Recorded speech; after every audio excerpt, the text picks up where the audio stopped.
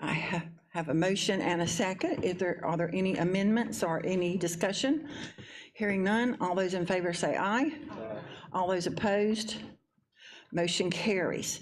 The next item is our appearance of visitors, and we have one visitor that is with us this morning. And I am going to ask Dr. Stiles to read our policy on visitors. Thank you. As each speaker's name is called, he or she should proceed to the podium at the end of the board dais where there is a microphone and a light system. Each speaker has up to 3 minutes to speak to the board.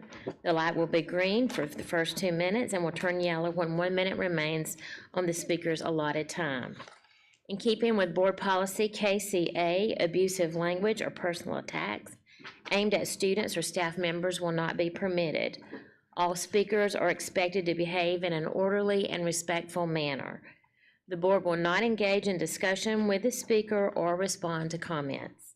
The superintendent will designate a member of the staff to respond to each speaker in an appropriate and timely manner. Thank you. All right. All right. Our speaker is David Horner. Mr. Horner.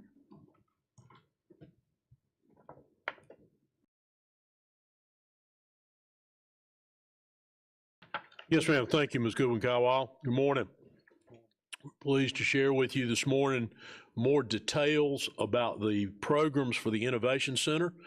You all had the opportunity, if you attended the legislative breakfast at Roper Mountain, to go down and take a walk through of the center itself. They're making great progress there. They're on schedule, and we see no issue with the occupancy date that we have set up. But Mr. Williams is here this morning, Ms. Porter, to share with you more specific detail about the initial programs for the center. Mr. Williams?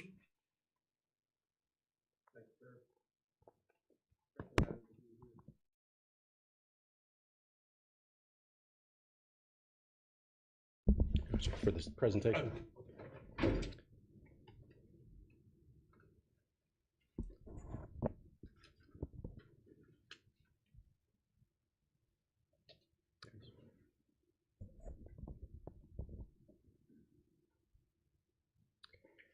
Thank you. We are pleased to be able to share with you some updates on the CTE Innovation Center. This has been something we've been talking about, thinking about, planning for a long period of time.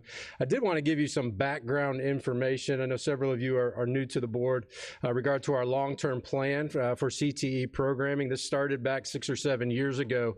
In phase one of that plan, we shifted all applicable programs to the high school whenever possible. So if a program was could be done in a traditional classroom space, we shifted it out of our career center and back into the home high school. And we saw tremendous increases in enrollment and opportunities for all students when we were able to do that. Health science is the example we use frequently. We had less than 200 courses being offered, individual sections being offered for our students in health science prior to the shift. Once we shifted that back to the home high school this year, for example, we have 2,394 health science sections being offered across this district. In most places, we have 2 and sometimes 3 health science teachers at each of our high schools. So we've seen tremendous growth being able to take those programs that don't require specialized space and shift them back to our home high school for students to take just right in their normal schedule like they would any other elective class. So phase 2 of that was restructuring our CTE pathways.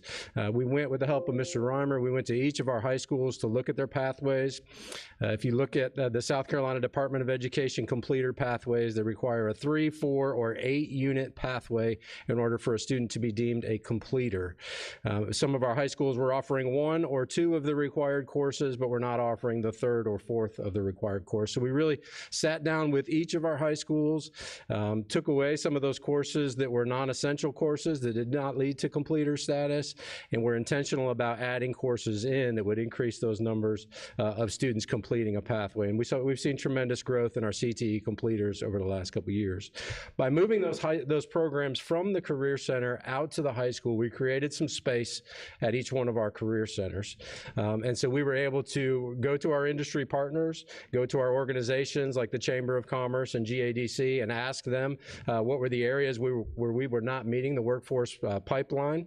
And we were to develop some additional programs and put them into our career centers. And so we made a strong push in advanced manufacturing, because that's what we heard from our partners, to ensure that each one of our 4 career centers across the district had welding, machine tool, and mechatronics, the 3 programs that are in the advanced manufacturing cluster. And so we added some mechatronics and machine tool programs across the district and have seen tremendous growth in those programs as well. So then we went back to the table. What are those additional workforce needs, and how might we meet those? We've now maxed out our CTE offerings at the high school level. We've maxed those out at our career centers, with the exception of Bond's Career Center. We have very limited space remaining in our career centers. And so we talked about this idea of the CTE Innovation Center and what were the programs that we wanted to offer there. We went back to our partners, specifically the Chamber and the GADC, to talk with them about workforce needs. And we identified 7 or 8 program areas that we thought would be interesting for us to explore that we didn't currently have programming in. And so we developed this initial roundtable group of lots of folks from around the community to have these conversations with. And we did several things with that, but those folks identified the program areas for us. We whittled that down from 7 to 8 to 5: clean energy technology, networking and cybersecurity, aerospace, automation and robotics, and emerging automotive research. We continued to utilize that group, but as Ms. Porter came on board as the program director and now the Innovation Center director, we used that group to talk about building design and curriculum selection, but she pretty quickly took that group, mobilized them, and has moved them into some other areas, and we continue to use that group on a regular basis, and I'll have her speak to those areas. So part of what we did, we've met twice this school year, once in the fall and then again early in January of this year. And it was everything from, like Eric said, curriculum selection, but also what skills should the students learn? What certifications do they need? What type of teacher do we need for that pathway? What are the career opportunities? And so meeting with those groups, we also presented, the need for mentors in the classroom. Just a few weeks ago, you graciously approved the honors curriculum for our pathways, and part of that is that all of the students have to present their projects to industry, and so they know the need. It has not been a hard sell to our industry partners because the excitement is there and they know the pipeline that they need moving forward. So these are some of the players that are at the table with us. Some have been involved in the whole process. Some have come on board, and then we consistently have new partners. I probably get an email at least once a week of someone either introducing me to a new company who wants to be on board, or it's somebody I've met out in the community. I think everybody laughs because I always have my cards with me, and it's a constant sell. It is such an exciting story to tell, and everybody wants to be a part. So in the process of designing and talking about the mission and vision of the Innovation Center, we have some fundamental components that we want to make you aware of. 25 students per program, so level 1 programming will be 25, level 2 programming will be 25. If you do the math, the total capacity of the Innovation Center will be about 250 students per year when it's up to full capacity. We want to ensure that we have pathways for all students, and this has been a major focus of both myself and Ms. Porter as we have these conversations and we go out to our schools. We want to ensure that if a student is going directly into the workforce, in aerospace, for example, there's a pathway for that student to follow. If a student would like to pursue a technical or an associate's degree at Greenville Tech or one of our other technical colleges, there's a pathway for that student. And if we have 4-year students who are interested in aerospace engineering or a PhD in aerospace, we certainly want to support that as well. So regardless of that student's chosen pathway, we want to be able to support their interest at the Innovation Center in in these 5 cluster areas. The programs will be innovative and future-focused. We're anticipating a 3 to 5 year life cycle of the programs at the Innovation Center. It will always be called the Innovation Center, so it doesn't make sense for us to bring a program there, let it sit for 20 years, and just continue to germinate while it's there, right? So if that program is successful, we will seek to replicate those programs at either our high schools or our career centers where we have available space and interest. If the program's not successful and it's not meeting the needs of business and industry or of our students, then we'll sunset the program and we'll bring in something else that is innovative and future focused.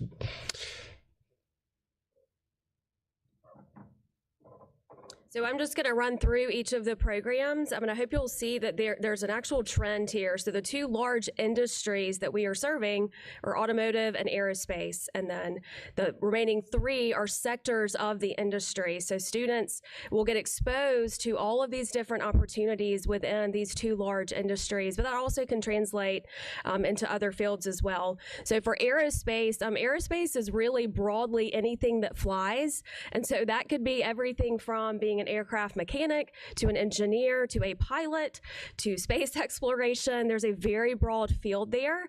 So the curriculum we've gone with is geared towards an engineering concept. Through recent discussion and through industry partners stepping up to the table and from student demand, we're seeking other supportive curriculum pieces as far as the aviation route and then possibly space as well. So when I'm out promoting and sharing with schools and parents and students, every single program has options shared of exactly what Eric just said. So workforce, 2-year or associate's degree, or a 4-year college pathway.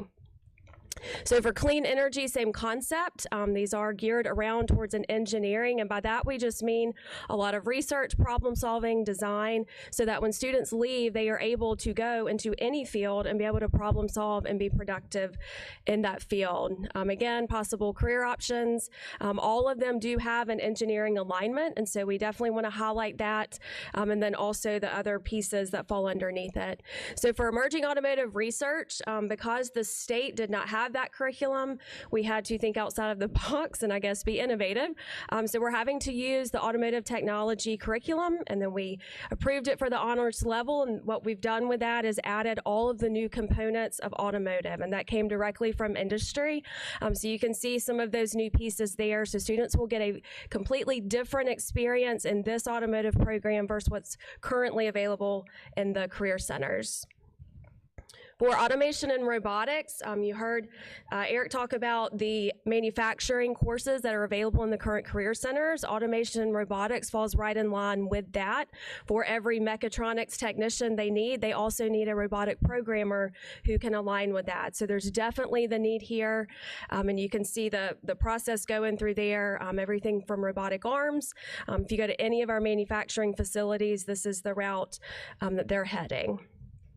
And then for networking and cyber, we know even in Greenville County Schools, that's a huge piece of our structure. There's definitely a huge demand here. Different certification routes where students can get certified in high school, go directly into the workforce, and have a very productive career there. So moving in to the actual building design, and with all of those programs, again, we wanted to make sure that there's some flexible space. You see how all of them play nicely together, the 3 sector courses that are going to support those industry courses. So as far as the look, I'm not sure why that E looks like that, but as far as the furniture design that we went with, I did a lot of research. I had a lot of conversations with students and teachers and with industry of what's going on there. We wanted to make sure that we mimic that. So students will have a lot of different spaces where they can collaborate. We do have an outdoor courtyard that will have an outdoor classroom. It's designed with flex classrooms, so all of the labs, none of them have an exact classroom that they're going to use. So teachers will have options as to where they can go if they have to do a classroom lesson or they need their students to spread out. So did a lot of different furniture designs, high-low tables. If they want to stand while they're learning, they can do it. If they want to sit down on something comfortable, they can do it. In the gathering and auditorium space, that's that large window that you see when you drive by. I've already been told there are going to be a lot of groups that are probably going to want to come in and use that space. So we tried to make it as inviting and flexible as we can so that we can move things around to accommodate various groups. And then there are group study rooms. So this is a unique feature that industry, they are using this model. And so it's great that our students are going to have access to it. They can go and do small breakout sessions. Each room will have a TV monitor on the wall. And so they can plug in and all work collaboratively. And then there's a small conference room for them to be able to do presentations to our industry partners. As far as center updates, that number has shifted within the week. It is now 177 applications. We do have applicants from all 15 high schools, which is amazing. And there's some diversity in that as far as students that are wanting to go workforce 2-year route or 4-year route. So that's very exciting. As far as presentations, so I've been to all of the high schools and presented to their faculty members. As a former teacher, there is no one else who knows the child better than the classroom teacher. You're with them 90 minutes a day. And so word of mouth has been huge in that. I've attended the assistant principal meetings and shared their district and high school counselor meetings, and then attended curriculum nights. So I was able to share with parents and students and faculty there as well. So as far as program sponsorships, you can see I've got a pretty diverse range there. We've had companies sign on who have said, look, we'll provide custom toolkits for all of your kids so they can use while they're in the labs. I've applied for several grants with some of our large corporations in the area. We're meeting right now to present one to the South Carolina Aeronautics Commission. And then Sage Automotive has just been a phenomenal partner. They've signed on to sponsor the Automotive Research Lab.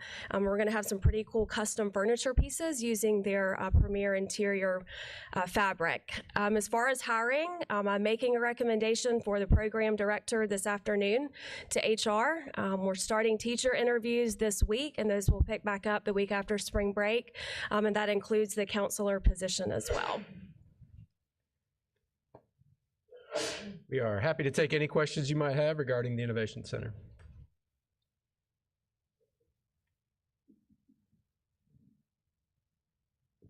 Thank you, Ms. Dooling.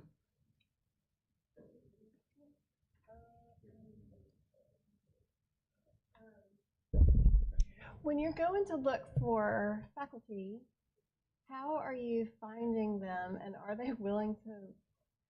I mean, I feel like these are extremely technical and probably highly educated individuals that are needed to teach things like aerospace. I mean, I would call that person a rocket scientist. Sorry, maybe you can't hear me well enough. Do you think that are you having trouble finding people that are willing to apply to, thank you, to work for the salaries that we're able to offer? So that's a wonderful question that's obviously come up. For 3 of the programs, we have very strong candidates. Some of those are internal. The qualifications to be able to teach these courses are determined by the state. And so they run the background and say these certain qualifications will allow someone to teach this program. So some do require a 4-year degree or an equivalent of industry experience. So for 3, interviews are set up. We are reposting the networking and cyber and the emerging automotive research.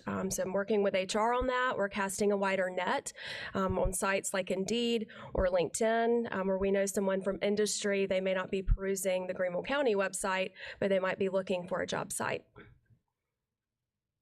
Thank you. For career and technical teachers, we also pay them based on their years of industry experience. So even if they were to hire in one of those programs somebody who is literally their first year teaching, their pay is based on their experience in that subject matter. And they also enter at master's degree level, regardless of educational level. That's a statewide entry point. Our district chooses to pay experience. That's not a state requirement. And I'll add that decision to be able to do that has been a game changer for us across CTE and being able to bring in qualified, highly qualified candidates with industry experience. Thank you. Ms. Brett. Thank you for the presentation. This is really exciting for Greenville, South Carolina. I wonder how many of these comparable teaching facilities do other school districts throughout our state have? Are we the only one? Yeah, that's a great question. There are a couple other innovation centers by name in the state, and we've had the opportunity to visit, but some in-state and some out-of-state. What we're finding is incredibly unique about this particular program is taking that approach of the 3 to 5 year life cycle. What we're seeing in some of the other innovation centers, they are essentially career centers with some currently innovative programming, but there's no plan to kind of replenish that, to replicate those out at the other centers or their other high schools. And so this concept, we have not been able to identify anything in the country that has this particular concept of replicating the program. So we're really excited about that. It's awesome. Congratulations. Thank you, Ms. Brett. Ms. Middleton? Thank you for excellent presentation. I have gone out to the Bond School and was very impressed with that. How do you encourage parents to be more interested in encouraging their kids to go to these innovation centers? I fear that there's something from the past, you know, like a voc tech thing, like they're not going to go to college. Don't do that, you know. So I think there's could be more kids there if more parents were really aware of what it is. So we've been fortunate. We have a tremendous communications department, and they have really stepped up and allowed us the last 2 years in particular to do some intense marketing. Last year, during the open application window, we did billboards all around town showing the different programs that were available. But one of the things we find is most successful is celebrating the successes of our students that go through the programs. And so we've done many program highlights. So that for that student who matriculates all the way through, completes a program, and then goes into the workforce, we try to capture that in video, publicize those, and change that. Previously, there was a stigma behind career and technical education. We like to think that we're really changing that, and the Innovation Center is a big piece of that. But currently, we have probably 2 times the number of applicants for all of our career centers than the number of spaces that we have available. So there are students in this district and parents that are getting that message, and they're realizing the opportunities that are available. We still have some programs individually that have lower enrollment or lower applications, and we continue to work on those with a targeted approach. But overall, we have many more applicants than we can fit into our career centers. You also mentioned that Bonds had some space. Is there anything being thought of for another program there? Yeah, so just recently we completed the second cosmetology class on the upstairs wing, cosmetology and aesthetics up there. And so we're continuing to look at, there's 4 or 5 classrooms. In fact, we were out there this week taking a look at those spaces to see what might be the best fit out there. I feel that one of the things that I felt really moved by was the fact that kids can go and get these certifications, and that they still go to college, and that they can do these jobs in the summer, or at least have this in their background. So it really gives them a leg up, which I think is something that it needs to be really pushed, especially to the parents, whether it be at a PTA group or something like that, but just to really have them understand that this is definitely, these kids go to college and can go to college, and they also have this great asset that they know how to do something. They already have, so many kids are graduating from college now that really don't have jobs. And this is great. They can, you know, pay off their loans and stuff. So it's awesome.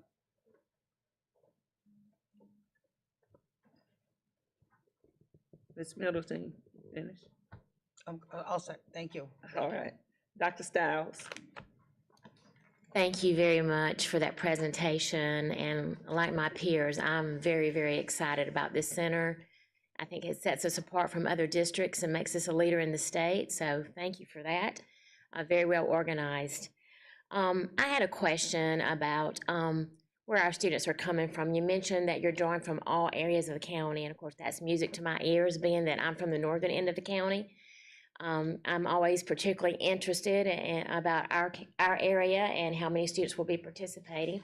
So I just had a question Are those areas equally represented in the applicants, or is it, how is that, those applicants, how are they dispersed? Do you have that information, or could you get that to me? I'd be interested in the northern end and the extreme southern end of the county. Hey, absolutely, and I was prepared for that. I Okay, figured that would- great. One of the conversations, and I talked about Sage Automotive. So Sage is located in Marietta, and historically, they, to be able to draw for that far of a drive, they've struggled. So in recent years, they've partnered with an area career center. They have done a lot of outreach to schools like Travelers Rest, Berea, Carolina, on that side of town, Blue Ridge.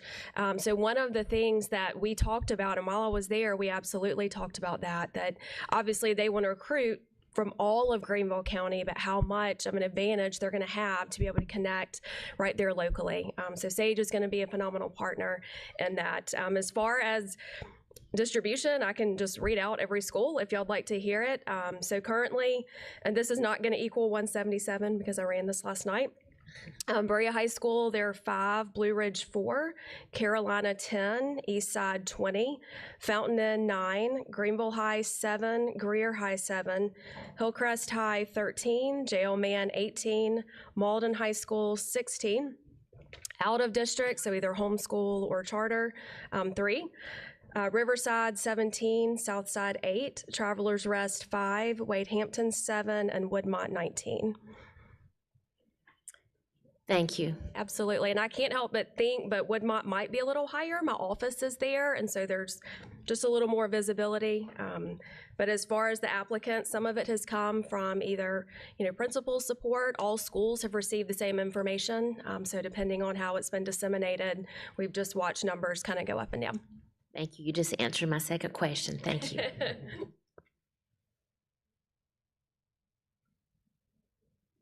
Okay. Dr. Presley. Thank you guys for the presentation that you gave us a couple of Fridays ago. I want to echo very quickly what I said then. One of the most amazing things about what you're providing for our students are those multiple exit points based on their post-secondary aspirations. And that makes this a very powerful program. It could become a double-edged sword in a really good way, though. So my question is, you've got 25 slots per program. If I'm a betting woman, that is going to be filled and then some. Is there a plan for when this takes off and begins to grow, and how will we be able to support all of the students who I am imagining will want to take advantage of this? Is there room for growth with this, or will there be a waiting list, or have we thought that far into the future? Yeah, we have a model for that at our career centers and some of the high demand programs where we have waiting lists. Specifically, welding is kind of an example that we use, and we have a rubric that we use, and we try to be very intentional about the things that are on that rubric, including the essay portion that the students will write to talk about why they might want to pursue this program and what impact it could have on their life. And so I anticipate we would do that. I also think we would not be opposed to speeding up that 3 to 5 year life cycle if we needed to. IT and cybersecurity, for example, could easily be put in a computer lab. And so if we see that we have a tremendous amount of IT cybersecurity interest, I think we could go to a couple high schools pretty quickly and replicate that program there. So we will be continue to be innovative in how we think about that. Thank you. Thank you. Thank you, Dr. Presley. Ms. LaVentus Wells. You caught my attention on one. You caught my attention on one thing. You said you don't know how the information is being disseminated in all of those high schools. And that's a key factor, because you have some who really get it, and you have some who look at it as another thing just to offer. So with that being said, in your enthusiasm and your brilliance, have you given any thought to maybe going to these high schools and really talking it up, or are we at a stage where we're overwhelmed right now with the numbers, and we may not, we may reach capacity without going out there? But I tell you, programs are phenomenal. And the offerings are just, they just will open doors to so many avenues for these students. And I don't want anyone to miss out on the opportunity of this creative program and the brilliance behind it. So can you help me here? Absolutely. So I have visited all of the high schools. We've really utilized social media, utilized working with counselors, meeting with those teams, offering marketing materials that can go out. So whether it's being, there at a lunch period, just right now being the only employee. I know. We're a very large district, so I've tried to utilize the best resources that we can. Curriculum nights have been a huge success because of that visibility there. And then the nights that fell on duplicates, so let's say 3 high schools had the same curriculum night, attended the first one that asked, and then the others received marketing materials. But I can say what it has done, because the other career centers are there, it's really elevated just the presence, because when you've now got 2 big banners for parents to draw to, sometimes CT might be pushed at the end of the line, but parents are rushing back there because of the excitement that's going on. So you mentioned Vote Tech earlier. That conversation has shifted. This is my 5th year in our district, and the Graduation Plus initiative has really started to change that conversation. Well, every Sunday I'm seeing a insert in the paper about the exact careers that you're talking about, explaining that you don't necessarily need a 4-year unless unless that's the avenue you pursue, but that there are a lot of options. Several of us were at, Dr. Stouts, where? Boca Mountain. No, where were we? The school over near Paris Middle School. What was it? Severe. There, just flew. That teacher is doing craziness with the robotics. And I thought, oh my goodness, we actually watch these students do all of these things, building from ground level up to competing state and so forth. And these were 6th, 7th, and 8th graders.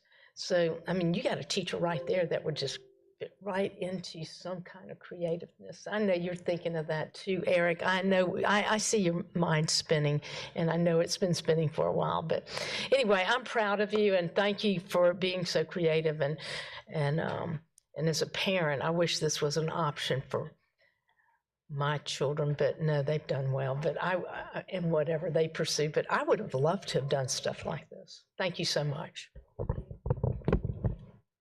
Thank you, Ms. Goodwin-Caldwell. Thank you.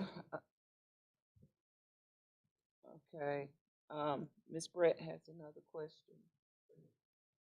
Thank you. So how was this funded exactly? Did it come out of the general fund? All the personnel costs are out of the general fund. Of course, the building costs are out of the building fund, debt service fund. The furniture and equipment is out of debt service fund. It's out of some that was set aside by the board from fund balance. And we've also utilized some Perkins funds, which are federal funds designated solely for career and technical education. And there are pretty tight restrictions on how you use Perkins funds. You can use it for equipment, you can use it for staff development. You generally cannot use it for personnel cost.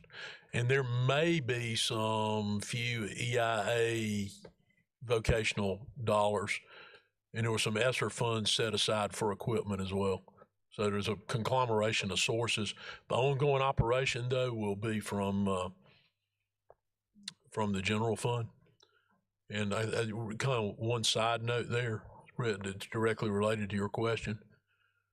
This is obviously some of the most engaging work that we do. It goes directly to preparing our students to be successful when they graduate. They're already beginning the first step of their work career, their work life, but it is also next to our most intensive special ed services, the most expensive instructional program that we operate because of the equipment cost, the instructor cost, and the class sizes. The class sizes are generally directly related to the fact that a lot of this could be very hazardous equipment. And so the safety aspect of the staffing compels the class sizes to be much smaller. If you were to go over, for example, right across the town here to Greenville High, you'd see a teacher teaching 90 students on the semester block, teaching about somewhere around 90 students, a few more, a few less. And in a career center, you may see them teaching 40 to 50 per day, same teacher day. So certainly an extremely expensive undertaking, but very worthwhile as far as the payoff for our individual students.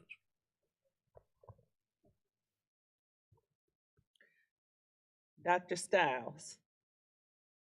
I'm sitting up here and I'm thinking about phase 2 next year already.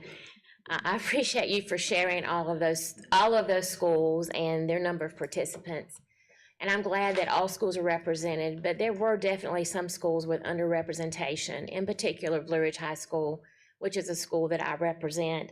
So in moving forward, thinking forward to next year, I would really like for perhaps there to be some consideration for the schools that are underrepresented, that maybe someone from your division could go out to those curriculum nights in particular to educate and to draw in.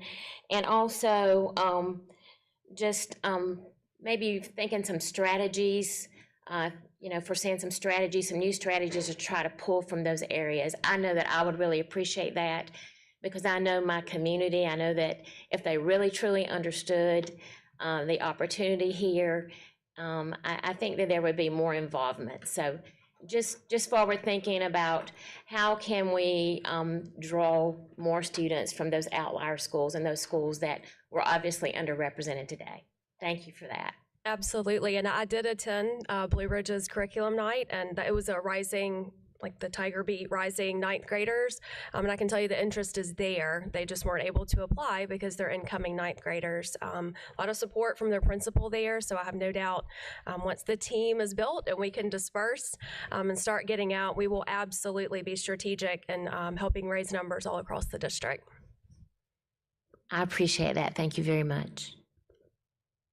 Thank you, Dr. Stiles. Are there any other questions? Ms. Middleton. I just want to echo, sorry. Without objection, I'd like to extend for 5 minutes.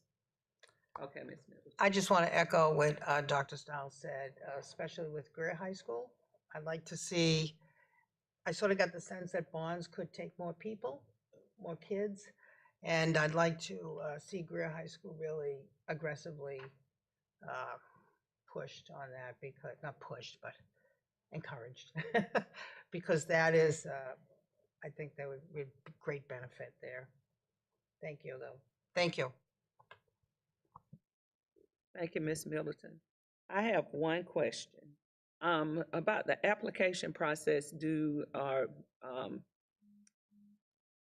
they have to have teacher recommendation in order for them to get into this program? The application is through Backpack. It's available to all students. When they go into their individual graduation plan meeting, if the school counselor sees that they've selected a cluster that's represented at the Innovation Center, they mention it to them, but the student can apply on their own through Backpack. No teacher recommendation needed.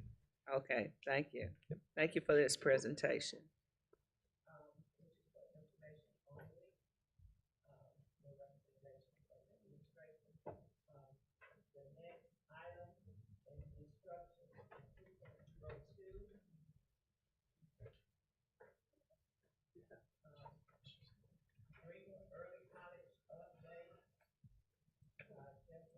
Dr. Roster, would you like to speak on this before? Thank you, Ms. Goodwin-Cowell. As Mr. McCoy comes up and prepares the presentation, we wanted to provide you with an update. We made significant changes to Greenville Early College in the last several years.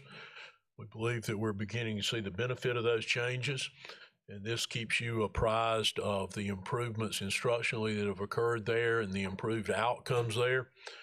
We want to make sure we're continuing to closely watch this as we decide moving forward the future life of this program. Again, it is showing some significant improvements. but I'll let Mr. McCoy share the details of those improvements with you. Mr. McCoy? Thank you, Dr. Royster. As Dr. Royster mentioned, this is an update. There is some new information in here, particularly around the performance data when it comes to the early college. And then some background information for those of you who are new on the board who may this be their first presentation of early college. So just a little bit of statistics. We have not shared these before necessarily. If we have, it's been 8, 9, 10 years ago, maybe when it was first started. But early college, some national statistics just around the country, what that looks like. As you know, probably know, this has been a growing kind of trend, I guess, the last maybe 5 years specifically. The Gates Foundation was really the ones that first kicked off really dumping heavily a lot of money into early colleges. And so currently 92% of, these statistics are a little old. It's hard to get statistics for early colleges because they are not tracked in the country. So some of this is anecdotal or information that is available. But this information here, 92% of early college students graduate from high school. So that basically the graduation rate of those who are in an early college program. 86% of those graduates from high school enroll in college in the next semester directly after high school. 91% of our early college students nationally do earn transferable college credit they are taking with them into their college of choice. 24% of the graduates earn 2 years of college credit, so basically, in essence, being able to go in as a junior or an associate's degree. The associate's degree is typically a goal of early colleges, is to push. Not all students will be able to attain that, but certainly there are students in the early college programs who can graduate high school with an associate's degree already. 70% of the early college students are students of color, while 59% of the early college students are classified as eligible for free or reduced lunch, or what we would classify as in poverty. And then most early colleges, again, going back even to the early 2000s, most early colleges do target that first generation college and low income families. There are some out there that, that's okay. There are some out there that additionally target specifically gifted students. That is not the case for our early colleges, but there are some specialized colleges out there that focus on first generation college, low income, and academically gifted. It's okay, I know what it is now. It just scared me for the first time. I did. So some of the success. So nationally, again, this is not tracked very well around the country. So there's not a lot of, as far as numbers go, it's easy to find how many districts and schools there are in the country. Harder to find out how many early colleges. But some of the information out there estimate around 750 early colleges currently exist. There are certain states, North Carolina, Michigan, that have a larger concentration of early colleges because that's been state initiatives to push early colleges into districts. And then you can kind of see, again, some of those statistics I mentioned before, a little highlighted there. Students who graduate with a college degree, 1 in 5 are early college students. So that just again means that 1 in 5 of the early college students are graduating with an associate's degree, which again is the pinnacle which we hope for, but as y'all can imagine, that's a lot of credits that students have to earn in order to get an associate's degree. So a little bit of history about our early college. So we did open up in 2012, not by far the first early college in the country, but earlier on, and we did open that with 6th graders. It was a stacked model, similar to what we do when we open new schools. We add a grade level at a time. So we did that through the 12th grade. So it took us about 6 years to go ahead and get that through 12th grade for our first graduating class. At the time, we primarily and still recruit from Carolina High School's attendance area. So it is a fairly targeted area. And again, as I mentioned before, like most early colleges, we did target first generation college students, those who have not had a family member graduate from college. They would be the first graduate, and low socioeconomic status. So again, the students that would be typically classified as in poverty. And then also at the time, again, this has changed a little over time based on research, but at the time early on, they did target the 20th to 40th percentile students as pertain to the standardized test scores of those students. So Greenville County Schools did make the decision, for those of you who are here, remember this, to move to a 9th to 12th grade focus after researching early and middle colleges around the country. When we did that research, what we found is that very few have a middle school component. The whole purpose was really focusing on high school. We initially, and I think it was a good move initially, that we had middle school there because we didn't have as many supports in the middle schools as we have currently today. We have a lot more supports really in all our middle schools. But particularly in the 3 Title I middle schools where we have our on-track initiatives heavily. We have a lot of supports wrapped around those students to help them be successful. And so when we made that decision really to let early college focus on 9th through 12th, and I think as you'll see in the data, I think that was a good move because it has allowed early college to focus on those supports the high school students need to be successful. We currently house around 125 students. Obviously that fluctuates a little bit year to year, but currently there's about 125 students there at the University Center is where this is located, this program. So similar to other colleges, early colleges around the country, the early college goals there, as you can see, is really remediate and accelerate those students to prepare them for those advanced classes. We're starting that in middle school, so there's some programs we'll talk about that are set up in middle school to help set that foundation for success so that they can get to that honors level and then eventually to that dual credit level by the time they hit 10th grade, but really primarily 11th and 12th grade. And then provide them students experiences and exposure really to the curriculum that allows them to reach the rigor level required. Again, the dual credit classes are difficult in nature. They're college level classes, so we have to prepare students and expose them to that type of rigor in order for them to be successful and actually be able to be admitted to those dual credit classes. And again, one of our big goals, like many around the country, not for every student, but that's our goal, is to move every student towards an associate's degree, or if not an associate's degree, then at least significant amount of college credit. So whether they're going in as a sophomore after high school into college, or they've earned 6, 8, 12 credits towards their college experience, that's going to obviously be tailored to each student and the needs that they have. So this graphic here just illustrates the grade levels. Again, 2012 starting with 6th grade all the way till 2019-20 when we were fully staffed to 12th grade. And then 2021 began removing one grade level at a time, 6th, 7th, and 8th grade, so that we could finally land on that 9th through 12th grade, really heavy focus early college. So the data, again, some of you have seen this, well, some of this data, some of this is new data, obviously, but you can kind of see, again, the performance of early college, and this is compared to like students. The like students being the students who are in poverty, the percentile of students on standardized test scores. So these are like students with their peers from around the county. So you kind of see there in, as Dr. Royster mentioned, really in 2020, when we kind of changed that focus, is really when we started getting some gains out of the test scores on EOC, obviously this is EOC, and also putting a renewed emphasis on really the supports that we could provide those students. Our team January, we talked about the focus school process. We took early college on as a focus school. I don't remember if that was 18, 19, or 2021. That we took them on, Ms. Dean specifically, who supervises that program, to really work with them, and our team academically to work with them to go in and work with those teachers, help coach those teachers, and work with those students to help them achieve a higher achievement.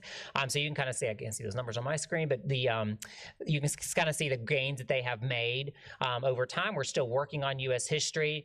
We don't have Algebra 1 or U.S. history scores yet for this semester. Those students will take those scores at the end of this semester. But currently, you can see the biology and English 2. Those are the 2 EOC courses they did this past fall. So you can see the latest scores that where they're outscoring, particularly in English 2, fairly significantly outscoring their like peers across the district. So also with the dual credit, I mean, the whole point of the early college is that dual credit enrollment. We've really worked hard to increase that number of students. Again, there's a certain level of foundation and academic rigor that we have to build the students up to in order to be able to be successful in those dual credit classes. So this year, 22-23, we're happy we've significantly increased the number of students who qualified for dual credit and who are in dual credit doing well in dual credit. So right now we have 22 students that are in that class. Some of those would have been first semester, some of them will finish second semester. as well. And we see those numbers based on the students' performance increasing in the years to come. So we talked about the current model limitations last time we did this presentation from some of the early programming and structures that were set around the early college. Again, back in the day, there really wasn't a lot of programs to model after. There were a few here and there that, I wasn't in this role. I was in a role that wasn't necessarily directly involved in the planning for the early college back in when it started.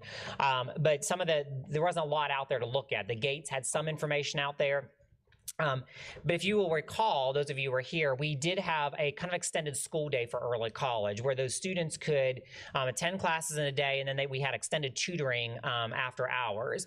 We faced a lot of challenges with that. There was students who played sports at their home-based high school, so they couldn't stay for the tutoring. And so they were missing out on that. And initially, some of you may also remember, is the students were initially picked up from buses, transported to their middle school, and then transferred from the middle school over to early college, which meant they weren't starting either at the normal time. So we had a compressed day as well, which was the whole point of extending the tutoring. Now that model's been changed where we do transport students directly from their home to early college, and they actually have a little longer of a day because we're able to do that. So that was a big change that really allowed us to have more time with our students to be able to remediate them to where we need to get them to be able to take those dual credit classes. And also other home-based activities. There was just, again, students who wanted to participate in some of the high school experience. It's a small program, so we obviously at early college don't have all the opportunities that high school would have. So students are able to participate in those programs back at their high school.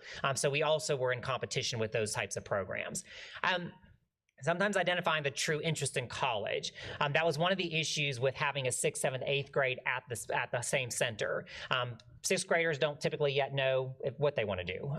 Having taught middle school, they're trying to just figure out middle school. They're not even sure what they're going to do in college or career at that point. So having them apply then and going over to an early college, what we found is a lot of them, by the time they got to 9th and 10th grade, they were interested in the career center and going the career route, which is awesome, which is amazing for those students. But this program is focused on early college. This program is focused on first generation college students. So removing the middle school from that gives the students a little bit more time by the time they get to 8th grade to kind of realize, not that all of them will settle that by the 8th grade, but to kind of figure out, yeah, I think I do want to go to college. And then we talked about the difficulty in getting them to commit to extra tutoring, which again is needed when you're talking about the percentile of students that were identified. There's a lot of gaps to fill there to get them to an AP or honors or dual credit level. And they're going to need that extra tutoring in order to be able to be successful. And then again, we talked about that already with the predominantly early colleges around the country focus on that 9th to 12th grade grade band. So looking at what it looks like in the pre-early college preparation, I talked about moving it back to the middle school, and then what does that look like as far as preparation go? So really in 6th grade, we are still identifying those students who think they're interested in going that route, and probably more there, maybe more parents, obviously in 6th grade, and really identifying for those pre-early college. What does that look like? Are you interested in going to college? And so we enroll them, as we've done presentations before, on that AVID elective. That AVID elective is a 6th grade, 7th grade, 8th grade cohort. So you stay in that cohort. That's not a one-year program. That is when you go in 6th grade, you move to 7th grade, you move to 8th grade, and then ideally you apply to come to the early college. Now, we can't take all of those students who would be in that eligible from that AVID. There's several hundred that would be eligible versus how many might apply to early college. And again, by that point in time, AVID does not focus just on college. It used to. And now it does focus on both college and career. So by the 8th grade, some of those kids would have decided, I want to be a welder, or I want to be go into cosmetology. So they then obviously may not apply for early college because that's not the route they want to take anymore. And then at that point in 8th grade, sometime during their 8th grade years, when we really would look at that early college application. So they could apply to become an early college member. And so the new model we presented last time really was this kind of in or out college model. One of the challenges, again, we had is sometimes is the commitment. Students to stay for tutoring, to come in early for tutoring, to extend the day, to make sure that they're getting the level of tutoring and rigor of subjects they need to be able to get into the dual credit classes. So we talked about the 6th, 7th, 8th grade pre-early college grade. At the end of that grade, 50 to 100 students we could take in this new model for an early college application. 50 of the 100 we could take. Now 300 can apply, obviously, for early college. And then the 9th and 10th grade years is like traditional high school. They would focus on those traditional high schools, but it would be vastly accelerated. Ideally, we are moving into, or some of those students are taking honors level classes, or at least we're trying to scaffold them to honors level classes by 10th grade, if not 9th grade. Because again, they've got to get into the dual credit levels by 11th and 12th grade. So really, traditional high school, there's a few classes that we pull down into 10th grade, orientation, freshman orientation, for example. We typically do that in 10th grade. Some easy classes that give the kids some success in dual credit classes for those who still may be a little apprehensive about whether they can handle the rigor of it. And so then 11th and 12th grade, they would be heavy dual credit. The dual credit application, this is an in and out model, modeled after Florida, some of the Michigan early colleges as well, where this is an in or out. So after that 9th and 10th grade year, they would do a dual credit application. And basically, if they meet the criteria for the GPA, which we'll talk about later, the GPA and the other criteria, then they're accepted into the early college. If they're not, or if they just choose not to continue, then they would then go back to their home high school. That's not a lot different from what it is. We do have students now that choose to go back after any grade level, really back to their home high school, which we do allow them to do. And we do and are able sometimes to recruit even 9th, 10th, 11th, 12th grade students into the early, more 9th, 10th, 11th, into the early college as students leave. So it's not necessary that once you recruit 9th grade, you can't ever recruit again 10th, 11th grade. We do recruit as we have vacancies and students leave. And then the early college supports, it is critical, like I said, for these students to have the supports. Even in place for, as they're getting ready for college. I don't know how many of you filled out a FAFSA application recently for your own student, but it is not an easy process. And for those of us who are college graduates, it is not an easy process anymore. And so really helping the students, making sure they have the supports, because again, they're first generation, their parents never went to college, so they don't know how to help them do that. And again, I would argue that even today, as complicated as it is, there's many college graduate parents who struggle with filling out those forms because they are so complicated. And so having the supports in place to help students with those types of things.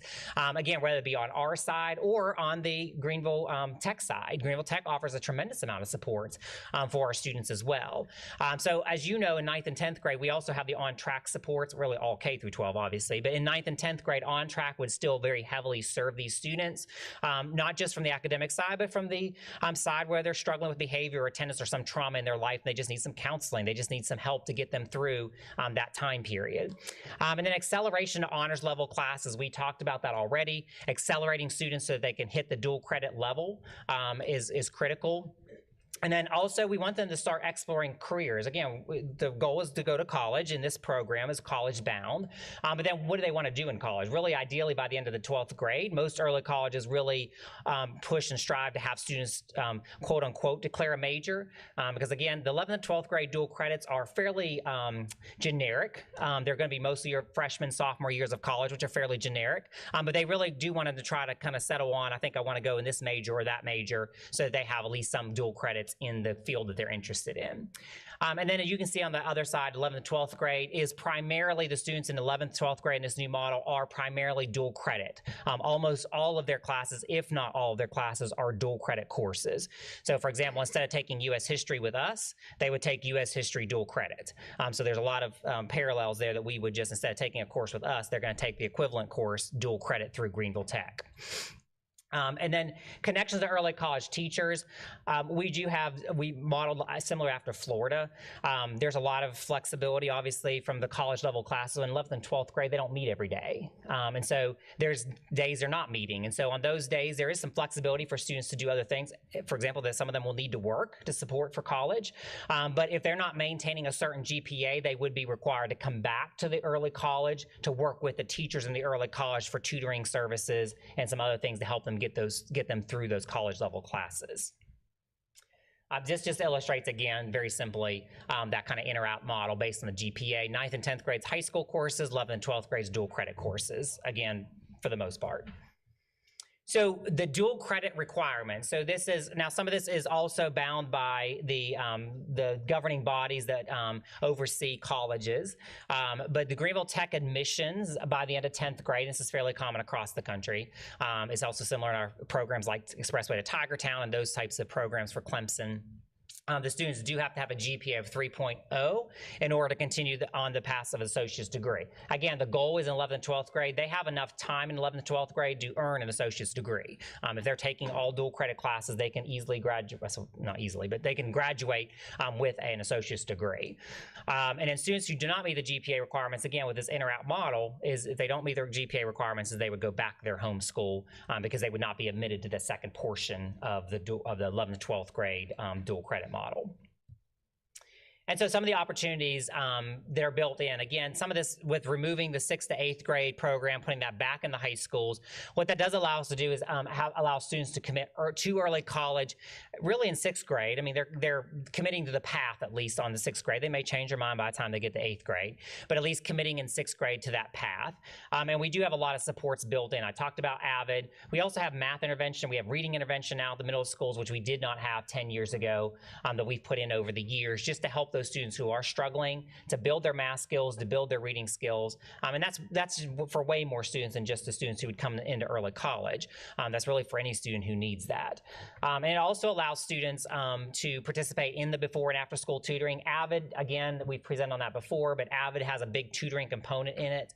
For any of the students who are in the AVID class, those students actually do receive tutoring, whether it be from community members or programs that we have set up in Greenville County to help tutor those students. And then finally, the AVID courses are progressions. AVID is a school-wide program. Once a school is AVID, all the teachers in the school use AVID strategies in all their classes. But again, there is a subset of students who actually are in an AVID course elective, and whether that's one elective or one AVID course or 2 courses at a school, it depends on the school and how much interest there is. But those students are actually in an AVID course, and they're in it for 3 years. So it builds from 6th to 7th to 8th grade, builds with those students. And then the eligibility requirements for the early college. This didn't change really from early necessarily set up. This is, again, very common across the country. We've just put a little percentage on it. Our goal is 75% of our students. Now, they do have to have a desire to attend college by the time they get to the 8th grade there. And really then to first generation college, that's really not changing. That's a critical component of early colleges, is really to get more exposure and more students to see college as a viable option if they don't currently see as an option. And then also that they qualify as a pupil of poverty. So again, focused on high socioeconomic status, high poverty, and first generation college. And then they have to qualify for that GPA. If they're in the AVID class, they're most likely going to qualify for the GPA. AVID has some pretty stringent requirements based on college level entrance classes that they have. So if you're in AVID, you're most likely going to qualify GPA wise for the early college program. So that would be our goal, is 75% meet that first green box there. After that, if we only have 75% of the students that are interested in that, we would look at, for the 25% or fewer, we would look at just those 2 criteria there: a desire to attend early college and a GPA, obviously, that have remittance. Now, if we can fill 100% on the green box, then we're going to fill 100% of the green box. But again, looking around the country, typically colleges are anywhere from 75 to 100%, depending on the area, of able to fill with that first criteria. And then just the timeline for implementation when we move to 6th to 8th grade, you can kind of see this year is the first year we're really in that green box there, the first year that we are in the 9th to 12th grade only at the early college. And so this is really the 9th grade, is this 22-23 school year, where they are kind of the first class of 9th grade. In the new the first class of 9th grade new model would be next year, the 23-24 school year. We're finishing out where that green box is, where we're finishing out those students who were still with us in early college. They were in early college 6th grade, 7th grade, and 8th grade. Now they're in 9th grade. Next year's early college 9th grade will be, they would have gone to middle school at their home-based school, and early college will be their first experience in 9th grade. So you can kind of see how that tracks out. Technically, 12th grade would be the 26-27 school year, would be the first kind of quote unquote graduating class of the students who just attended high school at early college. And then we did talk about this last time, last year before we did this presentation. This hasn't really changed. Greenville Technical College is our primary partner. We do 90-something% of our dual credit with them. We certainly have partnerships with other colleges like North Greenville, Clemson, USC. We've got partnerships with several colleges around the area here. But Greenville Tech is by far the biggest. You also know that they work with us to provide free tuition for our students. So our students in a partnership with us and Greenville Tech do not pay tuition for our dual credit classes. This is the first year of that, and that dual credit numbers will again present to you at some point in the fall once we have a year's data. But they have been a huge increase in dual credit classes for our students. And then as we move forward developing the partnership, we do believe it's important for the success of the program to have our students located in a closer proximity to Greenville Tech College. Right now, currently, as you know, the University Center does not really house dual credit classes that our students can attend. Most of those classes are done at night at University Center, and they're not undergraduate classes. Most of those are graduate classes or other types of classes that our students would not participate in or not be eligible to participate in. So again, that's kind of changed over the last 15 years, I think, of what we thought the early inception of University Center might be. But so our students really do have to go to another campus off-site to take their dual credit classes. So we're looking at reevaluating this after our 3 years of data with the model. Now, this for us, again, that would be summer of 24. So really next summer, we would have really solid 3 years of data, and you can see the trend data going up of our students who are succeeding on the EOC scores and also the number of kids that are in the dual credit classes. So just like last time, we're still engaged in discussion with Greenville Tech about the strategies and where we might physically relocate the program to actually meet the goals of the program where the kids are actually on a college campus. Most early colleges, if you look around the country, are housed either next to a college campus or actually physically, many of them on a college campus. And that's critical to have that experience. So again, the students can experience some level of college experience before they actually go in as a college freshman. And I think that's it, Ms. Caldwell. Thank you, Jeff, for that presentation. Now for the questions. Ms. LaVentus Wells. Yes. Thank you, Mr. McCoy, for your presentation. So this program started in 2012, and over the process or duration of years, we have seen that we started it too early with the 8th grade, 6th grade, 7th grade. Can you please tell me how many students we currently have in the 9th, 10th, and 11th grade? Yeah, so currently we have in 9th through 12th, 125 students. Well, how many in each grade level? Oh, I'd have to get the breakdown for you. It's going to be, it's going to follow a typical high school, though. It's going to be higher in the 9th grade and less students as you go up. We can get you the exact breakdown, though. Okay, because I want to know the cost of this. I mean, we're paying rent at Greenville Tech, correct? Yes. We're paying for a principal, assistant.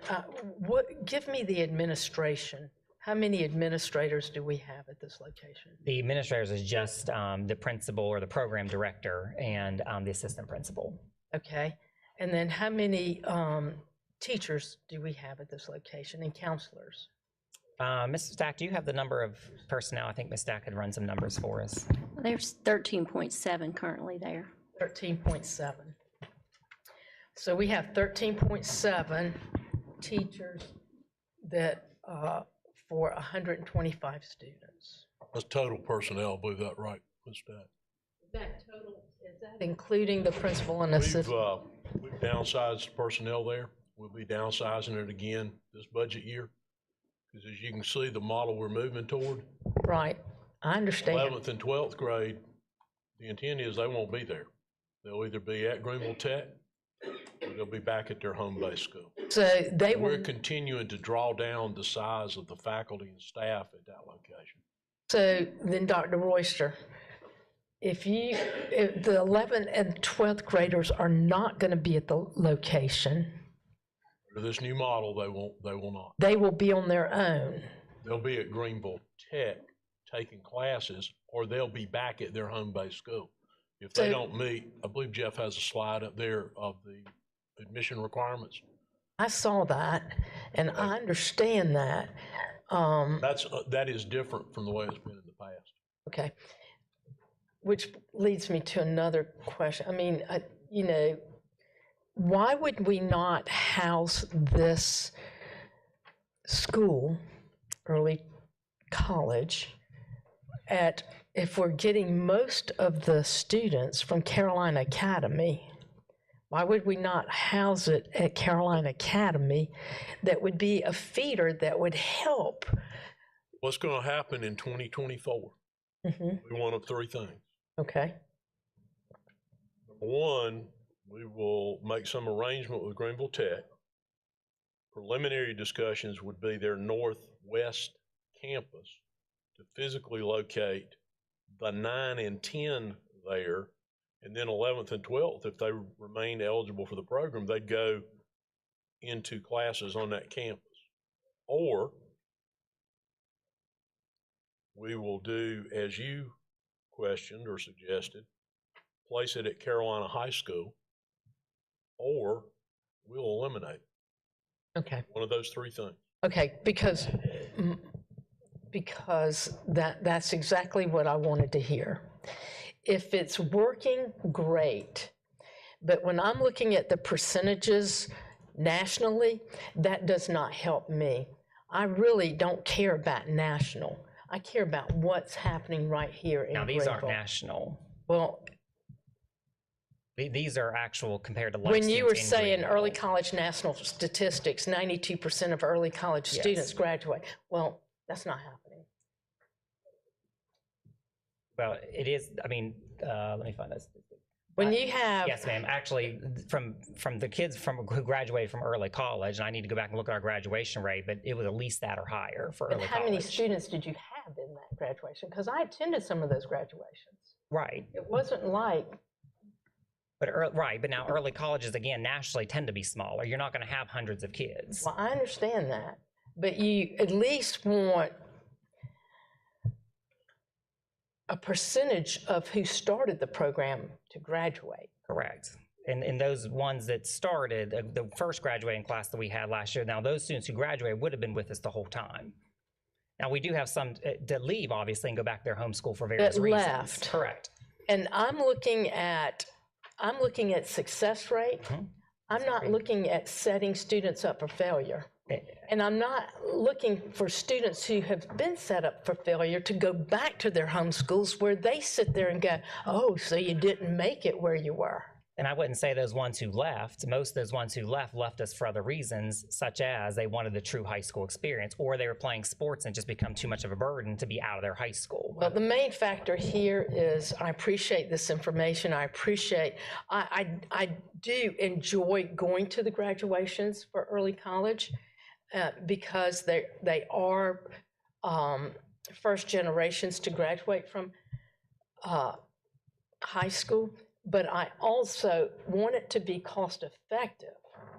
And I want to make sure, you know, we're paying Greenville Tech money.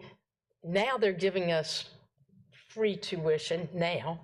And I can assure you, they're not going to house students because they've got their charter schools on those campuses. So I understand what we're doing. I see the big picture. I don't want you to think I'm being negative. I just want to be good stewards of what we're doing.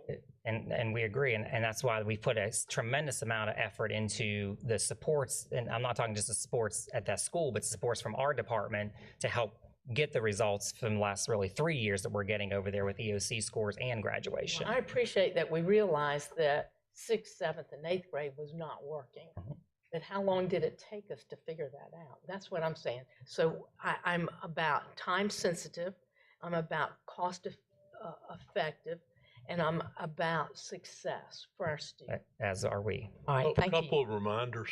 We're looking at, I mentioned it, but I mentioned it very quickly. The campus location we've looked at with Greenville Tech does not have a charter school. No, it doesn't. Northwest Northwest does not. They're the only campus. And you may recall, it was very controversial when we ended the 6th, 7th, and 8th grade attending the early college. You may recall considerable discussion when we made that decision. Yes, sir, I We remember. believe that was the best decision for those students and for that program. And that's what I always want to consider, what is best for those students. Thank you. Thank you, Ms. LaVentus Wells. Thank you. Dr. Stiles. Thank you so much for this presentation. I'm particularly interested in early college, and I do think it's a very valuable program for first-generation students who want to go to college. And I can see the positive in making that accessible to these students. But at the same time, I want to feel confident that we're on the right track and the program is being effective and it is working. So I had a few questions for you, Jeff. First, I wanted to ask, how many classes have graduated at this point in time? How many graduating classes have we had in early college? So 20, if I remember correctly, let's see. So 2017-18 would have been our first graduating class. Okay. All right. Now, my next question is, how much tracking have we done of these students after graduating from early college? I'm particularly interested in that. Was, I think it's 18, 19, Jeff, isn't that right? Oh, I'm sorry, yes, I'm looking at 18. 18-19 Okay. would have been the first graduating class. This will be the 5th grade Fifth one. Yes, thank you. this year. So how much tracking have we done of these students once they graduate? Because that's, to me, that's a really big question. So Ms. Ford anecdotally tracks some of that of the students who choose to report back. That has been something we have always, across all of our schools, have been interested in. We get some reports from the State Department as far as how many kids go to college, how many stay there past their first year, but it's very limited in the information that we get back. So the only way we really have to do that is to reach out to the students after college and rely on them whether or not they're going to provide an answer back as far as what they're still doing. Up until, when we go into clearinghouse, Dr. McCrary, the state provided clearinghouse, the second year, this will be the second year, which tracks students through college.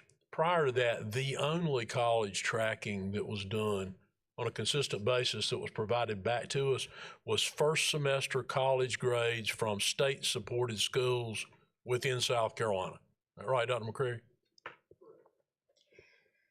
Thank you for that information. And I'm just speaking on a personal level here. For me to really feel good about this program, it's really important for me to have data about, are these students going to college? Are they successful? To me, that's key here. So I had a question, does the early college, do they have a full-time attendance clerk? It's not a full-time dedicated attendance clerk, no. Do they have a full-time counselor? There is not don't believe it's a full-time counselor, no. I think it's a shared job. All right, I don't know how, and that's not my job as a school board member, but I feel like that someone should be designated to contact these students after graduation and to find out where they are and to follow up, just because of the nature of the program and the number of graduates approximately every year. What's the number of graduates from early college? I have not been to their graduation. It's going to range anywhere, depending on the year, from probably 20 to 30. Okay, so I'm not asking for a lot of data here. So I feel like that we need to put in the effort and provide the supports to follow these students to ensure that our program is working and it is effective, because we are, just like Ms. LaVentus Wells alluded to, we're investing a lot of money. And I'm good with investing money as long as I know that we're being successful and the program is working. So I feel like that's a piece that we're missing, and with a low number of graduates every year, I personally feel like where there's a will, there's a way, and if we put the effort in, that we could track those students. And I need that data. I personally need that data to feel good about this program. And so I'd like to encourage you and Dr. Royster and the powers that be to really work on a tracking system to see how effective this program is being. And Dr. Stiles, I'll reach out to Ms. Ford. I know, at least for the first graduating class, if I remember correctly, she tracked to the best of her ability. Again, we can't require the students to report back to us, but to the best of her ability, I believe she tracked at least that first year's data just to check up on those students and where they were. We should have the ability through the clearinghouse report, if they matriculate at a college, should we not, Jason, to determine where they are?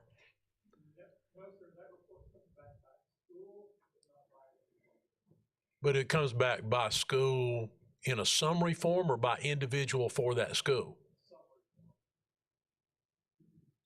So that's still a challenge. Yes. Getting individual data, because as one of the factors that's common, particularly in this school that's primarily served by the early college, is the transiency of those individuals. They will move multiple times during their career with us. Then when they leave us, they tend to continue, at least the families, that pattern of transiency. Makes it challenging to keep up with, but that's certainly not an area where we can't exert more effort, either on Ms. Ford's part or the assistant over there, to try to track where those people are. But that's an ongoing challenge for us in two very important areas. One is college attainment for our students. I'm talking about all students now, not just the early college. The other is to be able to track our students that get career certifications after they leave us. There is really no mechanism to do that either. And those are our outcomes. So right now, the best measure we have of our outcomes are what they possess when they leave us. It's a great challenge. That would be important decision-making information to have for every student coming out of every school in the district. Well, I agree with you, but particularly, again, for this program, where the goal is college, I feel like that data is needed here. And I'm going to say something too, as a former principal with an attendance clerk. We had a responsibility, if a student didn't show up at school, to continue to try to find that student, to find out where they were enrolled, to make sure that they were continuing their education. That was challenging because some of those students were transient. But I can tell you, at Skyland Elementary, where I was the principal, if a student stopped attending, we did not stop until we found that student. So I understand the challenge of that, but I also understand that with only 20 to 30 students in a graduating class, that with some effort, that I think we can at least obtain some data that would be helpful to this board to help us to understand and to know if our investment is worth what we're putting forth. My last question, Jeff, is we talked about students would go back in the 11th and 12th grade if they weren't maintaining a 3.0 grade point average. So an ounce of prevention is worth a pound of cure. So what are we doing in the grades prior to that? Is there someone who's looking at grades every quarter, looking to see if students are on track, trying to keep them on track with that 3.0, or do we suddenly just wait till 11th and 12th grade? Because that's not going to work. No, they track, I mean, the results that they're getting now with the ones currently in the early college, they're very heavily tracked. I mean, and they're also go through on track process when they start falling for some reason. Now, prior to that, the AVID, which is again primarily the pool that you would be pulling the early college from, the AVID is very heavily tracked. I mean, there's all kinds of processes and protocols in place, even really more than quarterly, that they're tracking those students for grades, really, and behavior and attendance. Because if they're not there, obviously, then they're not performing. And you said that will start when the students go back in 11th and 12th grade. That will start next year? Which part? When the students, if they don't have the GPA of 3.0, they go back to their home-based school in 11th grade and 12th grade. When does that start? No, that would really, let me find my graphic here. That would really not start until the true ninth grade of the early college, never been in middle school, would be the 23-24 school year. So really that would not be until the end of the 2025 school year. Okay, thank you. Thanks for answering my questions. Thank you, Dr. Stiles. Ms. Glenda Morrison Fair. Thank you, Ms. Caldwell. I appreciate this presentation. I'm trying to get a summary of some of the programs that kind of were responsible for us turning the curve and making some successes at early college. So I want to make sure in my mind, those programs are that AVID program, and we identified transportation was a program, was a problem, and we've solved that. And we've removed the middle school students from the early college. So those are three of the factors that have made a significant difference. And I think the other one, Ms. Morrison-Fair, would be they've been a focus school also for us. So as you know, that process from January is a fairly intense process. I mean, we're in there, we're coaching teachers, we're working with administration on instruction. So I think that also, we typically see results when we go in and coach and work with a school as a focus school. The AVID's really not been realized quite yet because it's fairly new in the middle schools tracking up. So I don't know that AVID yet has had a impact. I think you'll see a bigger impact once those students in AVID start matriculating to early college. Okay. And what is our closest model for this early college? I know you said we had how many over the country? I can't remember. About 750. What's our closest model? Oh, the closest model we've really looked at, because we have the VP over at Greenville Tech actually ran the early college in Florida. Mm-hmm. That's probably the one we've looked at heavily. I've done some work with the one in Capel, Texas, as a very successful model. There's some in North Carolina. North Carolina is a fairly heavy early college state, if you will, as well as Michigan. But those were the two kind of early. Capel's been around for a long time. And then the Florida one's probably been in place for about 8 years. And this model, the in and out model, they've been very successful. They have a near 100% graduation rate, students with associate's degrees, dual credit. So it's been a very successful model. North Carolina actually has a statewide early college model. It's operated through the community colleges, which is, in our state, the technical colleges or the community colleges. So they literally serve every school district in the state of North Carolina through the regional technical college with an early college. Okay, thank you. One other thought, I'm trying to think outside the box. I know we have our model. This program only focuses on students who are first generation? That's the first goal, is really to have 75% of the program filled with the students in the green box there, yes.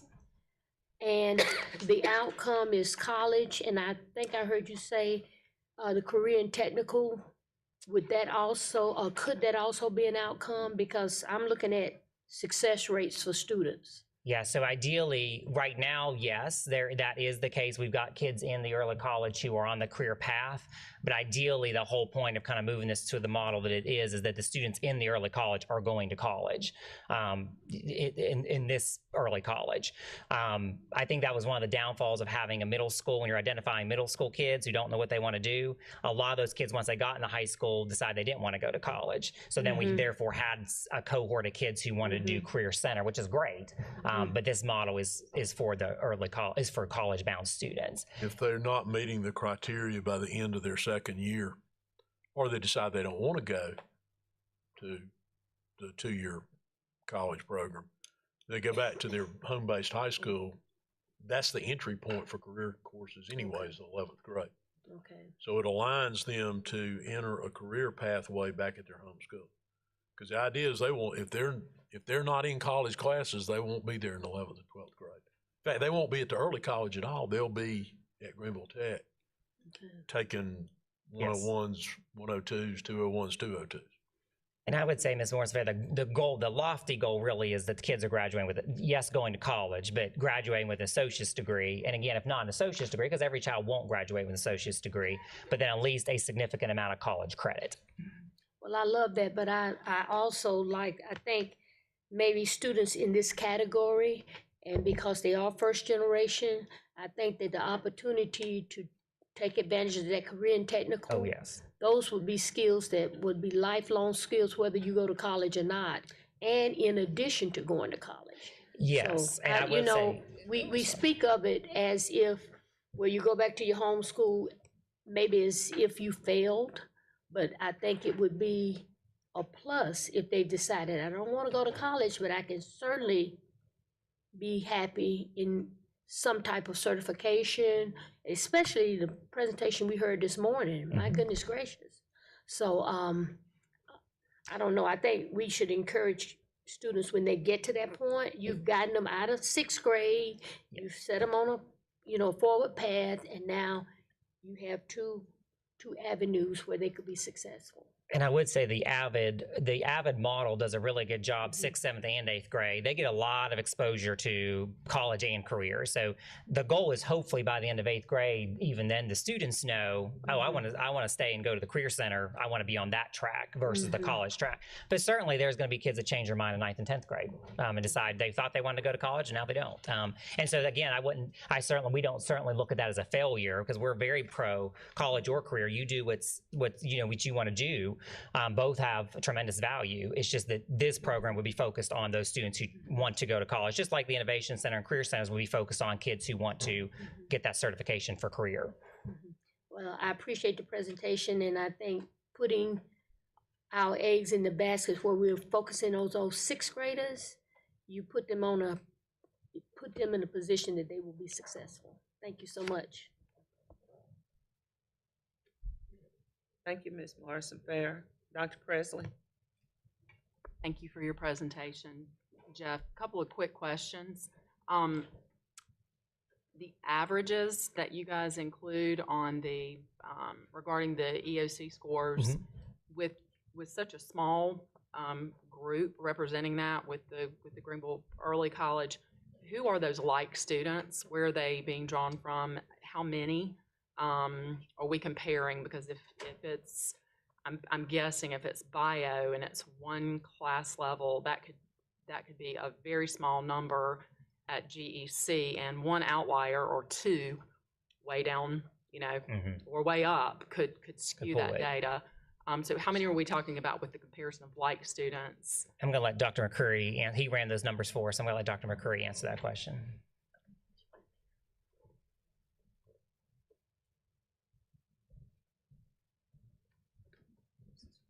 So outliers could cause an effect for GEC because it's only those and it's only students who were at the 20th, 40th percentile. Those students were compared to students across the district who also scored between the 20th and 40th percentile. So that's where you get your like students. They started out at the same place at their entry point, which was the end of 5th grade. Thank you. Okay. Would it be possible, is their GPA data available, the GEC students? Obviously not to identify the individual students, but. Yeah, oh yes. And would it be possible to break out by student, just so that we could see, or at least percentages of students who have a 3.0, a 3 point? Okay. And what supports does the district provide to GEC regarding recruitment of students? I know we've got a cohort of 125 students currently. Are they provided with, or is that particular school provided with the same supports as, for instance, our magnet schools?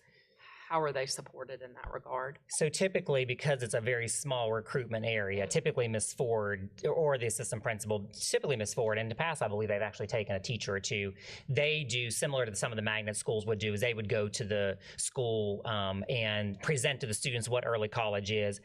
I would also say really our recruitment now, though, almost even begins in 6th grade to really start, not just now 8th grade, first time you're hearing about this, but really even starting back in 6th grade, which is that pre-early college, starting to talk about that a little bit so the kids are more familiar with it when they get to 8th grade. Certainly communications helps us with publications, but that 125, of course, is 9 through 12, so the number we're admitting is a fairly small amount of students in 9th grade. They're pulling primarily from Carolina High? Attendance area. The attendance area. And so is that designed specifically that way, or is it just students from Carolina who are more interested in? It was designed that way based on the criteria we were trying to meet with the students of poverty and first generation. So Southside, Berea, any of the other schools that kind of run along that 25 corridor, are they not? there may be a few students from those because that is a common triangle of movement between Carolina, Bree, and Southside, but primarily initially they would be identified from the Carolina zone. And You go back to 2011, 2012 when it was developed, implemented in 12, 13. One of the primary reasons behind its development, one of the primary goals was to address the graduation rate specifically at Carolina High School, which I believe was 52%. Now that's all, we need to go back and look and make sure, confirm that. It was about 52%. And we took, in the program design, the most challenging demographic. When you think about those between the 20th and the 40th percentile, generally speaking, a lot of those 20th percentile or below are receiving a number of services, support, academic, special needs services. So we took the 20th to the 40th percentile. One of the reasons that if you try to compare this population to early colleges in other parts of the country, they are not like populations.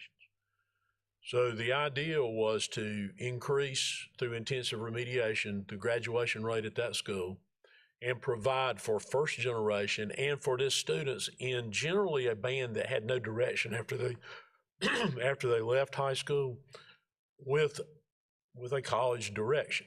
You know, right, wrong, indifferent, would have been better to do it a different way. That's the foundation of this program.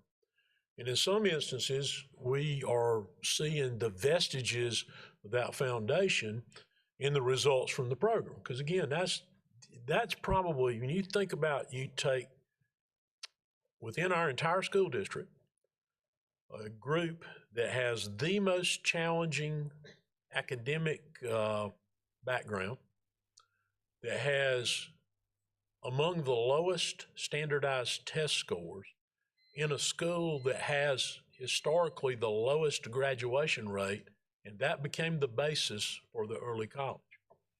So in many cases, it was successful in improving their academic attainment, not as successful in getting them on to college. So we've tried to phase into making this more of a traditional early college, but still focused on first generation students and still focused in a community that does not have a recent history of students going on to college.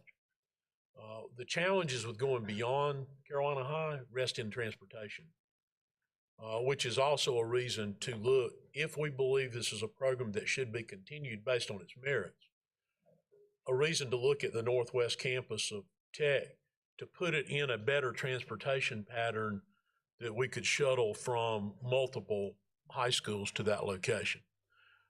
Now, we started offering shuttle transportation, and that became problematic to getting students there. So it's now basically a route that we're running, picking those students up, which, as you know, based on all the routes we're running now and the shortage of drivers, that becomes a more and more challenging situation. So Excuse me. we're fully committed to, I'm sorry. Oh, I didn't hear it. I'm sorry.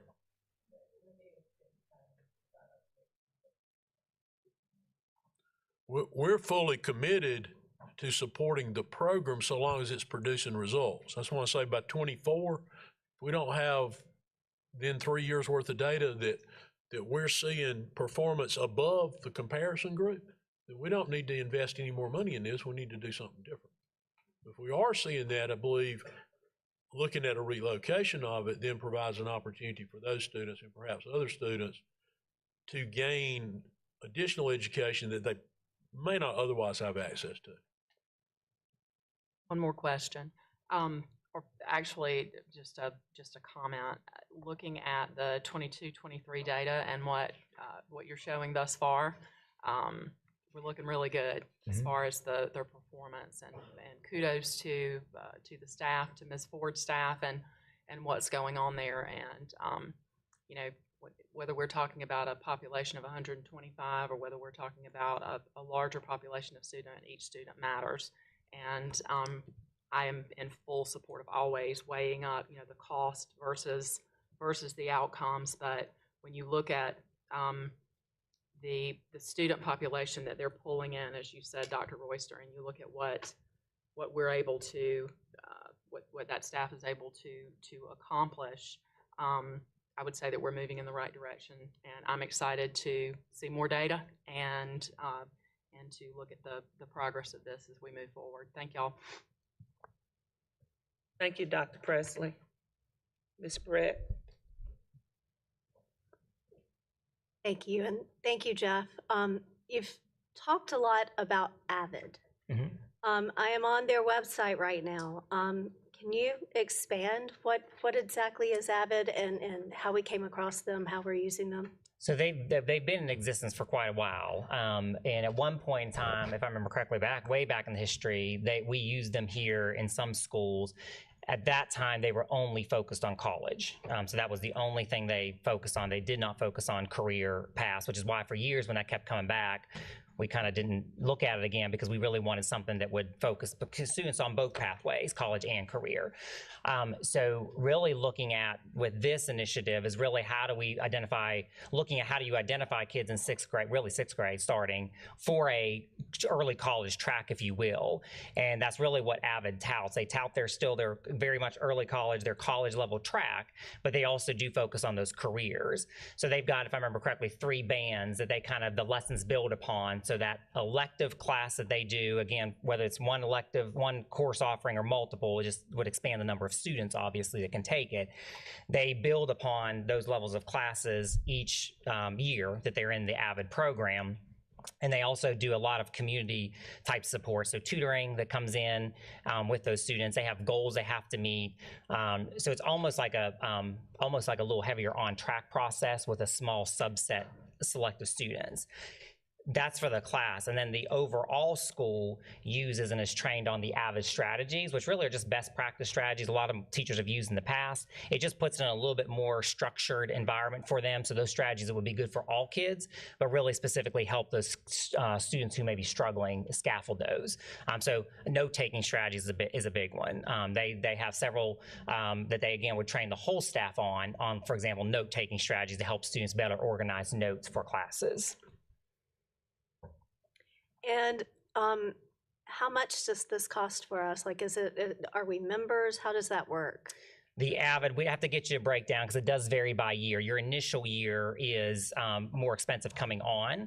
And then the goal really of Avid is that you train. We are now getting site coordinators trained where we can do our own training in-house so that we don't have to send people for training. And then of course there's optional, and schools can choose to do this. There's a Avid conference each year that they can choose to send teachers to hone their skills if they choose to do that. It's not required.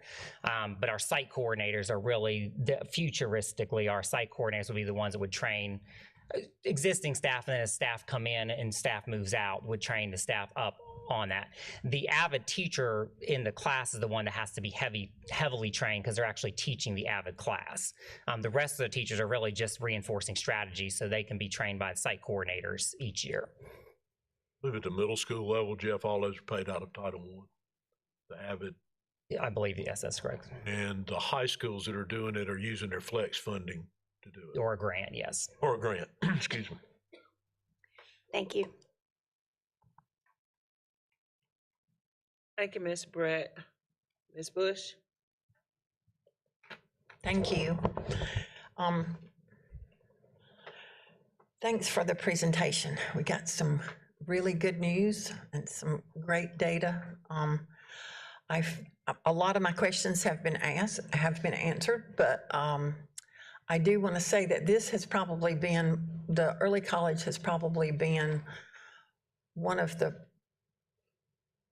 best examples of how we have addressed a need over the years, and this program has adapted to what it is now, and to see the progression of because it just sounds so easy to I guess to criticize a program and say, well, that's not really any good, and we can't make emotional decisions. we have to base it on the research and the data and our research and our data, as some of my colleagues have said. So being able to look back at the history and how we have made so many dramatic changes, but I think very, with a very good basis for why those changes were made and how we've got to where we are now and what we see in our end of course in the testing. I've heard some great things. And then even the course of what we're going to do the next 3 years is that we have the possibility of 3 entirely different outcomes across the spectrum. Hopefully it's the best outcome for these students. I am excited to hear, and I hope that because the Northwest campus does not have a charter school there, that hopefully Greenville Tech as a partner would feel like this would be a really good fit, because I think if it went to Northwest, it would open up tremendous possibilities for students at the Berea campus and in the Berea community that face much of the same challenges that those students at Carolina face. And so,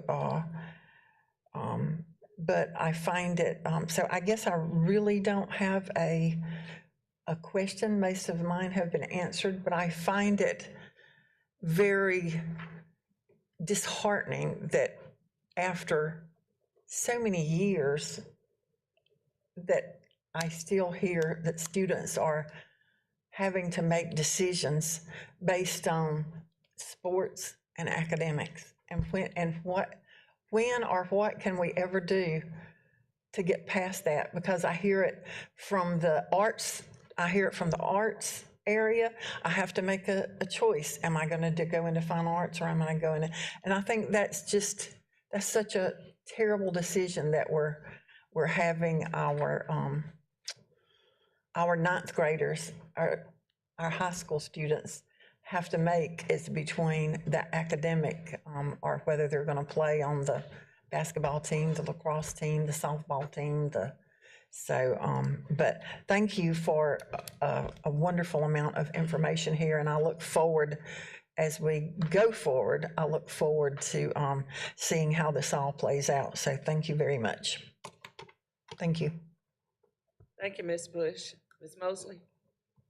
Thank you, Jeff. I'm sorry I came in a little bit late. I have some of the same concerns and also hopes that everyone else shares. However, and I'm sorry if I missed this, I know we have 125 in the program now. How many applications is it an application process? Well, currently right now, you could call it an application process, I guess, right now. It's not as formal as the new model kind of we're moving to.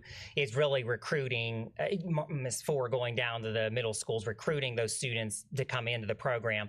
I wouldn't say right now we've exceeded the capacity each year. We've reached where we could capacity, but I wouldn't say we necessarily had to cut kids who wanted to come there that we didn't have room for.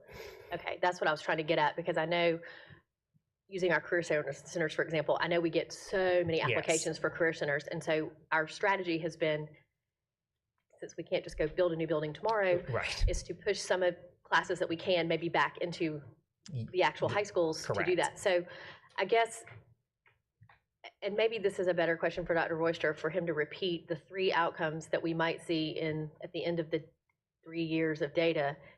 Did I hear? I guess I'm just wondering, what is stopping us from identifying these students in every school and then implementing some type of path for them that models this? Because I like the fact that we've targeted certain groups of students, but I would say we have those groups of students everywhere. And so and I know resources it's probably always an answer of resources, but does that make sense? I know that's a pretty broad question. Probably, in this case, it has more to do with being able to get them there. But to repeat the 3 things, as we move forward with this, if the data, whether it's positive or not, at the end of that review period, we need to either eliminate it, in other words, you just go to school where you signed up, where you had or zoned, or where you choose to attend. Or we physically relocate it as it exists, this model, to Carolina High School. Or we pursue physically locating it at the northwest campus of Greenville Technical College, which we've already had some preliminary discussions with Greenville Tech, and they are very amenable to. Now, that's got some facility implications, but we're too early to talk about those. The other thing we have to think about historically with this, in 2012, we were producing very few students with college credit. I won't say we were producing none, but compared to what we're producing now, last year, 25,000 hours of college credit through dual credit and AP. In 2012, we virtually had no dual credit, and we did not have anywhere near the AP course offerings we have now. So one of the impetuses for doing this, it doesn't exist anymore. We now have dual credit at every high school in the district, without regard to its location. Most of them, I think that's still true, Jeff, most of them are being taught on our campus by our teachers who are also adjunct tech faculty. So that's a whole different high school setting than we once had. But we still have an underserved population in that band of standardized test scores and first generation college, to your point about making it available to others. So one of the advantages, if this thing is working well, if it is in fact producing good academic result and they're prepared and ready to go on to college, if we move it to the Northwest campus, it opens it up to our greatest concentration of underserved students. Doesn't necessarily open it up, obviously, to all of them. Certainly, if there were space available and they could get there, they could go. But it would allow us to probably quite likely transport them 9th and 10th grade, and maybe even 11th and 12th grade. So it makes it more accessible to more students in the population that we're attempting to target. Okay, so back to my first question about applications or the number.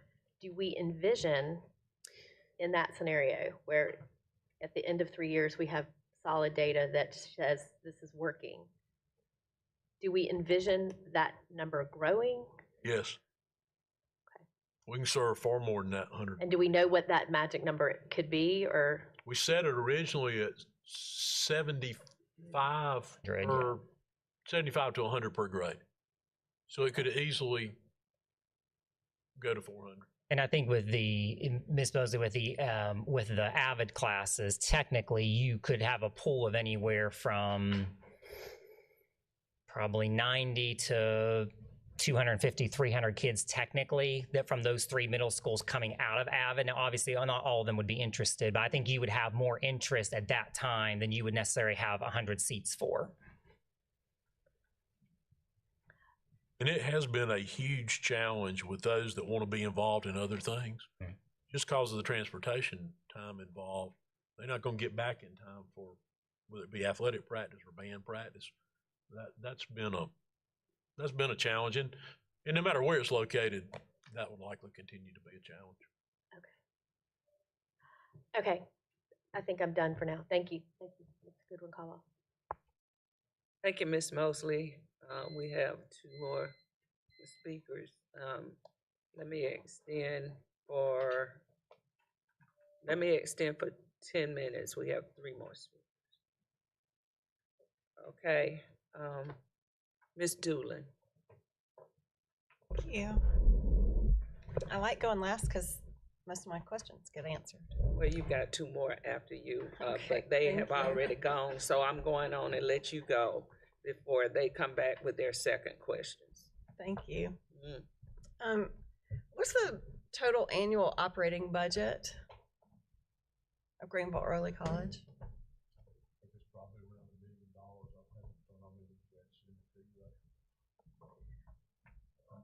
Well, with the staff and the lease and the bus service, I think it's a lot more than $1 million. Whatever we send you, we'll send you the total cost. We won't send you just part of it. Well, if it's $1 million, I'll just use that number, and there's 30 graduates. That's around $33,000 per graduate. Is that right? In my head. So if it's $33,000 to get someone to graduation through this program, on top of what the other expenses are starting in kindergarten, this is just a whole lot. Exactly. And that's why if we don't have more students in it, and we're not producing results, and we've not made it a more acceptable cost per person, we'll end it. Well, I'd be interested to know what could be implemented at Carolina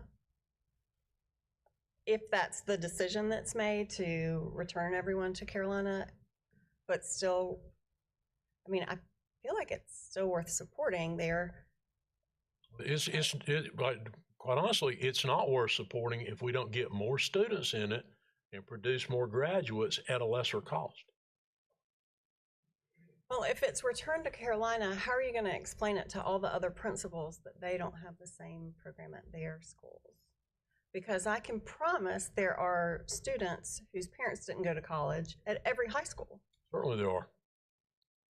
So that's why we would prefer to put it in a place, if in fact it is cost effective to do, where it could be accessible to more students. But if it's not cost effective, we'd simply return it to Carolina. And every school in this district, regardless of what high school it is, has dual credit classes for its students. Whether they're first generation college or they have a traditional history of going to college. So that opportunity is available, and it's available at no cost. And for our students in poverty, it's been available at no cost for 7 or 8 years.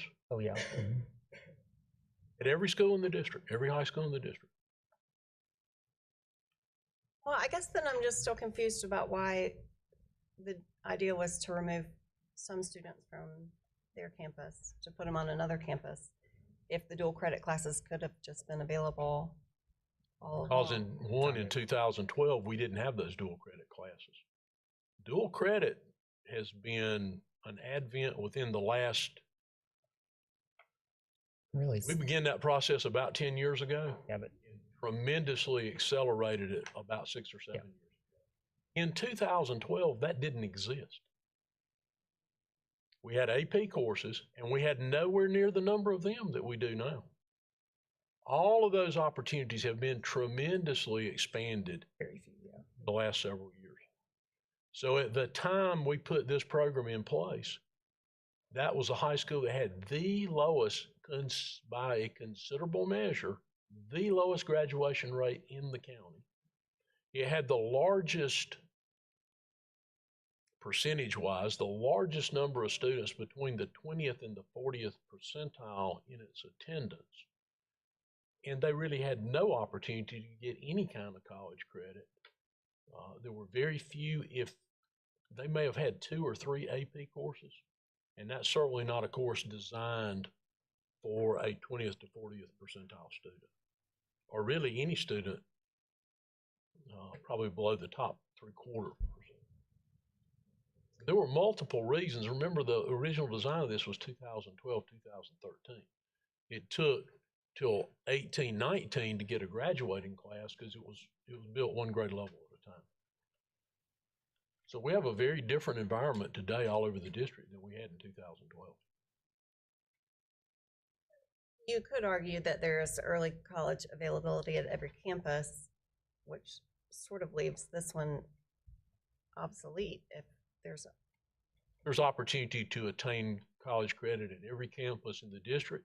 You could make that argument, but the argument that you could make on the other side is there's supports in place here that are not in place at every other school in the district. Okay, one more question. Is there a state report card for Greenville Early College, or are these students On Carolina High School. Carolinas? Okay, gotcha. Thank you. Unless there are a couple over there that are not Carolina High students. Right, they just go back They there. would be reported back to their school report card. Thank you, Ms. Doolan. Now, back to Ms. LaVentus Wells. Thank you so much. Very quickly, I'm going to go over a couple of things, Jeff. Do we get any added funding, federal funding or grant funding or anything for implementing this program? Not for implementing the program, you do get additional weightings for students who are in dual credit classes. And who do we get that from? That's the state. That's the state. Actually, the original implementation, Mm-hmm. that would not be the answer for that.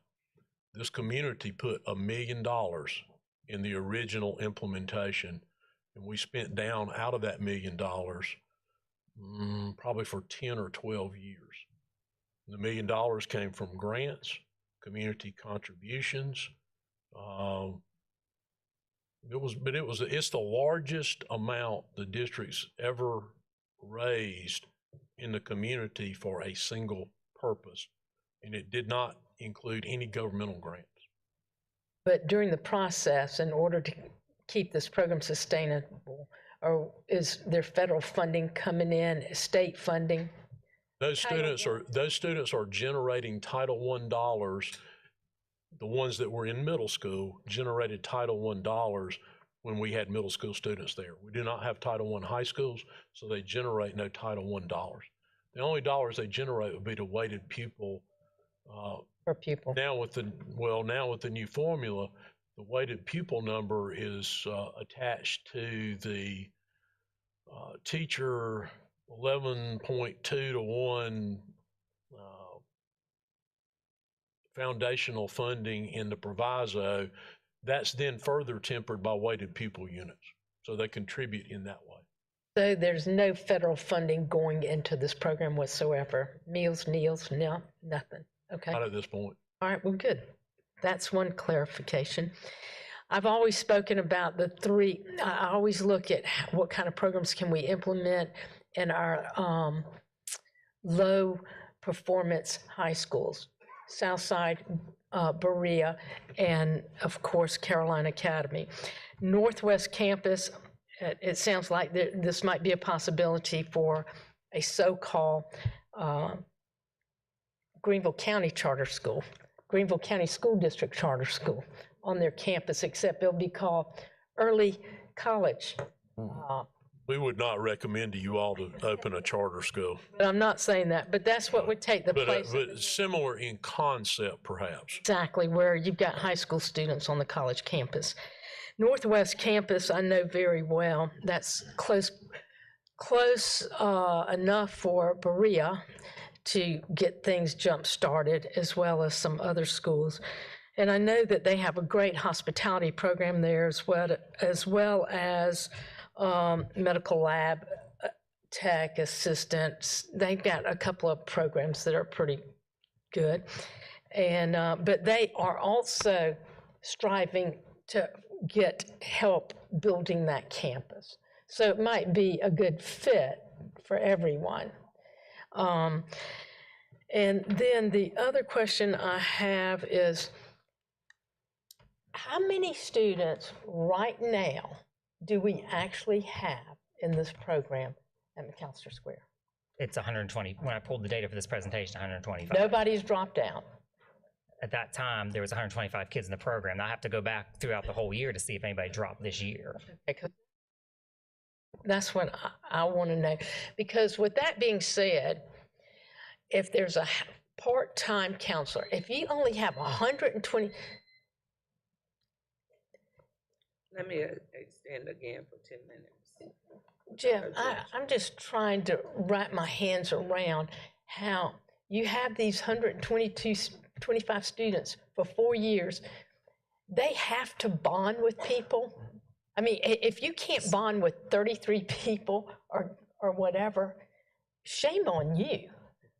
And you should know where those kids are going after they finish that program. That does not take a rocket scientist to say, we have 30 graduates. Where are they this year, next year? I don't understand that. If you're talking about after high school, again, yes, anecdotally, they can track the students who provide that information. But like everybody else, when they graduate from high school, we don't have access to their information anymore. We have what we have. And Ms. Ford does, like I said, and I don't get the numbers of how many years she's tracked that.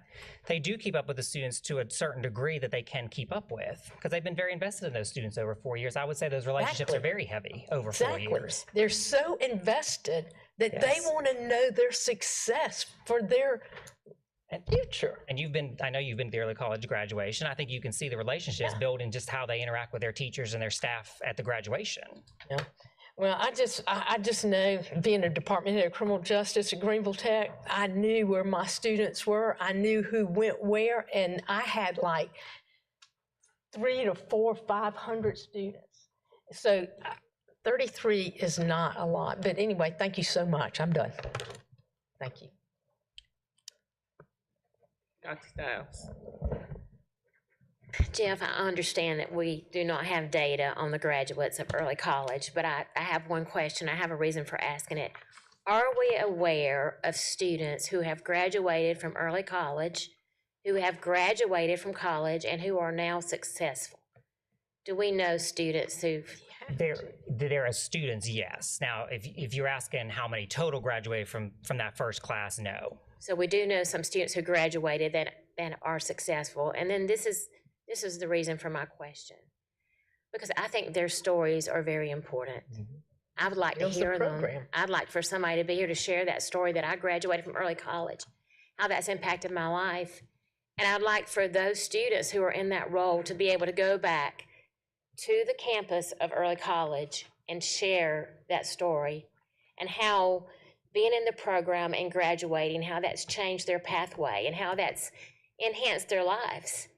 And so I think that for children who are teenagers, high school students, I think it means a lot more when I hear the story from someone who is like me, that they succeeded, they liked it, they succeeded in life. I can do that. I think these students need that. And I'm just thinking, several years ago before I retired, I know we had a little principal session where principals shared their stories. You may remember that session. And so many principals were first generation college students.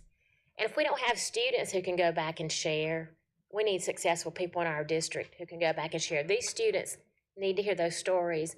And we have a communications department where we can video this, advertise this, use those videos to inspire the students. I'd just really like to encourage that let's get some good stories out about first generation students can be successful in life. I'd like for that to be a focus of this program. Yep, and I think if I did my math correctly, I think it'd be 2 college graduate classes, I think if I did that math correct, in there. I know there was a couple of students I know anecdotally that ended up finishing an associate's degree at Greenville Tech. They didn't go on for the whole 4 years, which again is fine. They figured out that's not what they want to do, so they did. But I would still consider that a success. I mean, they graduated with an associate's degree and now they're working in the community. But I think that's a great idea, Dr. Stiles. I definitely think the personal story, as we all know, personal stories mean a lot. So I think that'd be even great to use in recruiting videos for the middle school students. I think so too. Thank you. Thank you for your consideration. Yeah. Just one minor point to make there, and I think that's a great idea. Now, Jeff wasn't a math teacher. I was not. I was English. I believe if they finished in 4 years, this year would be the first graduating class. I believe that would be correct. If our first senior class was 19, if you count the blocks to the very right, this would be the 4th block from 19, 22, 23. Yes, sir, you're correct. This should, if they get in a 4-year degree, should be the first group. Perhaps there'd be some out there that got a 2-year degree. And I'll check on that, Dr. Stiles. I know the 2-year degree, I know because I was introduced to one. I'll check to see if any of those actually were a 4-year. We have, somewhat related note, for the last several years, we brought back a group of graduated seniors to talk with all the principals about their experience in college and what did or did not help prepare them for that. from each level, from elementary, middle, and high. I think that's wonderful. Thank you for sharing that, Dr. Royster. Thank you, Dr. Stiles. Are there any other questions? Because I have a question or comment. Because I wanted to correct that about the 33,000 that Ms. Doolin said, and she went by the graduating class. With 125 students, it'd be 8,000 per student. Also, we've been looking for, if it was $1 million and it's 125 students, it'd be 8,000.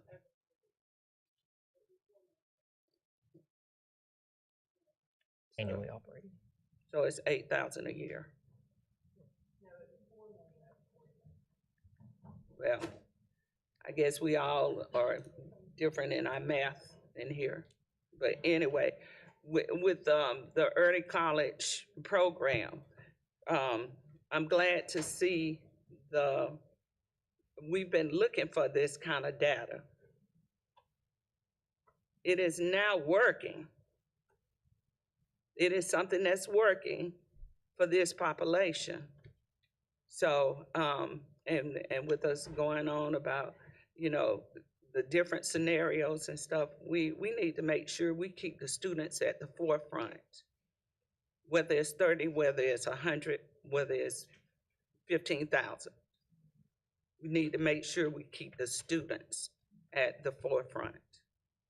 Thank you, Jeff, for this presentation, because this is what we've been looking for, because of the program being for small amount of students, but with this population, that is great. I'm looking at that 84, and that's over the GCS average fall score for the district, right? For like students, yes, ma'am. For like students. It's very close to I don't have the district average in front of me. But it's very 84 close. over the 71, right? Yes, ma'am. For like students, and it's in the green. Yes, ma'am. We don't see a lot of, we haven't seen a lot of green in a lot of the years. Correct. But the last couple of years, we are starting to see more green. And thank you for that. And Ms. Ford, she does build relationships with all of her students. She does. And I'm sure that she knows where they are and the success stories. And with there being no more questions, this is for information. This section was for information only. I'm gonna turn it back over to Ms. Bush. That's the end of my section. Thank you. Thank you very You're much. welcome. We had such an informative morning. All right, we're gonna move into our next one, which is administration. And that is, I'm gonna turn it over to Ms. Morrison-Fair. Thank you so much, Mrs. Bush, and maybe I should have everybody ask their questions up front so we can move quicker, but I won't do that. This is section 4.01, revision of policy GBBA and employee qualifications and duties. I would like to turn this over to Dr. Royster so he could explain this a little bit more in detail, and then we will have Mr. Webb make his presentation. Dr. Royster. Thank you, Ms. Morrison-Fair. Now, you probably still have some questions, but this is really a requirement. The legislature passed a statute, 59-563, this past year, requiring each district to adopt a policy regarding 30 minutes of self-directed time away from students for elementary level teachers. And unlike what they generally do with legislation, where they'll say a school district is required to adopt a policy or develop a policy, there's a policy that's already been developed, and it's incumbent on the board to pass that policy as it's written. Now, again, you may still have some questions about it.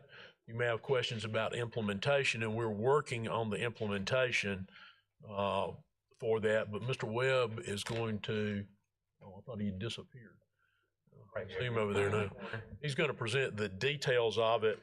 So it simply takes a current policy we have that was adopted in 1980 because it's the most logical place to to insert the required language, and it places the required language in that policy, and then it cleans up a couple other things in there that refers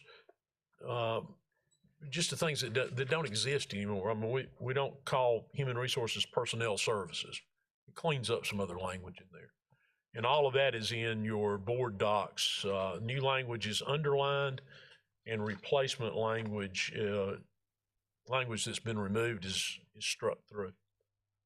So I'll continue to, I'll talk, and they're going to. I'll hand it over to you. Technical difficulties over here. I may have broken it, so I apologize. Out of the gate. So I want to give you some context and history before I really talk about the board policy and the revisions there. Thank you. I think we've fixed it. So, so a little context and a little history on the statute that Dr. Royster teed up for me. Section 59.563 is the law that was passed last year by the General Assembly, and that's really the crux of the policy revisions that will be before you today.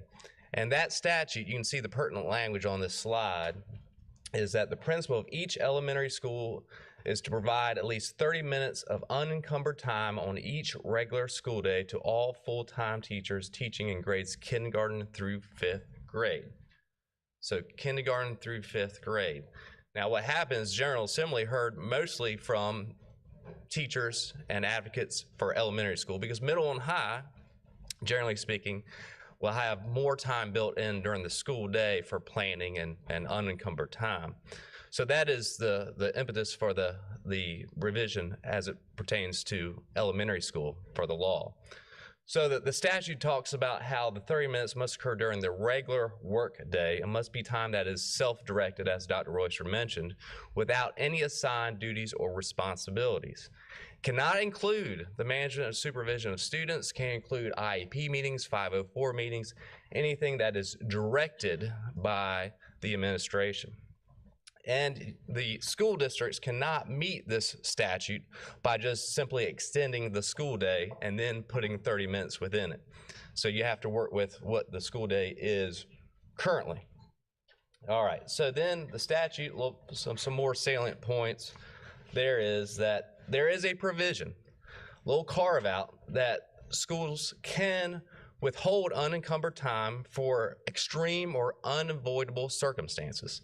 Now, again, those need to be carefully implemented and not abused by any means, but for such reasons as emergency drills or insufficient staff could lead to a reason for that particular day, that specific day, for that unencumbered time not to be included.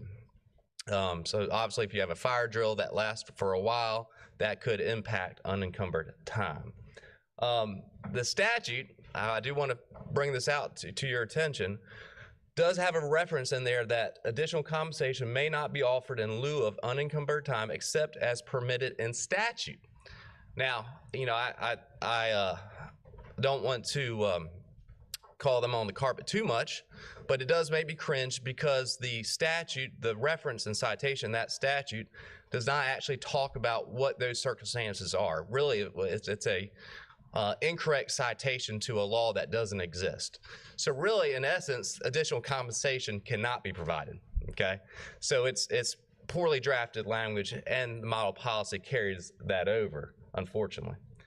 Penalties. I've talked about this with our principals, about how careful we need to be with regard to this statute and the model policy, is that the failure, the intentional failure to provide unencumbered time may result in action on that principal's certificate, okay? So that could be a reprimand, could be suspension, could be something more serious depending on the circumstances. But again, intentional failure could result in that.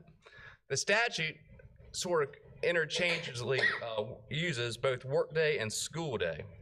And so there's a little ambiguity in the statute and model policy of what a school or workday would be or should be. School day, there's not a clear definition in South Carolina law except for one regulation as it applies to teacher certification and years of experience. For that regulation, it talks about how it needs to be at least 7 hours minimum of length during that school day. So at least 7 hours. Now, obviously, teachers are exempt employees, and there will be days that they work more than 7.5, perhaps 9 to 10, depending on certain circumstances. So that's something to keep in mind. That's very important as well. The statute also references in there a provision for special education teachers, that this unencumbered time also applies to them if they teach more than 20% of the students that are pulled out from general ed. And lastly, while we're here today, the statute talks about a model policy must be developed by the South Carolina Board of Education and then subsequently adopted by local school boards.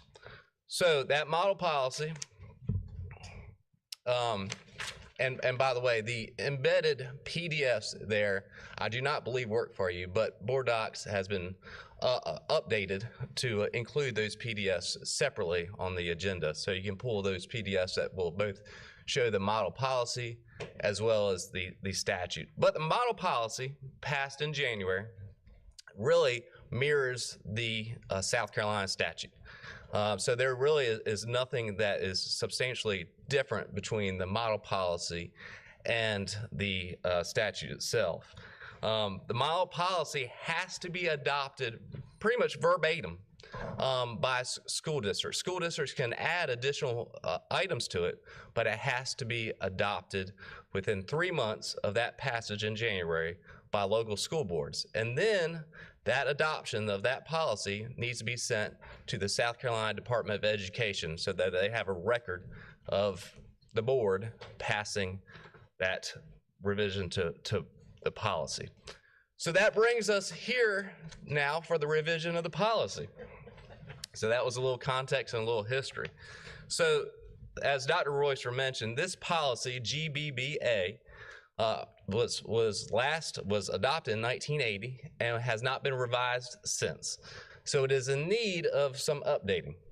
As you can see from sections 1, 2, 3, and 4, well, I should say 1, 2, and 3, 1 certification, 2 duties, and in general, 3 duties of teachers. Some of that language has just been updated to reflect better language. Our practices, our expectations and requirements, and so some of the outdated language has been removed and some better language has been added. Section 4 of the policy is what the model policy is that has been adopted by the South Carolina Board of Education on the unencumbered time. So that is basically bringing that model policy over into Section 4 and meeting our obligation by state law in that adoption. Now, importantly, we have added, as a proposed revision, a line at the bottom of this policy that says the superintendent shall promulgate a corresponding administrative rule with additional parameters and specifications in furtherance of this policy.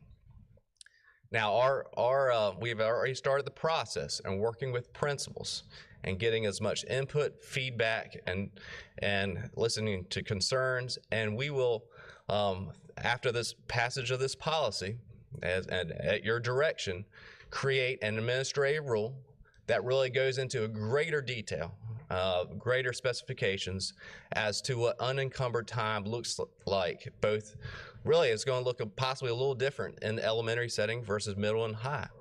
So there will be an administrative rule that will be provided to you for your review leading up to July 1. July 1 is when we have to have everything prepared for the next school year for this to begin. So again, this legislation, this policy is all being revised right now, but implementation begins for next school year for unencumbered time. I believe I've given a good summary. I'm happy to answer any questions you have.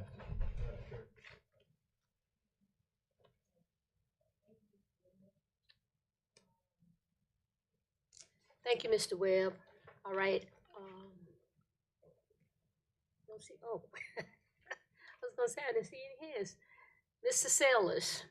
Thank you, Madam Chairman. Doug, with the one addition related to administrative rule, the establishment of an administrative rule, we're pretty well covering exactly what the statute's requiring, correct? Yes, sir. Even though it was poorly written. Yes, sir. Which we've had to deal with in the past anyway, so. Yes, sir. Okay, Madam Chairman, I'd like to move to approve the revisions of Board Policy GBBA as presented. I have a motion on the floor. Do I have a second? Have a second. All of those in favor of that motion? Would you please say? Discussion. Oh, I'm sorry. Is there any discussion?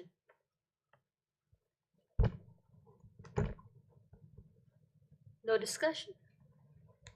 Okay, all in favor? Would you please let it know by saying aye? Aye. All opposed? All right, well, then that motion has passed to approve the revisions to Board Policy GBBA as presented. Thank you very much.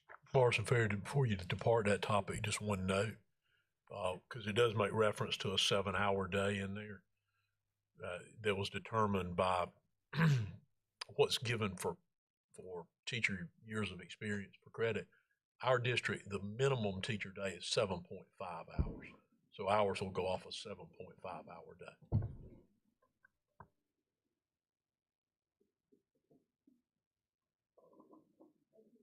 Roster, and that will be noted. All right, next item under administration.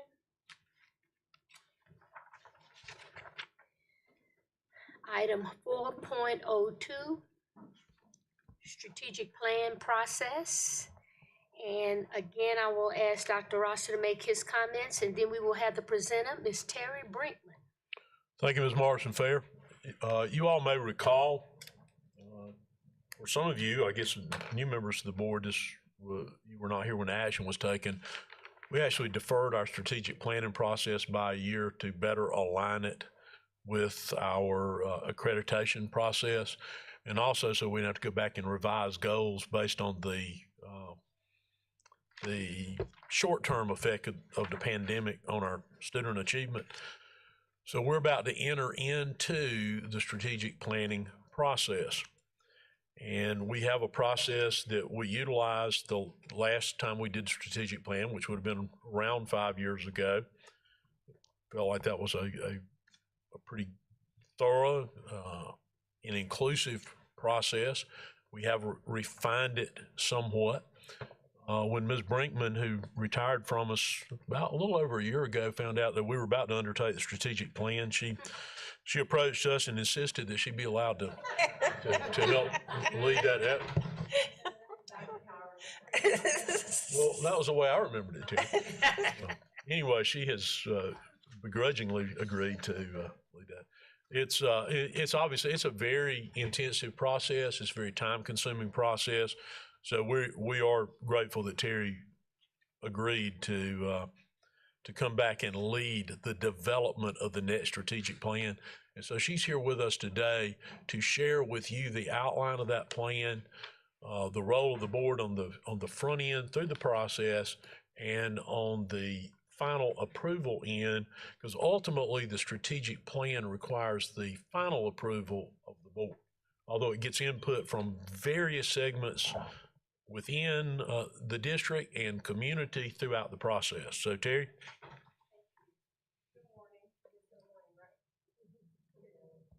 24 more minutes. Basis, I look forward to getting to know those of you that I don't already know. As Dr. Royster said, I had the privilege of walking us through this process in 2017. And as I recall, at the end of it, I said to him, a person working here does not need to be in charge of this plan. And so his memory of how it came about this time is a little bit different from mine. He said, do you remember telling me that, you know, the person who works here does not need to be in charge of this plan? And I'm like, yeah. He said, do you remember that you retired? So you don't work here anymore? And I said, yeah, I do. So anyway, I am looking forward to it. It's, as he said, a very intensive, time-consuming process, in part because of the way we do it. And we'll just go through this a little bit. It's a broad overview. You will get a lot more detail as things continue. But the first thing we're going to answer is, the simplest one that we need to always answer in education, right? Why? Why are we doing this? So one reason we're doing it, or a few reasons we're doing it, it's required by law, it's required by regulation, and it's required by our accreditation company, which is now called Cognia. Those of you who've been around a while know that they used to be SACS. Then they were Advanced Ed. Now they're Cognia. I think it's still the same organization, if I'm not mistaken. But they have, merged with some folks and just made some changes. So they're constantly changing their name, and also they're changing their process. So it's going to be a little bit new. A really good reason we do strategic planning, though, above and beyond the requirements, is that it's valuable. And when it's done really well, it can be really valuable. Our first strategic plan in Greenville County Schools was completed back in 1989 under the leadership of Thomas Kearns, who's right up there in the corner.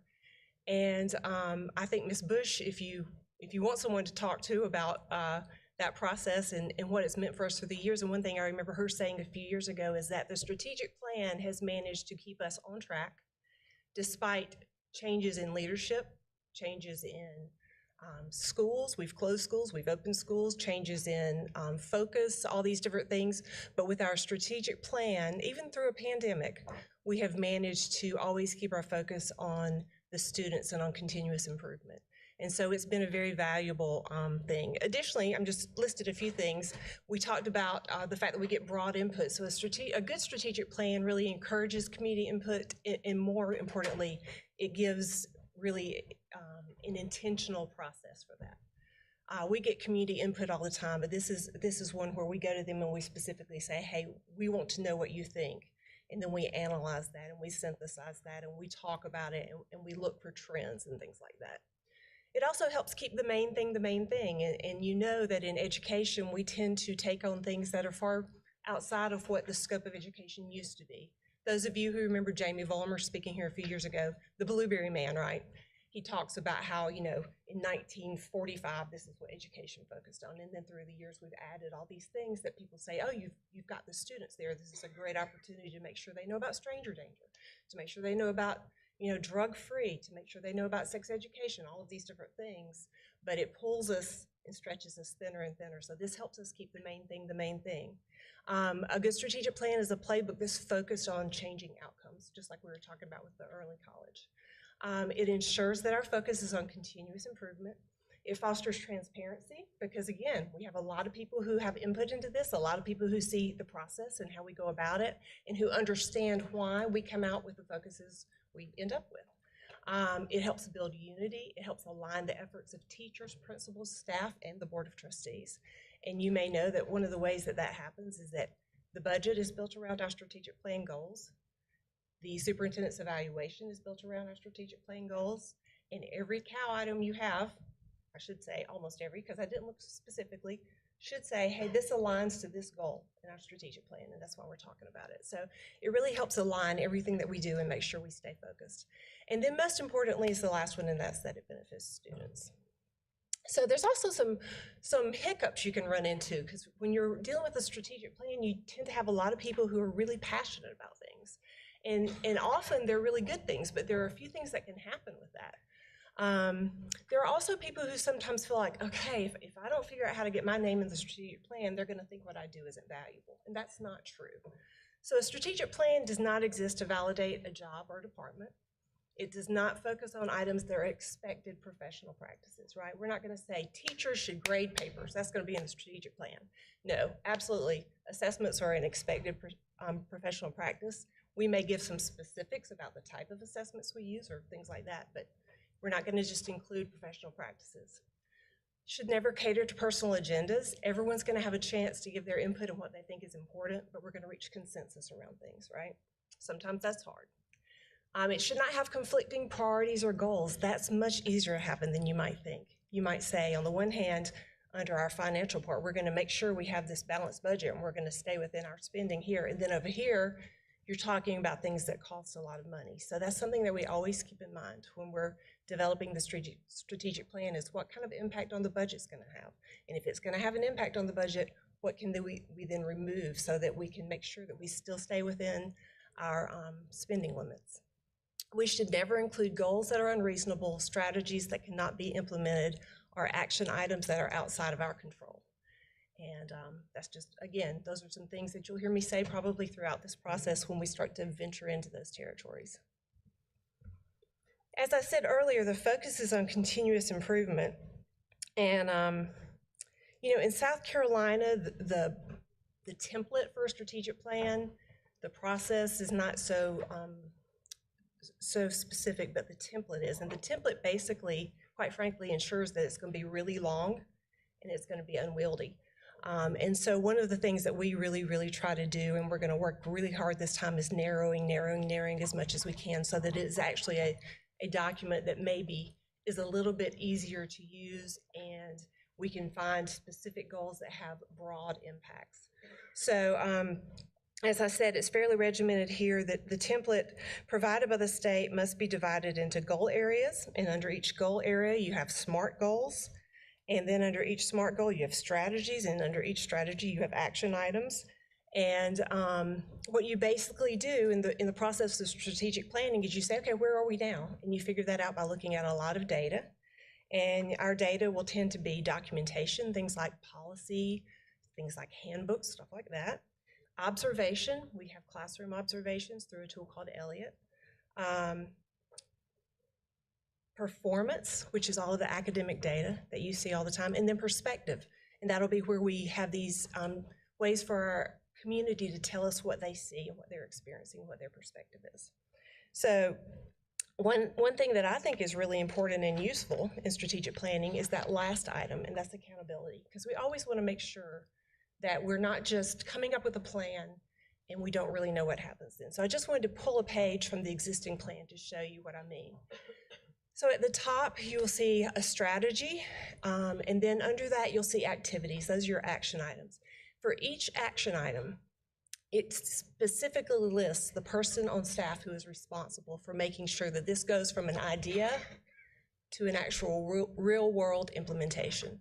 So I've always thought that that was something that makes strategic planning particularly valuable. You can always go back and say, okay, this is what I'm supposed to do, this is what's expected of me, and then you can see we also have on there estimated costs, funding sources, and then throughout the 5 years of the plan, each year we go in and we update that last column to say, where are we? We're moving forward. Are we making progress? If we're not, why aren't we?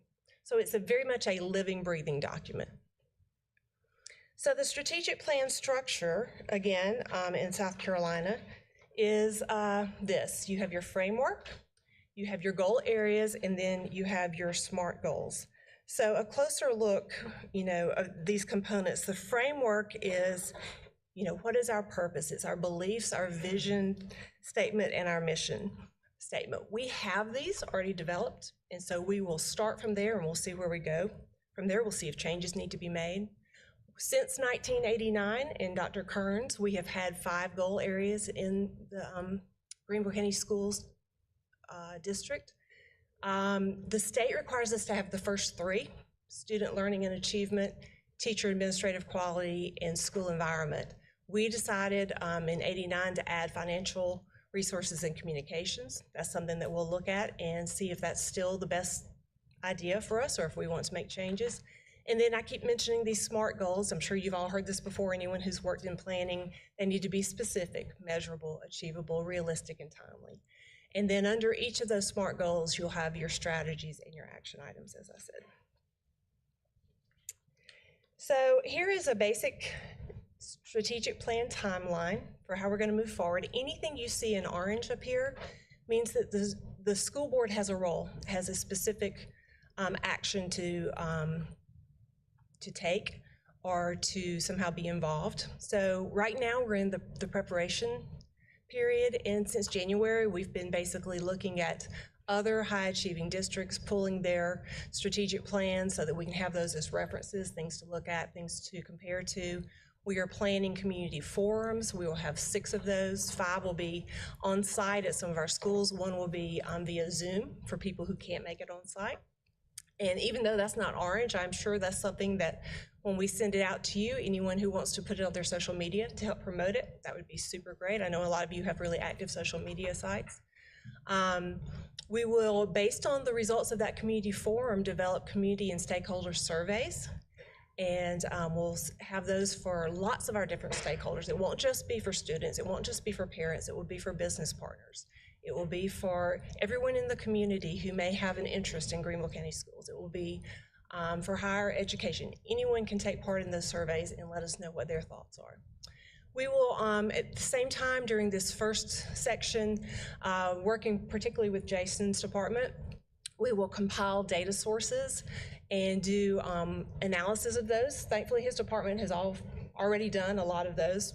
Anytime we get in standardized testing, of course, they go through and do an analysis, so we have some of that already. And then we'll start to identify a stakeholder team, and we'll talk about that a little bit more in just a minute. Some of you may remember this from the process 5 years ago. And then starting in August and going through October, that will really be the plan development. The board, as you can see, will have a workshop where we take a look at all of that analysis, all of the data. We figure out what you think is important, what you believe the trends are. We will have a stakeholder team review all that data, and they will make recommendations, particularly around the framework, which, if you'll remember again, was the mission, vision statement, and belief statements, okay? And they will also say, hey, as a stakeholder group representing diverse community partners, diverse stakeholders, and what I mean by that is special ed will be represented, gifted will be represented, parents will be represented, students, teachers, administrators, clergy, business partners, higher education. We will have stakeholders from all of those different groups. That will be a part of that. And then we will bring their recommendations back to you, and we're going to work with you to finalize those. The board has the final say in all parts of the strategic plan, and so we're going to have a few workshops in the year. It's going to take some time. Ms. Bush is nodding her head. She remembers it's a lot to work through, but we're going to get through it, and we're going to try to do it in a way that doesn't waste your time, but that gives everyone the opportunity to give input. And then at the end of this process, we will submit the framework, focus areas, and goals to the schools. And that is because in addition to the district creating a strategic plan, each school has to create their education plan as well. And it needs to be aligned to ours, again, because this is a process that we use to build unity, to make sure that everyone's working towards the same goals, right? The next part of the plan from October to February is the actual development of the plan itself. For each of the goal areas, there will be a goal area team. The board will select the goals for each area. Those are the SMART goals. You will say, this is what we believe needs to be measured. This is a goal that we think if we can move the needle on this particular item, it will have broad implications for success for students. So you will figure those out, and then they will go to these goal area teams, and those teams will meet to identify strategies and to work on action plans, and we will compile the draft plan. After that, we will have another board workshop. We're going to get to spend a lot of time together, and we will review and, if necessary, revise this draft plan. We'll talk about it, we'll look through it, we'll break it down. And then we will share that with principals, and we will submit it to Cognia. Now, this is how it's a little bit different this time. Again, what Dr. Royster mentioned about how we're going to have an overlap of our strategic plan development and our accreditation review happening at the same time. Never done that before, to my knowledge. And Cognia has a whole new process, and we don't know any other district that's gone through it yet, correct? So we will be among the first. That will be probably March of next year. And if you remember last time, those of you who are on the board, their review involved them coming to Greenville County Schools, and we had teams, and we had transporters, and we had people taking them, and they went into our schools, and they met with our PTA parents, and they met with our principals, and they walked around the school, and they went into classrooms. They don't do it that way anymore. They do it primarily based on tons and tons and tons of documentation that involves surveys, data, all of those things, and then it's done virtually. The only exception to that, we believe, as long as it stays the way they're saying it's going to, is in our CDCs. They will actually come in and walk through the buildings, stop and visit, talk to teachers, things like that. So it'll be a little bit different, and you'll get more and more information on that, of course, as we go through the process. finally, next March through May, so about a year from now, we will have that accreditation visit, which again, that's a little bit of a misnomer. They call it an accreditation review visit, but they're not actually going to be physically on our campuses. We will use the feedback from that process to then revise the plan again, if necessary. We're going to do our best as we build this plan to keep in mind Cognia's new key characteristics, they call it. And we're going to do our best to make a plan already that aligns a lot with their expectations. But just in case, we've built a little time in there so that after their visit, we can make any revisions we might need. Then we will present it to the board at a CAL. That opportunity, you'll have the chance to give more feedback, and if we need to make additional changes, we will. We will finalize the plan, and based on the State Department, it has to be complete by May of 2024. So that's a lot of work over a year in just a short presentation to you. I did want to mention just a couple of things. I mentioned the stakeholder team composition earlier. 5 years ago when we did this, we had about 60 to 70 people on the stakeholder team. And we met over at MT Anderson for 2 days, and they were fabulous. If we could have another team like that, I would be a super happy person. They were honest, they were respectful, they were completely engaged, they were great listeners, all of those things. And we got a lot done. And so the board's role in this is not to be there for this particular thing. You will get a report back from it. But it is for each of you to nominate someone from your area to be a representative.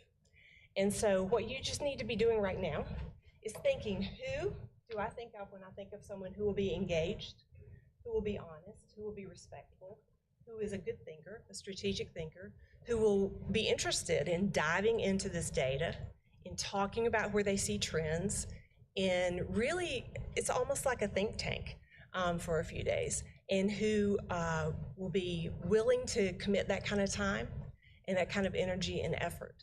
And so at some point in the next, I'd say month, Nancy will get with you about how you can submit the person you have in mind. But right now, all you need to do is make a mental note and start thinking, who do I know that fits all of those characteristics, who would be a great contributor on this stakeholder team. As you can see, we'll have 4 or 5 PTA presidents, 4 or 5 SIC chairs. We'll have students from inter-high. We'll have representatives from each of our municipalities in the county, representatives from each chamber. We'll have representatives from Partners of the Year and other primary partners. We always make sure to have some clergy on there. We'll have representatives from higher education. We always make sure we have someone from law enforcement. We will have principals from each level and special center, teachers from each level and special center, and of course, executive staff members. So, if I can find my last note. So here's the Cognia information. Again, this is a brand new process that they have just unveiled. They have already told us that they will continue to tweak it. So we cannot be very specific about what we think or know it's going to be right now. We're getting more information from them all the time. But what they have is, of course, 30 standards. Those are all new. They are divided up among 4 key characteristics. And there are 3 key concepts, and these key concepts have to do with like student voice and choice, leadership, things like that. And then I mentioned the revised process for the accreditation review. I mentioned, I think that it will occur simultaneously, and what we're hoping is that these 2 processes, while it will be very intensive, particularly for our staff, there'll be a lot of work involved, we hope that they will complement each other in such a way that both products end up being better, and that hopefully we don't have to do the same work twice. So we're hoping that this will be really a model for how we want to do things in the future. And then, as I mentioned, we're going to do our best to align our strategic plan to Cognia's expectations, while still focusing on the priorities of our community, so that at the end, these will be really cohesive documents. So that is a quick nutshell of what the next, 15 months is going to look like. You will get more and more information, of course, throughout this, but I'm happy to answer any questions if I can. Thank you so much, Ms. Brinkman. As usual, great job. And are there any questions? Ms. Linda LaVentus-Wells? Dr. Royster, I'd like to commend you on your decision on bringing Terry Brinkman back and leading us in this process. I know that we will be in great hands. It will be done very professionally, and I cannot speak highly enough about you. Thank you for coming back. I know this was not what you probably wanted to do, but after a year, it's great to see you back, and I know that this process will be handled properly and professionally. Thank you. Thank you, Dr. Royster. Thank you. Thank you for the presentation, first of all. On page 9, in the presentation, down in the sample data category at the bottom. Yes, sir. I was just wondering if you could tell me specifically what the DEI recommendations are that are being referenced there. So I cannot tell you specifically what they are right now, okay, but I can tell you what form they will take. That might be the best way to put it. So over the last 18 months, 20 months, we have had a DEI committee who has done kind of a full-scale review of the systems of the district. And we have asked, members of the DEI committee have been representative of as much diversity in our community as we could really pull together. It's been a really good group. So we have looked at, Dr. Royster, you may have to help me with this. We've looked at HR in the hiring process. We've looked at procurement in the purchasing process. We've looked at, of course, academics. We've looked at discipline. And we have looked at, what else?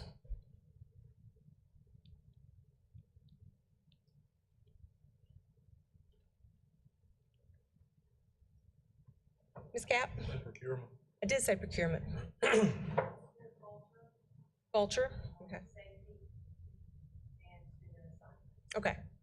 So we've looked at all those things, and we have asked this committee to, this is the best example I can give. Some years ago, in our choice process, we had people lining up at our schools, and they would come and line up sometimes 3 days ahead of the choice deadline. And particularly at Wittenberg is where we had this. We had parents who were camping out for 3 or 4 nights in a row. And so we had an incident, and in the course of reviewing that incident, what we figured out is that is really not a fair and equitable system for parents who work. It is not a fair and equitable system for not just students who are in extreme poverty, although sometimes their parents could be there more, sometimes students who have really high achieving parents. They could not go and camp out for 3 nights in a row. So we looked for a more equitable way, to open up the choice process. And we do it now through a lottery system that is drawn through a computer. It's random, and it's as equitable as it can be. Okay. So we asked them, we gave that as an example, and we asked them to look at all of our systems. I don't recall that there were any, Dr. Royster, big reveals where people were like, oh my gosh, we can't believe you're doing this. This is completely wrong. But they have a lot of ways that they have, under each of those systems, think that we can make it better. So for example, I'm trying to think about the one I worked on last time. I worked on procurement, I believe. So one of the things they talked about is that some of the things our procurement system does is take these big, huge contracts that small businesses can't possibly bid on because it's too large scale. And we need to make sure that whenever possible, we can take those big contracts and break them down into smaller sections so that it's more likely that local businesses can successfully win a contract. So for painting, rather than saying we're going to do one contract to where you paint 15 schools in 3 months, we're going to break it down and say there's 15 different schools. We can have a different contractor for each of those schools if we need to make it more accessible. That is one of the things I remember as a recommendation. The recommendations from this committee, as I recall, will go from the committee when they're finalized in the next month or so to the administration. The administration will then look at them really in part to say, are these feasible? Are these things we can actually do? Dr. Royster, you want to take it from there? I think the short answer is it takes any recommendation coming from that group and it runs it through the strategic planning process before it comes to you all for final approval. I think that might just be a shorter answer than what you just said. So will we, before the final approval process, will we have access to be able to see the recommendations coming from that committee? And everything that goes in the strategic plan comes back to you for final approval. There'll be things I believe they'll recommend in there that this example relates to procurement that we might just administratively choose to do. The goal for procurement, I don't know, it's something like 3% for minority-owned businesses. Well, we've been hitting way more than 3% for a number of years. And the only way for us to hit any number of minority procurement is to make people more aware of the procurement process and what you have to do to qualify to bid. Because procurement does not allow for any consideration for whether you're a minority or not. Procurement's based on objective criteria, generally speaking, even in requests for proposal or requests for quotations, it's price driven. Straight bid is absolutely price driven with no other consideration. But at no point in our procurement process, nor in the state's procurement process, can you give advantage to minority owned business. So the only way to increase the participation of minority owned businesses is to better communicate to all businesses that opportunities exist for procurement, and for you to participate in that procurement, you must possess these credentials. Then you can submit a bid, and it's all based on lowest price or whatever the other considering characteristics are. Because in a request for proposals, it would be all kinds of other considerations, but at the end of the day, 51% of it has to be price. Mr. Cochran, if you look up here where it says board workshop review of data analysis, last time we presented you guys with all of the raw data and the analysis of the data in notebooks. Now, we may choose to do it electronically this time, but it will essentially still be a dashboard, if you will, where all of those different things are there for you to be able to review, to talk about, and that's some of what we'll work through in the workshop. So yes, to answer your question, it will be there. You'll be able to see what came out of that committee. Thank you very much. That's all I had. Thank you. I have a couple questions. The first has to do with the stakeholder team composition. I see that the schools nominate the PTA presidents and they also the SIC chairs. How exactly are the representatives from the municipalities and the chamber and these other places, how are those chosen? So in part, it will be who's available, right? We'll reach out to probably the leader of the chambers, and if not the mayor, then Julie Horton will reach out to like the governmental representatives in those municipalities, people that we work with regularly. The ideal stakeholder team member has some knowledge of our schools, but not a lot of preconceived notions, if that makes sense. They like say, okay, I know about our schools, I know we are a big district, I know we're countywide, I know these things. So we'll work with either the leader of the chamber or the leader, either the mayor or the government person that Julie works with the most, and see who do you recommend, right? And who is available, because it's a full 2 days, and if they really do the work leading up to it, reviewing the data and things, it really requires a lot more time than that. And as far as Cognia is concerned, this might be a Dr. Royster question. Can you explain to me what the accreditation process is and why is Cognia who we go through and kind of what that means? Since they've changed it so dramatically, Jason may need to speak to the changes. There are regional accrediting agencies throughout the United States. The one that existed and that both public and post-secondary institutions, public and private, and some private schools, used for years was the Southern Association of Colleges and Schools. And then the K-12 part broke off of the Southern Association of Colleges and Schools, which still exists for post-secondary, and it became advanced ed at some point. Isn't that right, Jason? I didn't miss a renaming, I don't think. The process for Southern Association and advanced ed was reasonably the same. That is, originally, a visiting committee composed of educators from other school systems, or at the college level from other colleges, visited your school. And that accreditation committee looked at the state standards for accreditation and the Southern Association, then later becoming advanced ed standards for accreditation. Things like a teacher should teach no more than this number of students. One you all talked about just a few minutes ago, that planning time, that's an accreditation standard, that every teacher have a planning period and that it be of equal length for each teacher in the school. How many counselors you should have for a certain size student population, just about anything you can. The dimension of a room, the minimum size under accreditation standards for a regular classroom used to be 750 square feet. Things down to that level of detail.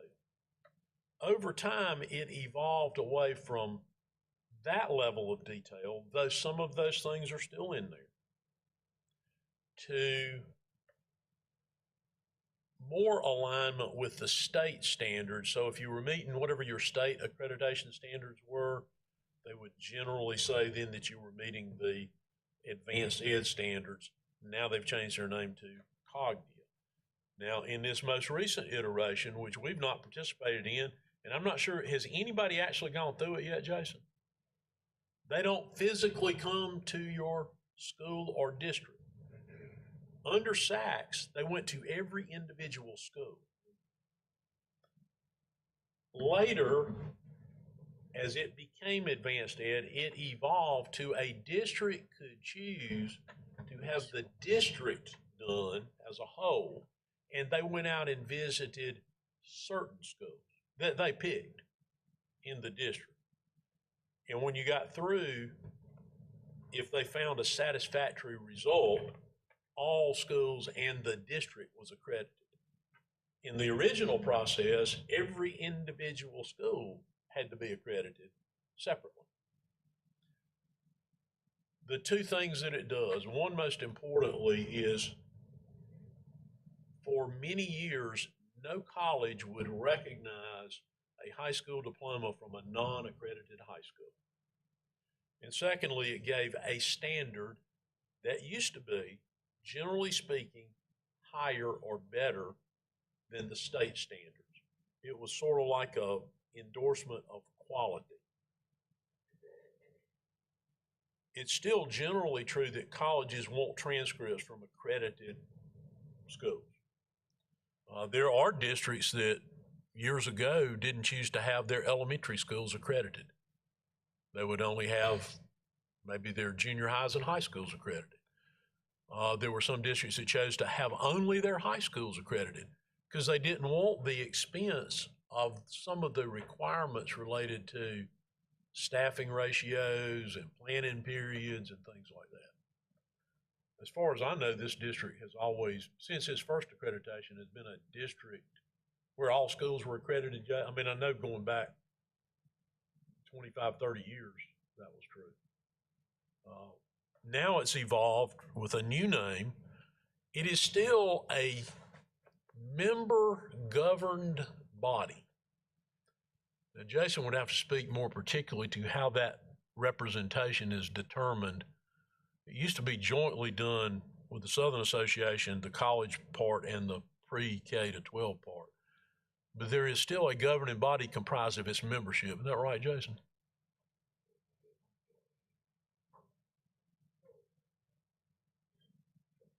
It's changed dramatically in the last year or two. So forever, you're correct. Every state that was associated with advanced ed SACs had representation, which really composed the accreditations body's board, if you will. So it was more than an advisory board. It was an executive national board. So every state had a voice. I would say 4 to 5 years ago that changed. So now when they went to Advanced Ed now has their own executive board, and every state has an advisory committee. That advisory committee can make recommendations for change, but ultimately it's the CEO and the board which determines the value, the vision, the mission of Cognia. So that's been the real governance change over the last few years. Well, we actually have done some research and looked at what alternative accrediting bodies might be out there. One was presented, we belong to a consortium of large countywide school districts, and one group that does accreditation in the Northeast presented to us about considering their accreditation model and their accrediting body, which would still be recognized like the other regional ones are. But at that time, this has been maybe a year or two ago, at that time, they really didn't have the capacity to do school districts of our size.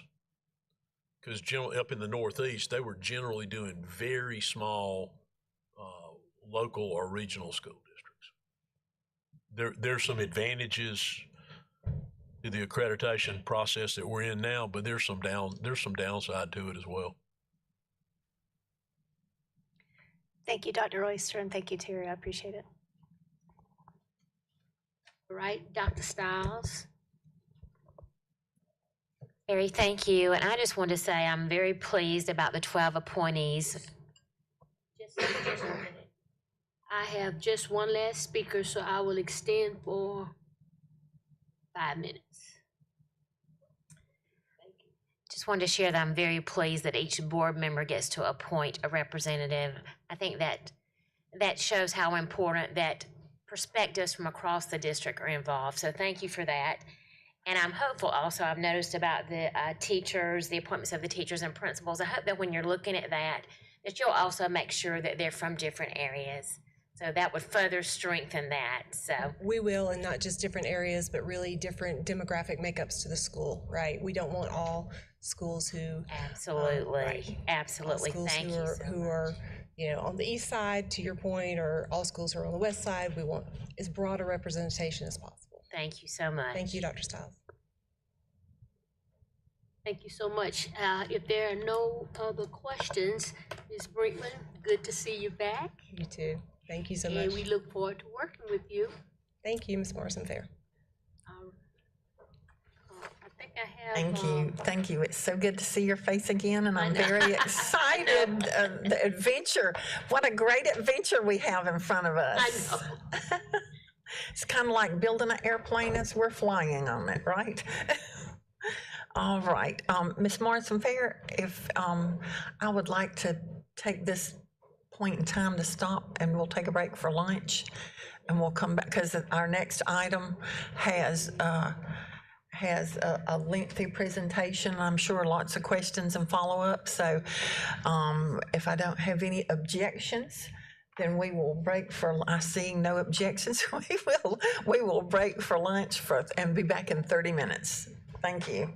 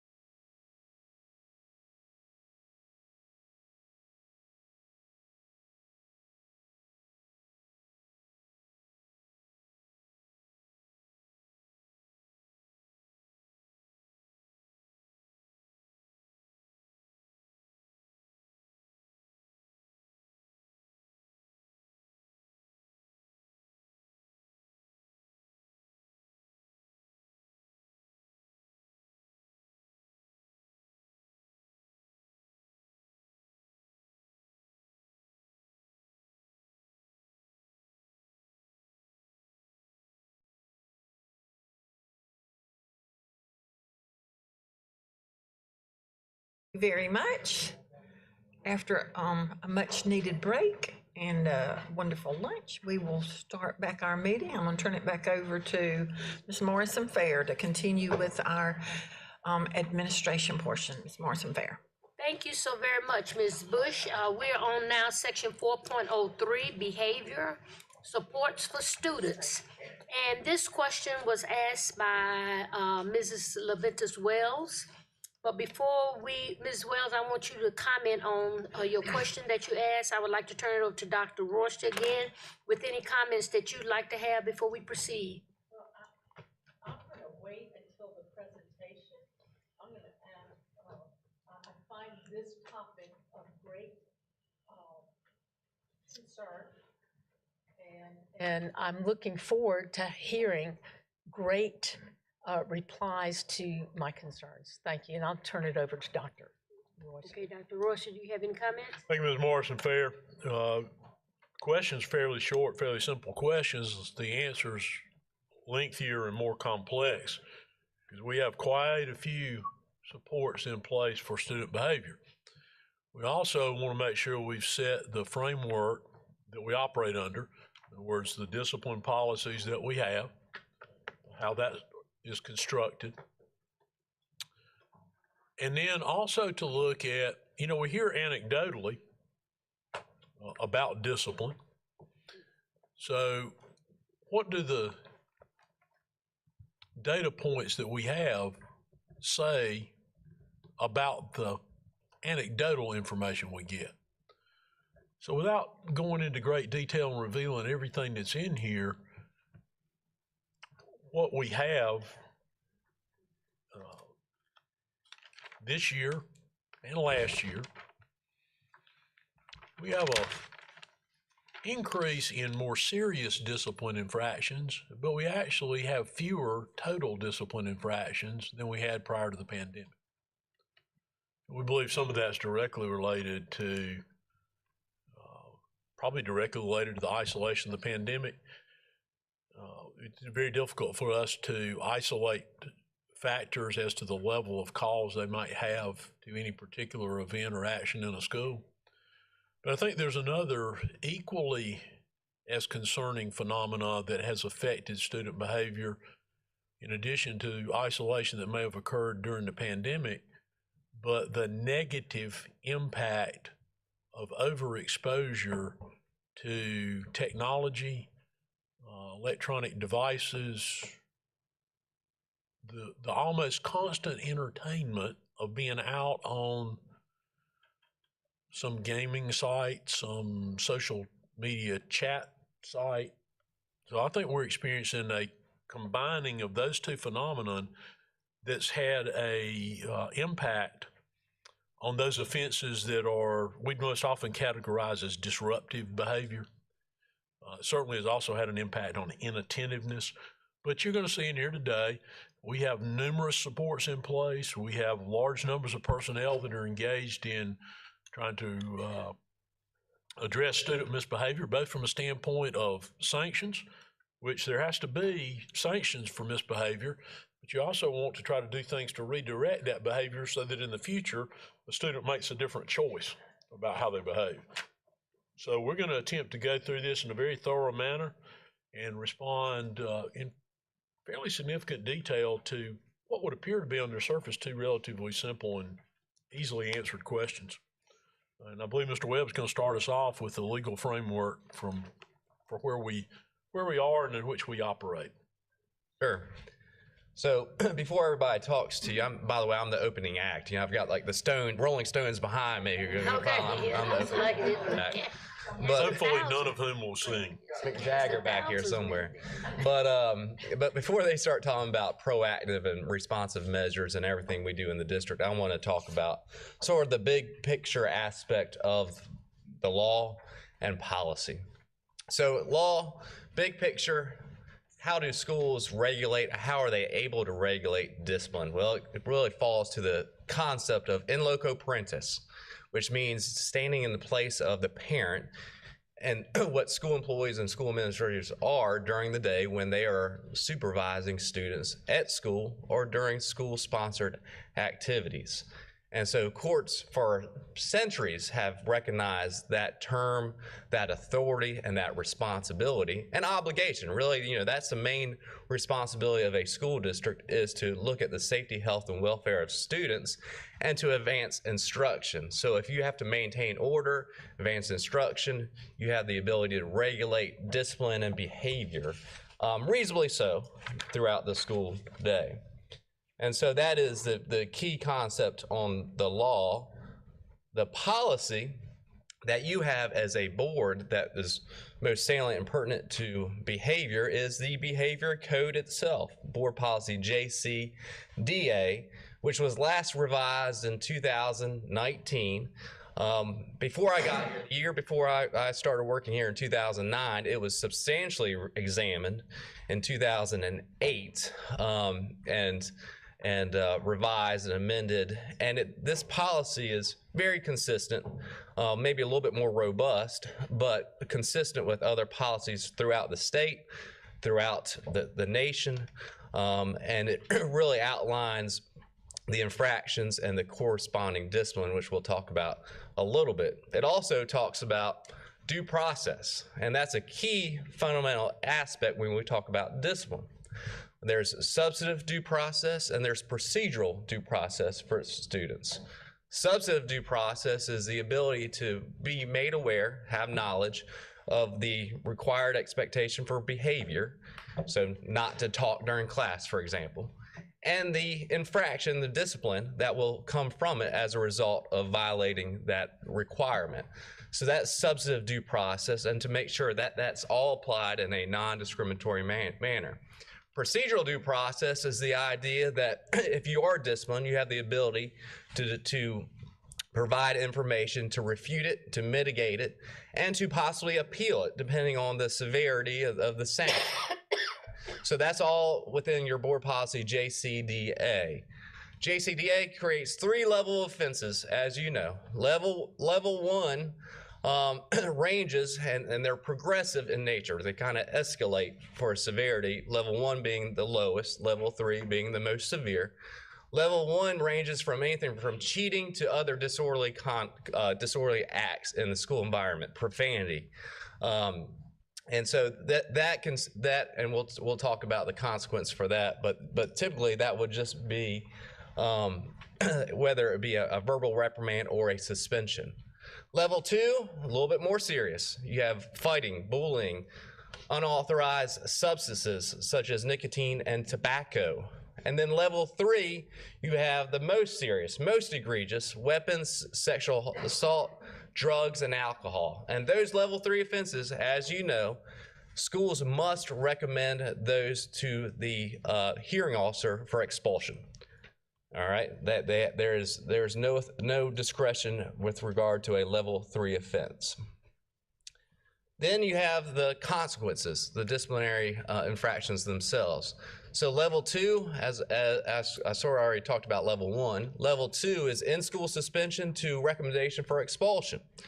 Level 3, like I mentioned, must be a recommendation to the hearing officer. Now that hearing officer, who you designate, who you appoint, and serves in your stead, may remove that discipline. They look at every single case individually, have the hearing, allow the student, they might be represented by an attorney, to provide any information that would be pertinent and relevant to that case.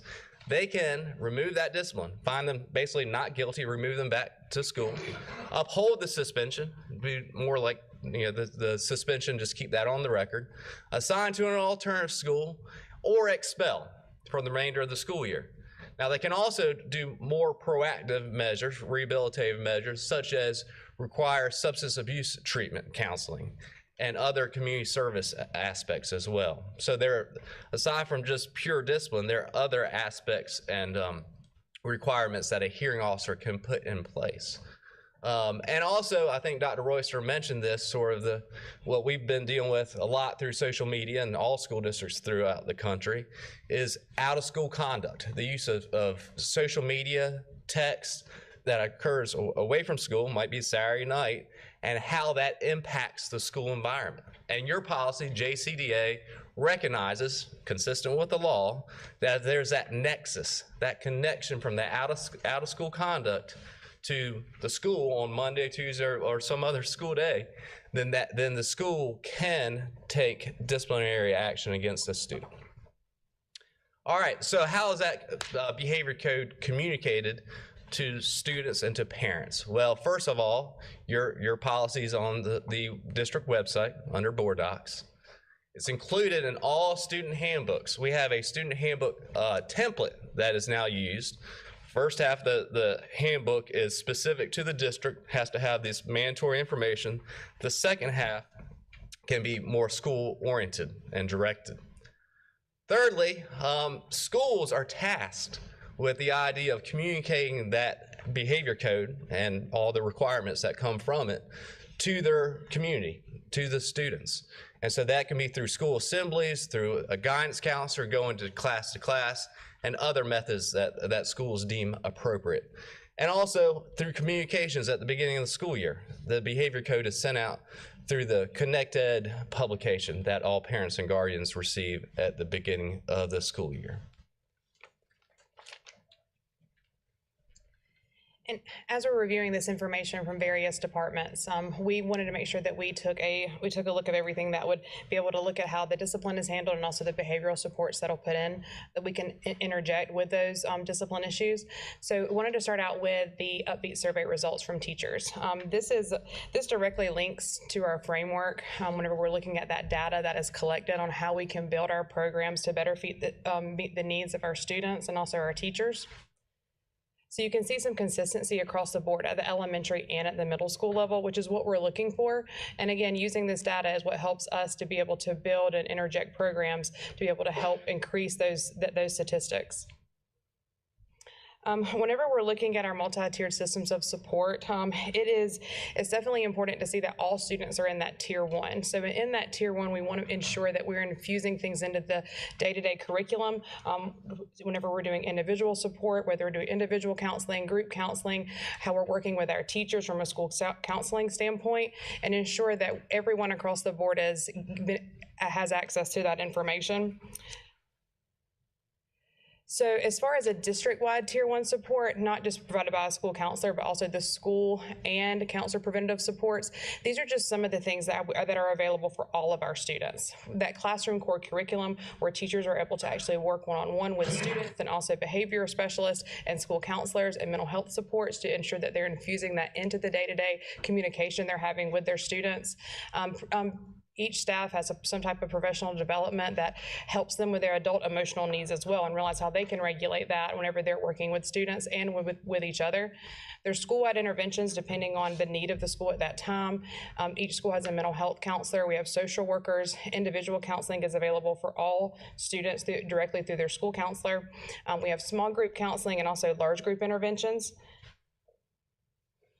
And as far as the support that is provided by school counselors, one of the things that we want to ensure that we're looking at from a school counseling standpoint is that we are working directly with our teachers to ensure that we're helping provide services that helps minimize the time that a student has spent out of class and increase the time that they are actually within the classroom, having those good connections not only with their peers, with their teachers, and then whenever they leave school with their families as well. These are some of the strategies and prevention supports that school counselors directly use, from calming activities to quiet rooms or zones where a student may have to leave a classroom setting if they become upset or become a behavior issue in class. Whenever we are using these quiet rooms or zones to work, students have a minimal amount of time that they're in there, but they're able to work directly with the school counselor. There's walk and talks where they're able to use the school hallways to be able to walk to a school counselor's office and or be able to just a moment just to breathe. We also have Triple P as a positive parenting program, which has been phenomenal to help parents have that support system as well, because what we're working on with them in the classroom is helpful if we can have that parent support to help them work on those same things at home, so when they come back to the school, we're both speaking the same language. We also work with our teachers to ensure that we are meeting the needs of what they're seeing they need within the school. Behavior charts, choice boards, small group, and individual counseling are all things that are utilized greatly by the school counselors to be able to provide those continued supports.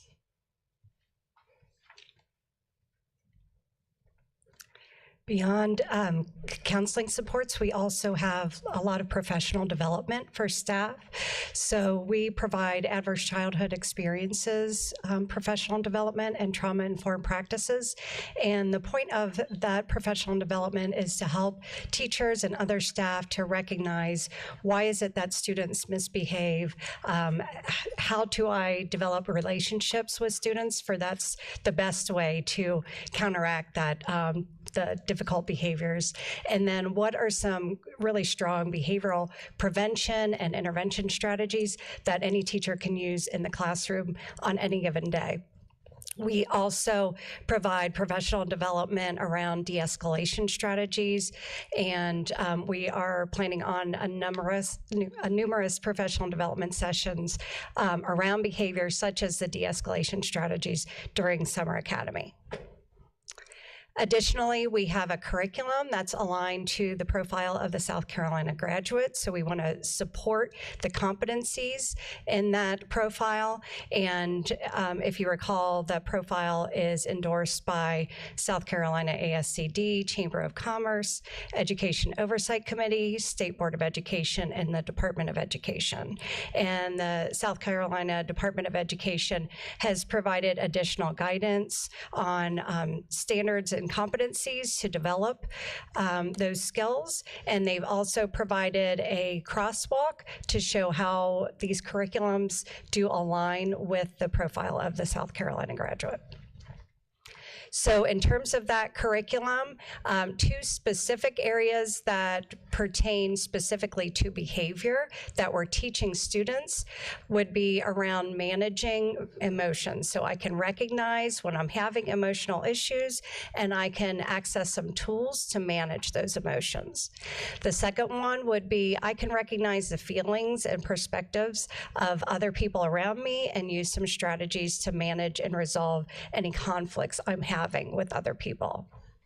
So all schools have access and are using a curriculum. They have some autonomy. Some schools use Leader in Me, some are using Second Step, others are using Rethink Ed or Conscious Discipline, or finally Capturing Kids' Hearts.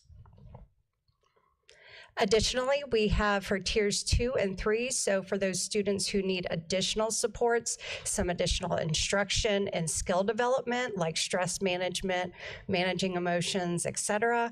We have Rethink Ed instruction for counselors, special ed teachers, behavior interventionists, all to use to have either one-on-one or small group instruction with students.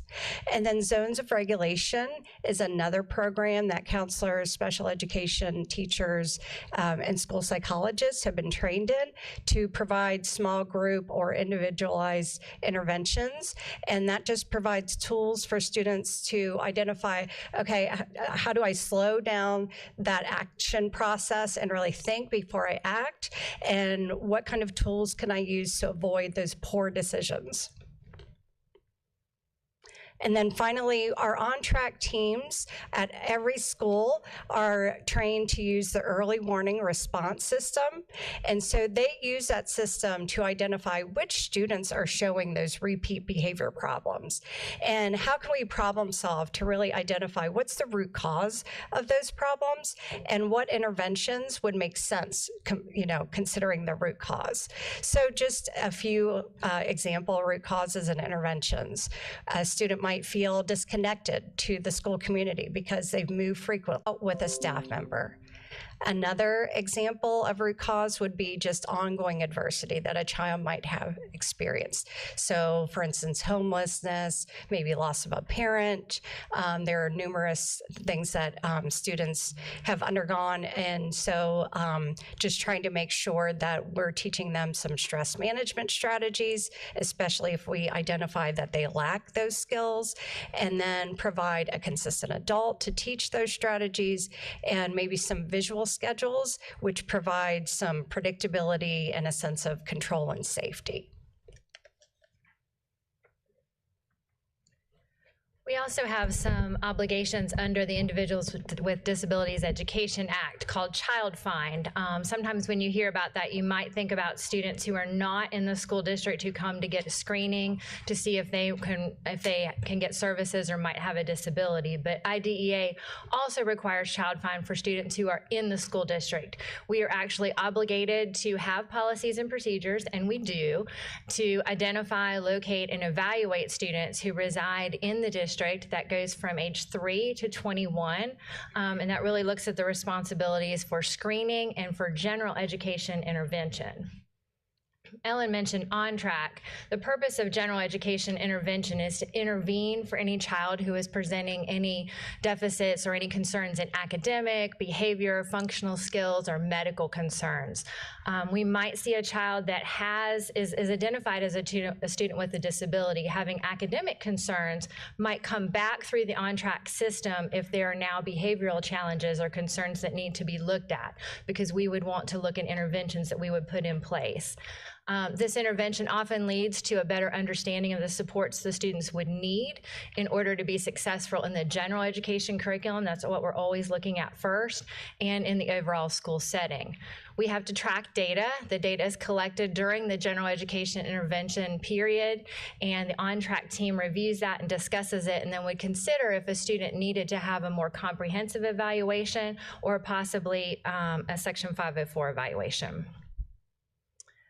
Now, when we switch gears from the proactive piece to the responsive piece, know that we can discipline students with disabilities, but it is different. There are different requirements, and there are some very specific parts that I will tell you are pretty complex to explain in a couple slides. I actually just gave Dr. Skipper a webinar that's a whole day on disciplining students with disabilities, a webinar that's all day long. It is very complex. Know that that portion applies to only 15% of our population, but that it is different. I just really want you to understand that, because I think a lot of times our parents and our teachers also do not necessarily understand that there are protections that are federal for students with disabilities under IDEA. First and foremost, an IEP team must consider any supports or assessments that a student might need. So if they exhibit a behavior or have an issue, the team needs to convene and take a look at if we are supporting that student sufficiently. Also, there is a process called a manifestation determination review. We call that an MDR.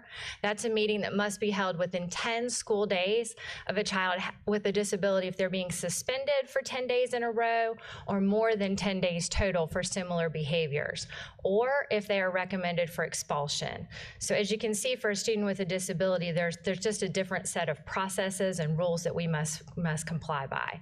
In that meeting that has to happen, if a student is suspended more than 10 days or 10 consecutive days or put up for expulsion, there are some components that must happen. There must be a thorough review of that child's file and their disability. The team must discuss whether their action was somehow related to their disability, and then they must determine if the behavior was caused by the school's failure to follow the individualized education program, if there was any piece or portion that we didn't do that would have been related to the action that the child took. For students that are covered under IDEA, they can be removed unilaterally to an interim alternative education services location. We typically have that with our MSAP and our HSAP programs. They can be removed up to 45 days. Those unilateral removals would be only for those cases listed there, which would be possession of a dangerous weapon, which is a specific length that they state, possession or sale of illicit drugs or controlled substance, and serious bodily injury to others. I do want you to know that serious bodily injury is defined as death, loss of an organ, or dismemberment. So it's very, very serious. It's not somebody being hurt. Services would also be provided to students with disabilities if they are suspended past 10 days. That's under IDEA. It's a requirement that we have. Students with disabilities can be expelled. I think sometimes folks think that they cannot be expelled. They can be expelled from school, but their services are still required to be delivered. So they'd be delivered, special education services would still be delivered. Another aspect that we take a look at is functional behavior analysis. That's really a mechanism that we have. It says here for students with disabilities, but it can be for any student, where we would analyze what is happening with the student, that we take it's an ongoing process where we collect information and try to identify the root cause of the problem. If we can do that, and then it warrants that they have a behavior intervention plan, we do create that, which is a formal written plan that teaches and reinforces desired behaviors. Because as Dr. Royster said, we have an obligation to take an action if we need to suspend or do something with the behavior, but we also have an obligation to teach a replacement behavior or try to find out how we can not have the same undesired behaviors continue. So I would like to describe to you at the elementary level how discipline options are addressed. As Tracy just mentioned, it is our ultimate goal to teach replacement behaviors and or to de-escalate students when they are upset and not ready for interaction. The school-wide and classroom expectations for behavior are usually established at the school level through a school-wide behavior system program. Ellen mentioned that earlier in her slides, that some of our schools actually have utilized certain behavior systems such as capturing kids' hearts and so on. Behavior intervention meetings are held. An intervention meeting is conducted when a student is having repeated and or escalating behavioral issues. This meeting may include an administrator, teacher, school counselor, the parents, student, etc. We tend to try to provide wraparound services that may also include our social workers, mental health counselors, on-site behavior interventionists. Discipline referrals. There are various ways that parents and guardians are communicated with when a discipline referral is issued. We begin with the least restrictive, less punitive measure, which includes parent phone call home and a conference, temporary removal from the classroom, calming space with supports and supervision, referral to school counselor, mental health counselor, on-site behavior interventionist, and as I mentioned before, a social worker may be brought in for a complete wraparound approach. Depending on the behavior, as students may face more punitive consequences, these may include in-school suspension, also detention, possibly removing that student from lunch or having an after-school detention time, whereas most of our elementary schools do not have after-school detention. This is more so utilized during the school day. Out-of-school suspension is not the last resort, but that is pretty much coming to the end result before it goes to Ken's office. And then district behavior interventionist referrals. We're lucky to have 3 district behavior interventionists that our principals can call upon, and they are there to help support. Very similarly, at the middle school level, you'll find a number of activities that can occur when a student is showing discipline issues. One of the things that we know with middle school learners is that having that quick visual reminder is often one of the most effective. So you'll see throughout our schools, school-wide uniform discipline expectations, so consequences and what we expect students to do and how we expect them to behave. Those are used consistently so that it creates fewer rules for a developing mind to have to work with. Many of our schools have also adopted positive behavior intervention systems. This is a framework for schools to focus on positive behaviors. So when students are doing what we need them to do and what we expect them to do, we've built in a series of ways to remind them and thank them for those behaviors. We also hold a number of behavior intervention meetings. These are typically done prior to a student who may be facing a referral to alternative program or maybe looking at some longer term suspension or even possible recommendations for expulsion. We also do a number of things related to positive referrals, again, trying to focus in on making sure that our kids know what they're doing is right, helping them see the positives of their behaviors. We also utilize our school counseling groups. Many of our school counselors are engaging in different types of behavior support groups. Some of the examples, of course, include things like grief, helping students understand why they're having those emotional disconnects from their peers and helping them regulate some of those pieces. We also utilize lunch detention, after school detention, and that's going to look different from place to place, but typically a lunch detention in middle school is an opportunity for a student to be excluded from their peers so that they can complete their assignment assignments, that they can have their behaviors reinforced and receive some additional support. Additionally, after school detention is a common occurrence in middle school, so students would be required to stay after school. Typically, that's going to require that a parent has been contacted and that they are well aware of those behaviors in advance, so that that student can stay after school and of course participate in some activities to help them redevelop their behaviors moving forward. We also, nearly all of our middle schools offer in-school suspension. Of course, that is removing the student from their classes for a day or extended period of time for them to regroup, for them to refocus their behaviors and their discipline before they are readmitted back into the classroom setting, as well as out-of-school suspension.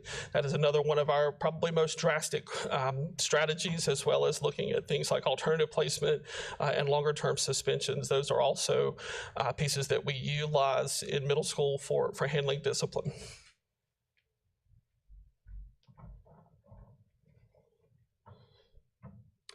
If you look at the numbers on the screen, I'd refer you back to Mr. Webb's presentation in your discipline code. The numbers on the left-hand side are generated by the infractions. Those are suspensions, referrals, and bus referrals. Those are generated by infractions that Mr. Webb talked about when he was talking about JCDA, the behavior code. On the right is the expulsion data. I drew from these numbers, and I deal more directly with the expulsion stuff, exactly what Dr. Royster said. Post-pandemic last year, with referrals, discipline referrals, and bus referrals, they went down. It's probably a little too early to tell for this year. Conversely, with the expulsions, you'll see a drastic increase beginning last year from the numbers that we were seeing. I'm talking about recommendations. The actual expulsions, there's not a significant difference, but the recommendations for expulsions have increased almost twofold since the pandemic, the end of the pandemic or post-pandemic. BTAM is an acronym for Behavioral Threat Assessment Management. And it's a tool or a process that all schools use to identify, evaluate, and monitor student behavior with regards to threats or potential threats. The model that we use, we began in the spring of 2019. It's a nationally followed model endorsed by the Secret Service. Every school has a team. I'll talk about that more in just a minute. Before a student commits an act that may be a threat, there's often warning signs. Those signs could be something that he says, she says, does, writes, posts on social media, interactions with others. Pardon me. Those are things that might trigger a BTAM evaluation. Every school, as I said earlier, has a behavioral threat assessment management team. There's a minimum of 4. It's interdisciplinary, 4 members. They consist generally at a minimum of an administrator, a teacher, a counselor, possibly a mental health person, an SRO, a coach, anybody that might have a relationship or be able to contribute to the process. Managing that system can help schools to manage behavior. The BTAM system has really 2 components. What's called a screening process, which is a much shorter, it's really like a 2-page form where they answer questions about the behavior, about the student. And the purpose is to define the behavior as either low risk or transient or substantive. And if it's determined that it's a substantive threat, then it moves on to the next level, which is a behavioral threat assessment intervention plan. The much more extensive, probably 19 pages that team would go through, answer questions, look at situations, and from that point, they would determine if the threat is low level again, medium, or imminent. And based on the results, that determines what kind of plan they may put in place for the student. A lot of the things that they do, you may have seen in previous slides. It might involve counseling, referral to mental health, referral to law enforcement, could result in a recommendation for expulsion. Just depends on the extent to what that team was able to find out. And with that being said, we would, as a group, be happy to entertain any questions. Thank you so much. Unbelievable information. We will start with Dr. Stiles. Thank you. I had a question, but I'm not sure who I'm going to be addressing this to. I'll just read it, and I guess one of you can respond. I was really concerned about the surveys, in particular the question that practices are applied fairly to all students, because certainly 78 and 79%, that's not in line with the 90s that we had on the other two questions. And you've heard me say this before, I think teachers' voices are critically important. And I think I can say as a board member, when I looked at that data, I heard their voices.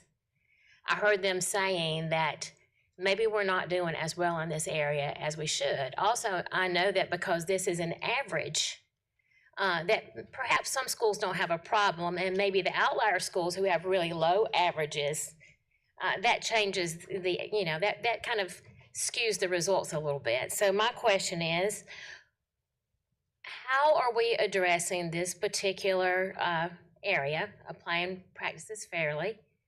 And what do we do if one school is skewing the results by having a very low percentage in that area? How is that addressed with the administration? The reason that's not presented in any greater detail is we have, by school, we have those same questions. And that would be part of the assistant superintendent's discussion with that principal, because it directly reflects on the principal's evaluation. What's also interesting, I'm not sure why we omitted this other question. There's another question where you're asking the teachers, the respondents to this survey, do they believe that other teachers in the building are addressing student behavior equitably? And interestingly enough, those responses are in the 70% as well. So why that might be 70% overall. Now remember, this is overall. We have about 5,000 respondents to these questions, which is a 86% response rate of all our teachers.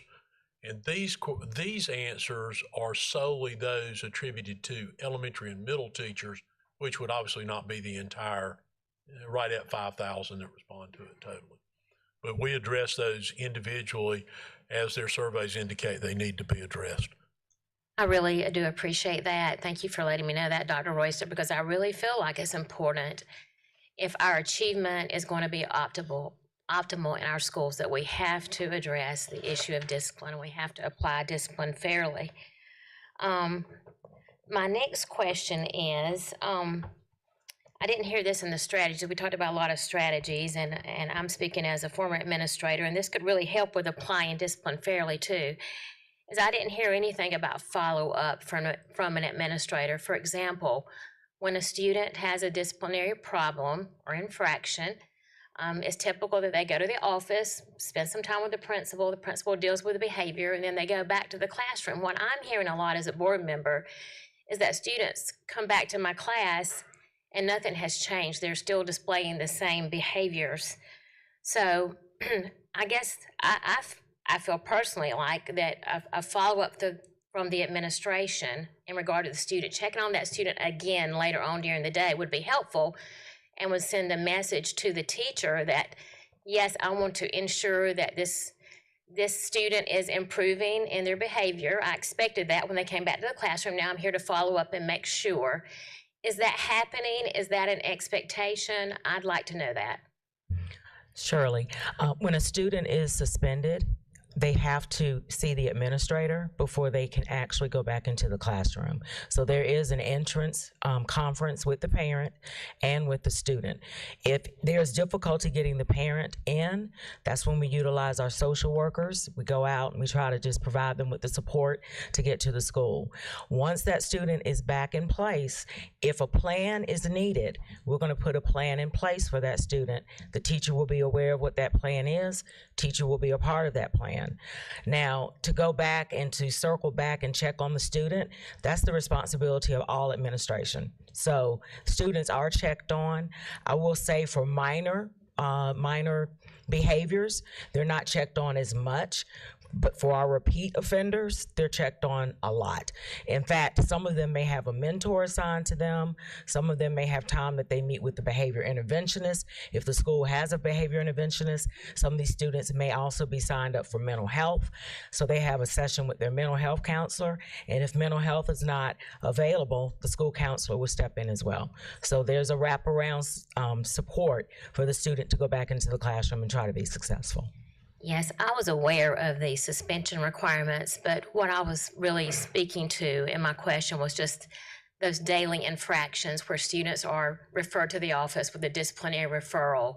If they're sent back to the classroom, is there some follow-up with a principal, an assistant principal, or a counselor, a follow-up with the teacher on that day to ensure that when that student went back to the classroom that the behavior was improved? In most instances, yes, there is a follow-up so that the teacher understands what has been done, the steps that have been followed.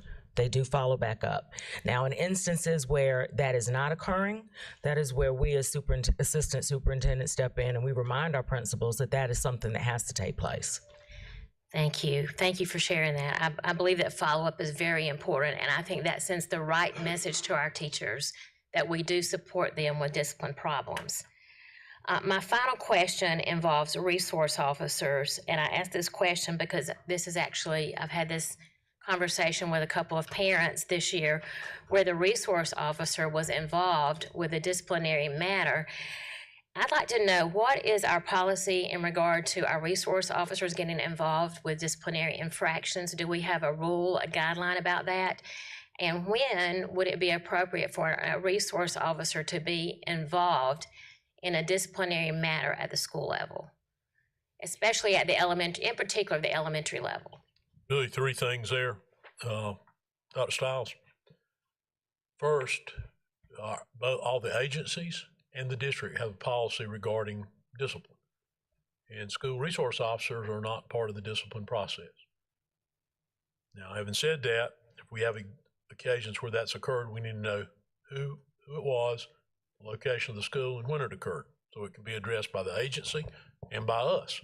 There may be a responsibility there from the school, maybe a responsibility there from the supervisor of that SRO. There may also be the possibility that it might not be as it has been portrayed. We find that out often when we begin to look into things. The other is, we would expect an SRO, like another staff member, if they were to come upon a student engaged in behavior that violates the behavior code, they should address it and refer that student to an administrator. But they shouldn't walk by and ignore a behavior, just like we wouldn't expect the plant engineer to walk by and ignore a behavior, nor would we expect them to correct that behavior. They may say, you need to stop doing that. Then they need to engage the school in it. The only time law enforcement becomes engaged in what's a disciplinary matter is when it's you go back to that page that has level 1, 2, or 3, would be a level 3 offense. Now, in order to comply with state statutes regarding criminal acts that may occur on school property, which would be any act that's a crime or any act that does or could result in injury to a person, the SRO is to be notified. Now, they may decide that there is no criminal act here, and they would at that point disengage and only re-engage if some evidence came forward later.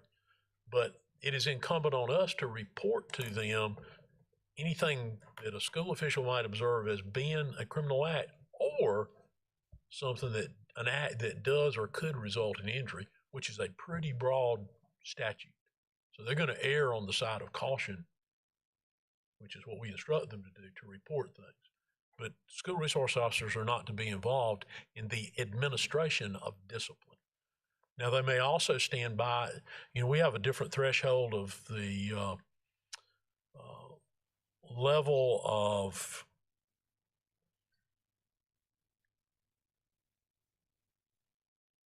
conducting a search. A police officer has to have fairly stringent probable cause. School officials only have to have reasonable cause.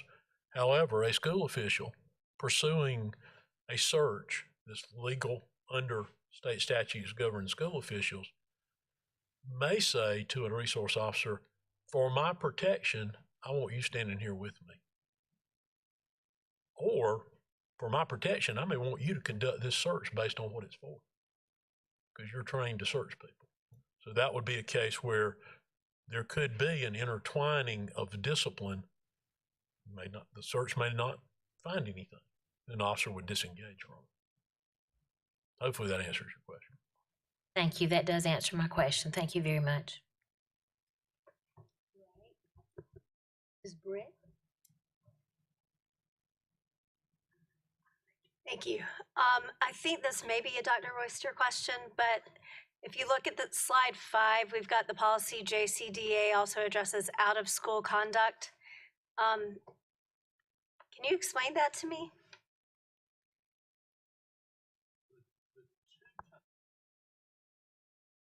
Most often would be some action that occurred out in the community that creates a disruption in school. You get into some altercation out in the community and then bring it into the school, you might be punished based on the outside altercation that caused the disruption in school. That would be one example. The most frequent example are individuals who engage in, generally speaking, violent crimes that occur outside school grounds and whose presence we believe would present a danger to other students in attendance. For example, you would not want a student charged with armed robbery to be sitting in class with your 15 or 16-year-old son or daughter. From a safety standpoint, you don't want them there. Now, in some circumstances, depending on the findings of fact that we can determine from the reports that we get, their education might continue for some period of time or it might not. But it generally has to do most often with the prevention of violent acts within the school that would be related to things that occurred outside of school. So it's not like just hearsay of somebody coming and telling on someone for doing something outside of school, that sort of thing. That's okay. No. It seems pretty broad. The ones that are not based on actual police reports or arrest reports would be ones where the school develops information that this altercation occurred yesterday afternoon down at a park, and now we've got some agitation back and forth between students. They may then go and discipline the two that engaged in it that may also be in the school because it created this disruption in the school. That would be the time that it might be most often. Perhaps there was no arrest. Maybe the police weren't even called. Sometimes they are called and you get an incident report. And then there is a requirement on law enforcement for certain criminal offenses that schools be notified if a student within that school has been charged with those offenses. And those are generally, the ones you might imagine, the more serious criminal offenses, not traffic violations or some sort of misdemeanor petty theft or shoplifting or something like that. Thank you. Yes, ma'am. Appreciate it.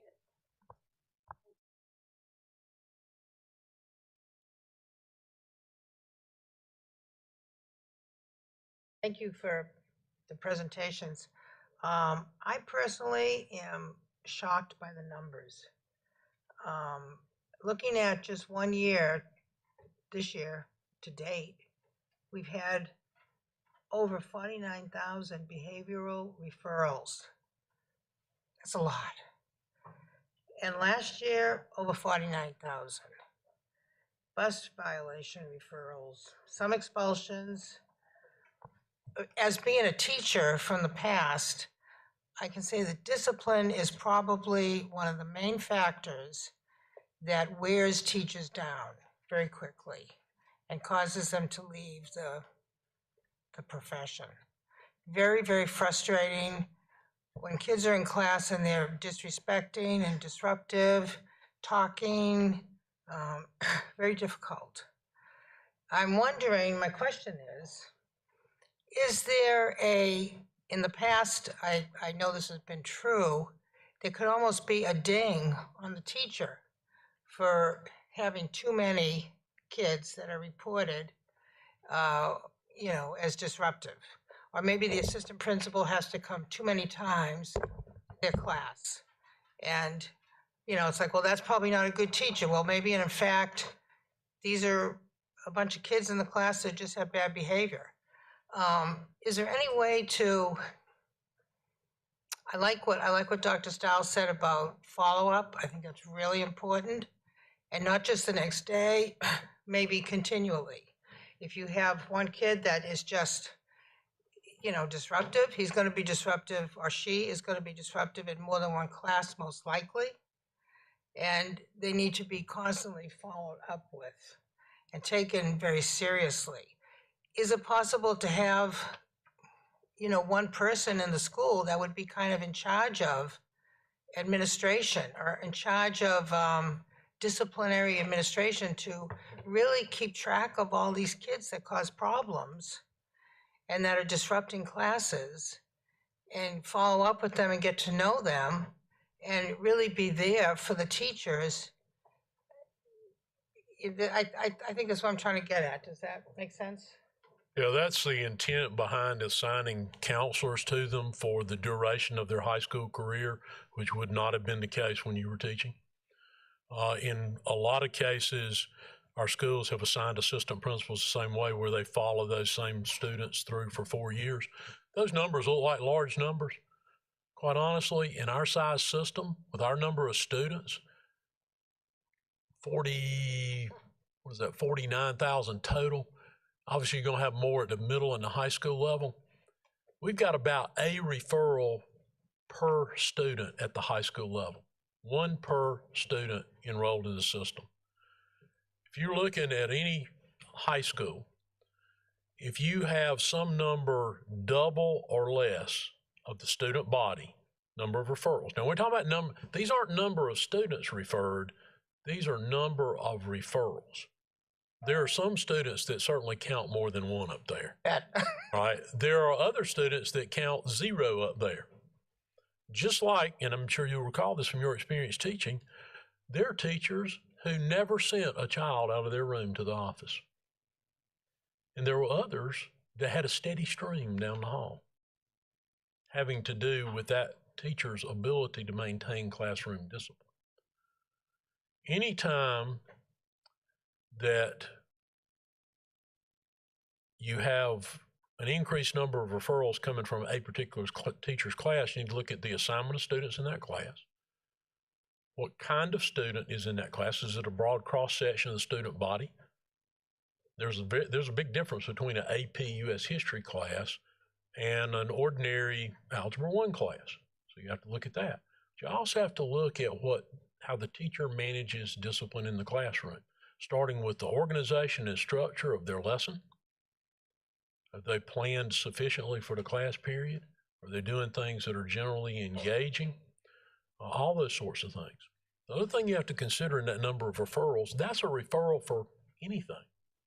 So many tardies you get sent to the office, that's automatic. This many you got. Not having an ID, that may be an automatic referral.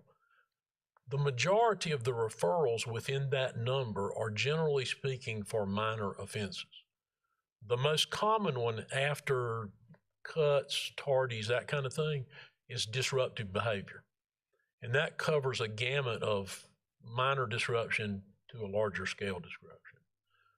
Those are the predominant numbers of referrals. All of our teachers, when they submit a referral, get feedback on that referral when it goes into the system. They then have access to everything that happened after that point. So if you wrote a referral and the behavior caused the assistant principal to suspend the student, for example, then it will be noted on that referral in the system, and the teacher who sent it can look in there and see this is what happened. the student was suspended, they were referred to the counselor, they were referred to a mental health counselor, whatever actions were taken. It's not like you just sent the student down to the office and they kind of disappeared into the abyss. That's tracked in the record-keeping system to which the teacher has access. So hopefully those are improved methods from what you may recall in your days in the classroom. But a lot of it goes back to the organizational structure of the classroom. It goes back to visibility of the administration in the building. It goes back to adequate supervision throughout the building. For example, if you're looking back at discipline referrals in a school, you want to look at where did they occur? Are there certain points that are problem areas? If there are, what have you done to increase supervision in those areas or eliminate or minimize access to those areas? There are a whole host of things that you do to try to minimize the number of referrals, including making sure that they are sent for the things they should be sent for.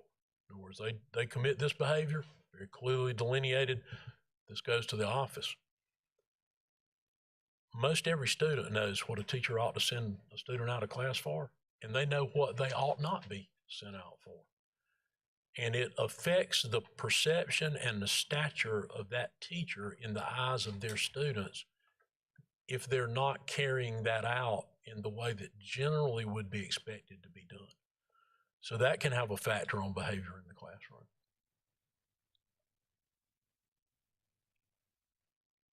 I also would wonder, and I'm sure this is better, but it seemed in the past that in a department, maybe the newer teachers would get, maybe some lower classes, at different level classes, and maybe the more senior teachers would get the AP classes or the good classes.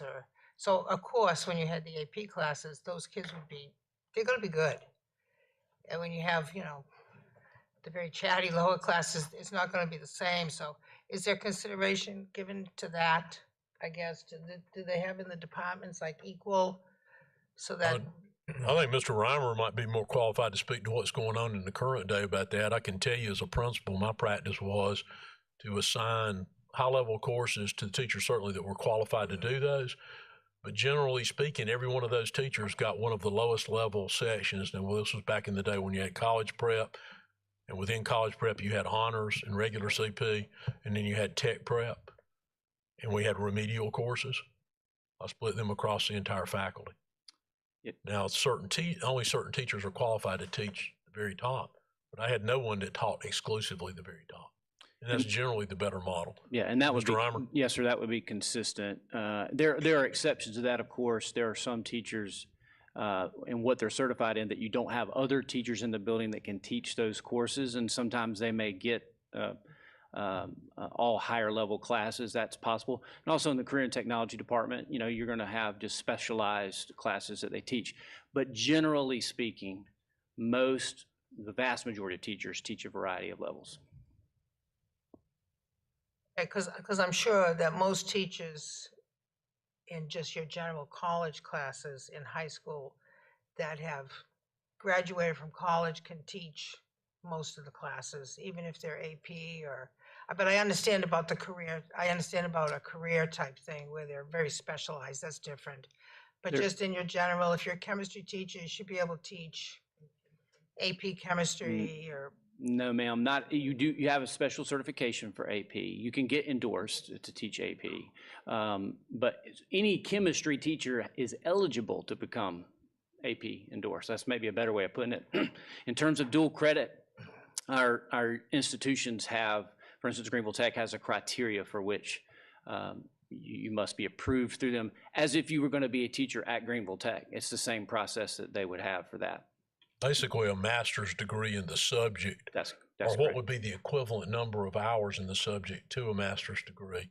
And the other thing with both science and math, they're two-level certifications within. While if you have the endorsement to teach chemistry and physics, you can generally speaking teach any science. If you have the biology endorsement, you can't. So and the same is true in math. There's a, lack of a better term, is a lower level math certification, and then there's a math certification that would allow you to teach calculus, pre-calculus, and trig. Everything else is generally generically certified. Just one more question. You probably have already said this, but as far as the discipline goes, do the teachers just overall have input into how the discipline procedures should be done and what they feel would be the best methods? Well, most of it is governed by your policy. So, these infractions warrant these kind of sanctions. They would have input at the school level. They have, as mentioned earlier, they provide survey information back to the principal. Generally speaking, you would expect a principal to, particularly if you're experiencing an uptick in disciplinary referrals, to get input from the faculty as to things that might be helpful.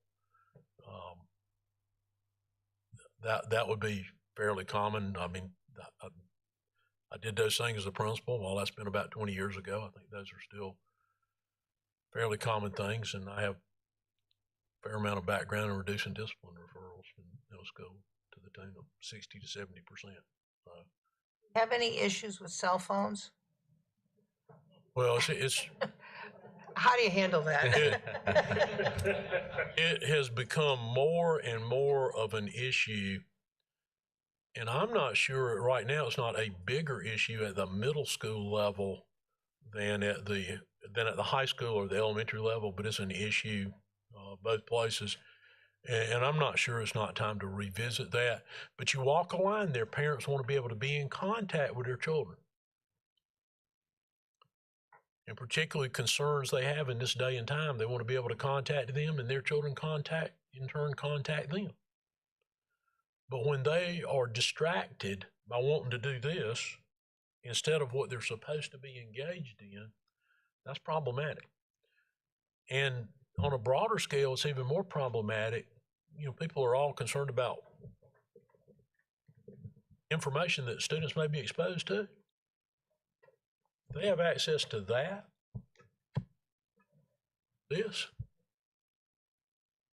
unless somebody's put some limit on it somehow. They have access to everything out there, good or bad, and they have access to the darkest places in our world with no supervision. But that's something they got at home. We didn't provide that. They're using our device. We control access through it and to it. But this is of concern, and as I was talking with a parent just the other day about this very same thing, who in fact won't allow their child to have one until they're 18 that has anything on it but a telephone. It exposes them to things they're not mature enough to handle, and they're out there in an unregulated place, and they're all kind of people that intend them ill and harm that now can directly communicate with them. It's an extreme challenge to our teachers, to our administrators, and to our parents. Thank you. I'm really glad that you're looking at discipline. I think it's really important. Doesn't matter how much you teach, if the discipline isn't there, doesn't matter. So thank you for that. It was good. Mrs. LaVentus Wells, I was going to let you, since this was your question. Yes. You're next, but I was going to let you do the summary and let everyone else ask questions, but it's your choice. Okay, I think I'm going to go ahead and ask. You want to talk now? Because who knows what might happen. He might get upset and smack me, and then they'll have to come up here and take a disciplinary action against him. It's your choice, but I wanted you to do the summary since this was your question. All right, let me go ahead. Okay. I'm just wondering, we have mental health counseling program in place in the elementary schools, and I'm just wondering how effective this is, because I've heard from a lot of counselors in the schools that they have concerns. Some schools have had one. They've had to replace them several times, and so there's no consistency. Some are there just twice a week. So they're really not getting to know the students. And the current, there's, you know, when there's a first-time counselor and this child has done multiple things, there's no consistency. And then I'm going to give you double questions. And then when we send this child back to class, they just go bebopping in and going, nothing happened to me. Just wait till the next time. So I'm just wondering, and you know, you answer about the mental health, because we had such a big push for these mental health counselors in all of our schools, and now you find out they're only twice a week, and some are they don't stay, they leave, and then you get new ones in, so there's no consistency. So help me, help you, help me. I'll try my best. As far as, I don't oversee mental health counselors per se, but mental health counseling is difficult statewide, nationwide, to be able, the retention rate, I mean, is drastically dropping. One thing that I will say I'm very excited about, the State Department is now going to, whenever there's a increased, almost like a stipend that goes, the Greater Greenville Mental Health, their mental health can actually pay towards or for their mental health counselors, but we don't, since they are subcontracted through us, Greater Greenville Mental Health, you know, supplies their salary, and there is burnout in that position, and we're trying to infuse as much as we possibly can with our school counselors to help be able to replace that constant turnover of mental health counselors. Another example is the grant that we just worked with Clemson to get, so almost a $6 million grant, and that grant will actually cover to pay for school counseling, a master's in school counseling, or a master's in mental health. We'll be able to get 12 a year, and 12 a year for the next 5 years will really be able to increase those numbers, and they'll be assigned to a Greenville County school for 3 years once they complete that program. So we're hopeful, and we're trying to make strides towards correcting that as best we possibly can. Some things are a little bit out of our control as a school district when we are not the ones that directly employ those mental health counselors. But I know as a state, there's a lot of improvements working towards increasing their pay, increasing their more benefits towards being a mental health counselor. I'm gonna have to be careful when I'm telling people we have mental health counselors in all of our schools all the time, and I'm not right. Well, no, I will say you are correct. We do have mental health counselors in all of our schools, but just how a teacher is limited to his or her caseload due to certain laws and regulations, a mental health counselor is as well. So a mental health counselor isn't supposed to see a certain amount of students. So it's more, it is a smaller caseload that they may have, and that's when we try to infuse our school counselors to help with those tier 1 supports as best possible. But you are right, it is difficult to be able to get that constant support, and that's something that I know our state's working very diligently towards. Some additional clarification, mental health, we have 95 mental health counselor positions. They're assigned based on acuity. So there is, in fact, a counselor assigned to every school. But if they only have a very small caseload in that school, they may also be serving another school with a small caseload. We have some schools where there may be at least 2 that are there 100% of the time. One of the biggest challenges we have, to put a little finer point on what Elizabeth was sharing with you, the counselors that we have that are mental health counselors, not our school counselors, those 95 are employed by mental health, the Department of Mental Health, which pays them less than we pay a starting teacher, and they work 12 months a year. That's why they have such a large turnover.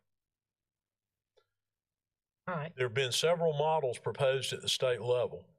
None of this has come yet to fruition, but one of which would be that school districts could in fact employ their own and draw down the Medicaid reimbursement for providing the services, which we are currently prohibited in South Carolina from doing. We could hire a mental health counselor, but we could not draw down Medicaid reimbursement for them. We can draw down Medicaid reimbursement for any other Medicaid eligible service we provide, which generally speaking more than pays for the service. But we are prohibited, at least at this point in time, from doing that with mental health. When these mental health counselors, what are they actually doing with these children who misbehave and who have issues? So mental health isn't a direct, whenever there's behavioral issues, if they're not directly sent to a mental health counselor per se, that is when they're needing more of a tier 2 support, more of a psychoanalysis of what may be going on with that student. It's not necessarily the student who can't sit in their class, can't sit in their chair and is running around the classroom. There are multiple referrals on this child. Multiple referrals on, okay, for a child that has multiple referrals, right. Yes, that is something we would use if they qualified for mental health services, then we would use a mental health counselor and refer them to a mental health counselor. But we also will use our programs like On Track, where we have a team of educators within the building that can actually help see what those repetitive things may be occurring, and they can work with that student almost as a mentorship to help build those self-help skills within the classroom with outside of the classroom. All right, and let me ask you this. In middle school, we have ISS. Is that correct? Yes. That's what I heard. Because I'm a believer in ISS, as long as it's effective. So, and I think we should have ISS in elementary schools as well. And the program I feel would benefit these children, not just send them to ISS and they play, but where they would actually get assistance in understanding why they are in ISS. Whether it's social behavior, but it needs to be sections. Maybe they get sent to ISS for a week. They have some school assignments, but they also understand you are responsible for your actions. You have disrespected your teacher. You have disrespected your classmates, and you have disrespected yourself. You need to be held accountable for your behavior, for what you did, for your yelling or threatening, or because there are actually children in school now that don't want to go to school because they get threatened in a class. And I'm going to ask this question. I'm going to go off my questions and go here, but are our teachers referring these students, or are they afraid to refer them?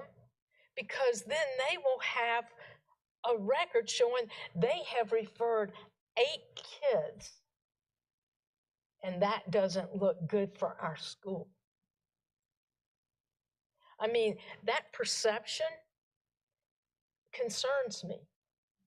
And when teachers speak out, they are told, we'll take care of it. And it just, I'm not saying it gets brushed under the carpet, but it gets brushed under the carpet. And then if they come and talk to a school board member, then they are reprimanded. And shame on that, because I want them to feel like they can come and speak to me if they have a legit thing, so that I can interpret, so then I can bring it forth. So I will just say this. I think Dr. Royster highlighted some very positive avenues and developments we've had over the last 10, 12 years. On Track is one of those, mental health counselors. But I will say a third one, more to your point, would be the employee relations representatives that we have in the school district. You know, if a teacher is concerned that they're not getting the support that they should be getting in their classroom, certainly the expectation would be that the school administration is going to work with them, support them, talk to them, help them with classroom management, help them with students. But there are 2 employee relations reps now who can be contacted by these. Who are these people? Randy Dendy is one, and Sam Jones is the other. And so those, we started off with one about, 10 years ago or so, and added a second one a few years ago. And that has been an incredible resource for teachers. And we've been able to work through a lot of issues, solve them, and they feel supported. There might be a miscommunication, might be something that we could do to better the situation for them. But I think that's been a very positive development as well. Okay, so. Let me further address that. Please do. Not in the business of sweeping anything under the rug. Okay. Period. All right. The way you can address legitimate problems and concerns is to bring them out in the light, and examine them, investigate them, and address them. That can't be done through anonymity. It can't be done with reports that can't be tracked down. We have to know who, when, and where. I'm not sure what the reference is to it reflects poorly on the school. The only thing that reflects on a school would be a persistently dangerous rating. And that is a persistently dangerous rating. That means violent crime occurred on that school campus in some number. We currently have one school with that designation, and that's Tanglewood, because of the one incident that happened there last year. One incident of that magnitude would cause it to be classified. Has nothing to do with the number of disciplinary referrals. The number of disciplinary referrals does not reflect on the report card grade of the school or any other objective measure of the school's status. The only thing that does is persistently dangerous. And those are heinous criminal acts. And if we were to find somebody not reporting one of those, they'd lose their job. So it's not in our interest, nor in the interest of our students, to ignore misbehavior and not to address misbehavior. There's a responsibility there on the student's part to conduct themselves in accord with our rules, which I think are very clear, and I believe we've made an excellent step forward in communicating those rules, particularly at the elementary and the middle school level. Okay, so. And if you give me just a minute. Please go ahead. Sorry. So the other part of it is we have teachers who do not do an effective job managing their classrooms. And those teachers need staff development, they need support and redirection from their administration. And we need to address those things too. We don't need to ignore those because that's contributing to student disciplinary issues. They've got to be addressed. Sometimes, some number of teachers, they're certainly the minority, expect the office to do their discipline for them. That's the wrong approach for a teacher to take. There is certain discipline that must be done by the administration. There are other more minor discipline issues that should be first addressed by the teacher. And that goes back to establishing within your classroom the kind of environment that you need to have so that every student has the opportunity to learn. So there are issues that we need to address with student misbehavior. There are issues that we need to address where we find that a teacher, and I'm not talking about sending too many referrals, I'm talking about sending referrals that aren't the type that should be sent. And anybody that spent time being a principal can share with you anecdotally and statistically those kinds of referrals and the sort of teaching we're talking about, which are not most of our teachers and certainly not our more exemplary teachers. But that is certainly a factor in some of this. So are students who choose to continually misbehave. That's the uptick in the expulsions. The number of referrals actually down. But those, and I would imagine, Mr. Owens is sitting there, he can confirm this, that the uptick in the expulsion recommendations has generally been repeated disruptive behavior, Kent? As a general rule, yes. And vapes. Now, that was what I was going to add. Beginning last year and into this year, clearly in the high school, vapes that contain THC, which is the active ingredient in marijuana. But in fact, Dr. Greer at the alternative school and I were talking yesterday, and she said vapes at this point has risen to the top of their list and passed continuous disruptive behavior. Thank you, Kent. All right, so basically what you're saying is there is no correlation between the number of referrals of a school standing and the reputation. Is that correct? Unless it's something that would cause you to become labeled persistently dangerous. And that's there would be a handful in that number of referrals that might touch on that. Who are you? Some that if they're violent, it would be more than one. Mhm. Gave you the one most egregious. Yeah, we got that one. Okay. All right. I'm trying to understand why infractions are being minimized or downplayed at some schools. Why do we downplay things at some schools? Give me a specific example of something that's been downplayed. Sure we can.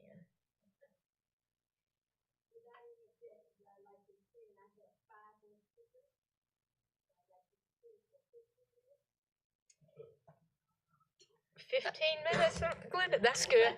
I'm gonna, when I say misbehave. Anybody would like to decline their position? Maybe there's verbal behavior, verbal threatening, verbal, and sometimes the administration go, oh, they were just joking, or they're not serious, or no. I mean, downplaying that kind of behavior, because I'm going to tell you, Bert, today you cannot downplay anything. We live in a different world as far as threats, and some children, it depends on the way they are being raised. What they say may not be interpreted the way somebody else would interpret it because of the way they're raised. I'll give you an example. Years and years ago, these guys in high school would put their hunting rifles in the trunk of the car because they're going to go hunting right after school's out. Well, you can't do that anymore.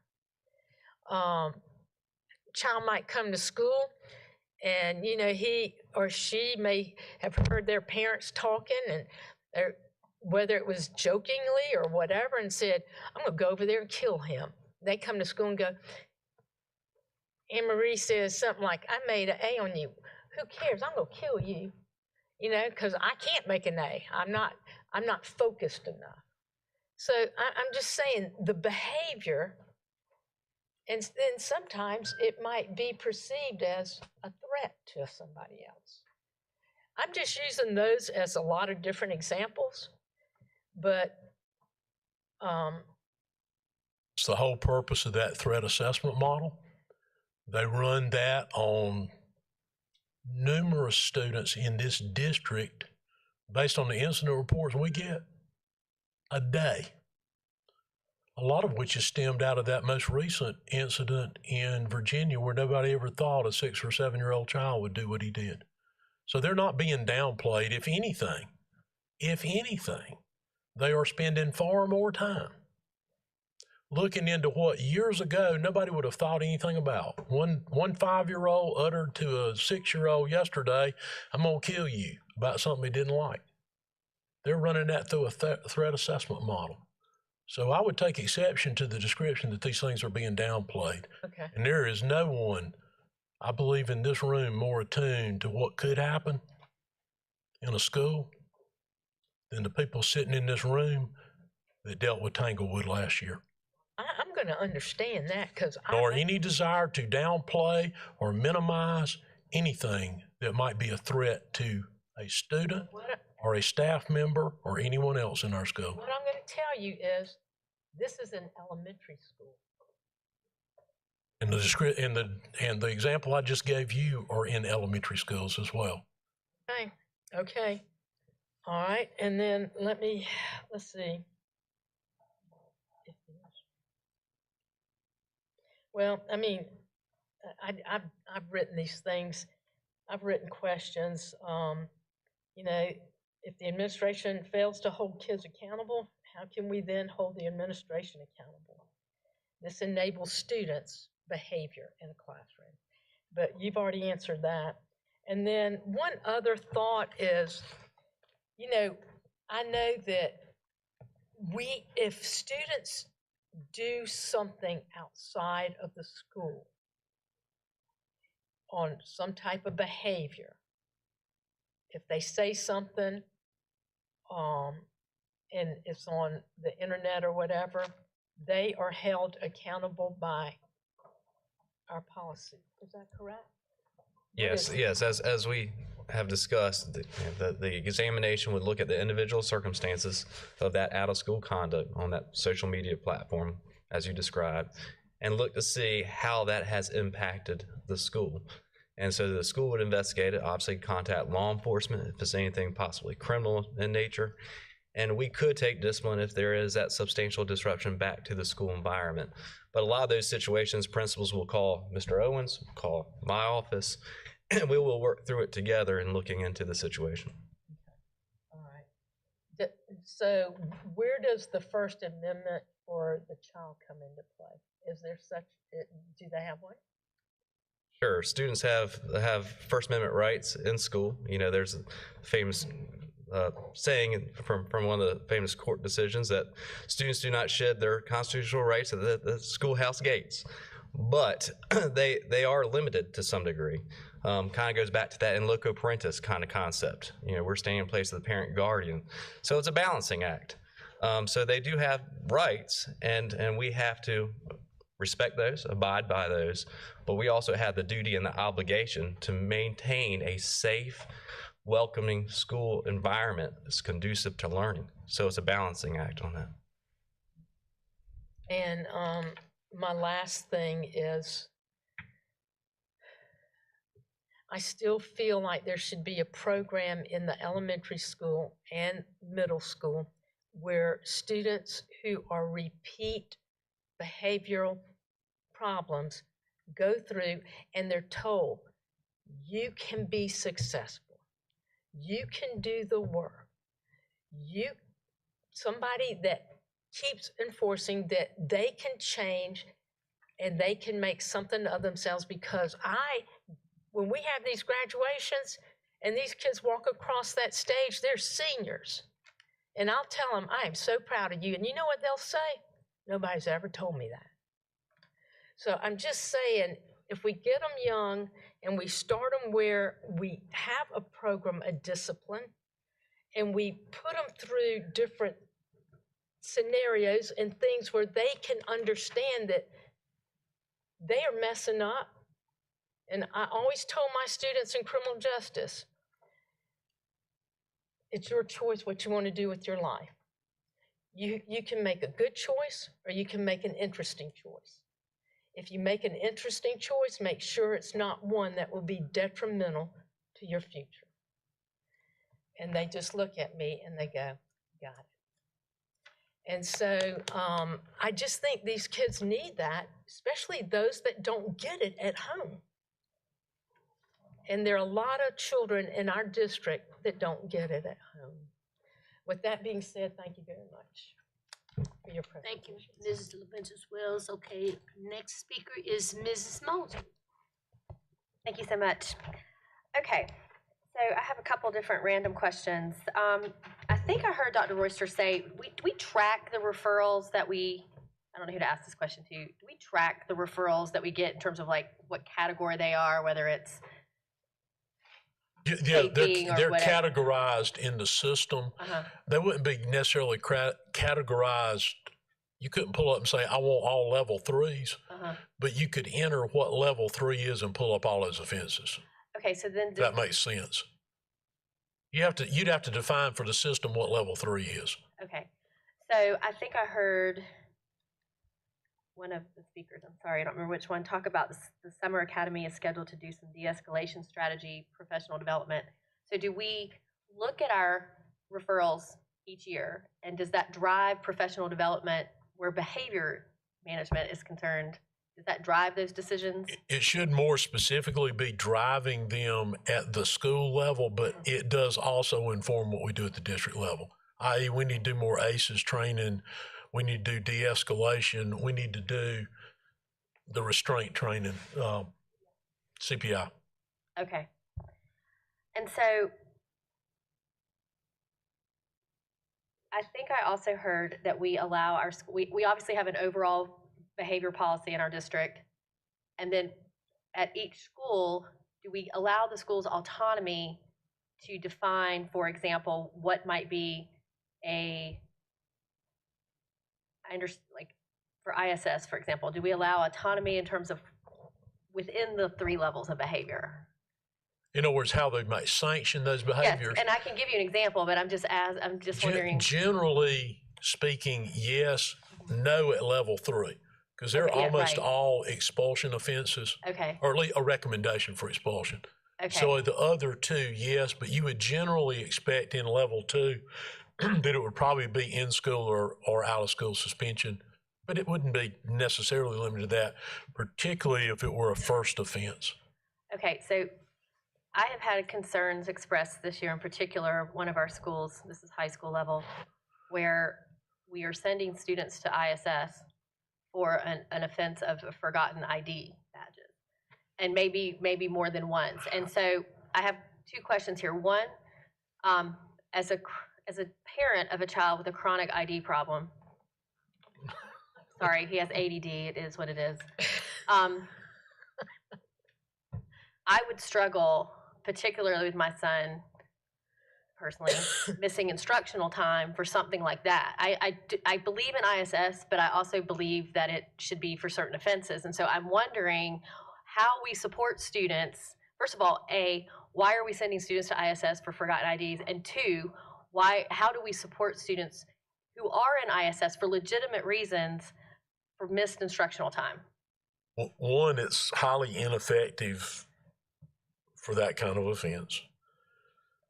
That shouldn't be used for that. Now, I guess if you've told them 25 times, maybe, yeah, but generally speaking, there are more effective ways to deal with not having an ID. Secondly, research shows that in-school suspension, unless it is a highly structured program, which generally speaking ours are not, highly structured meaning staffed by an appropriate professional, not simply a paraprofessional in there making sure they're doing their homework or doing the work that was sent by the teacher, but one in which you actually have behavior-related goals, some of the things that Ms. Levinas-Wells was talking about. In other words, a short-term structure like we have in MSAP and HSAP, the middle school and high school alternative programs, which are pretty effective. The recidivism rate on those programs is only around 12%. But that would require professional staffing, which we currently don't have. So you got to imagine that would double the cost at the secondary schools and then probably add about $4 million cost if you tried to do that at the elementary school. That's really the only time that research shows that in-school suspension is an effective strategy in lieu of out-of-school suspension. Generally more effective for minor offenses, short of at some point you may have to send somebody home, is making them give up their own time after school or on Saturday. Those are generally pretty effective. Some things are not going to be, some people, no matter how many times you punish them, appears not to be real effective. But those are more effective strategies. My experience over the years with ISS is that some limited cases it's valuable. Generally speaking, we'd be better off to direct those resources either in increased supervision and after school or Saturday detention. But in some cases, it's used to get that student out of the class on a temporary basis. But it shouldn't be used for administering the ID program. Okay, well, it is. And secondly, okay, so to go to that, if I'm understanding you correctly, if I'm hearing you correctly, you're saying that, A, we don't have, to be able to staff those ISS rooms appropriately in a structured with someone that's qualified in a structured fashion, that is a cost that we cannot currently incur right now. It would be an extreme increase to the current programs we have, and would certainly be a tremendous increase to add 51 at the elementary schools. Because right now they're staffed with a paraprofessional, so whatever we're spending on it, you just have to multiply it times 2. Okay. So then...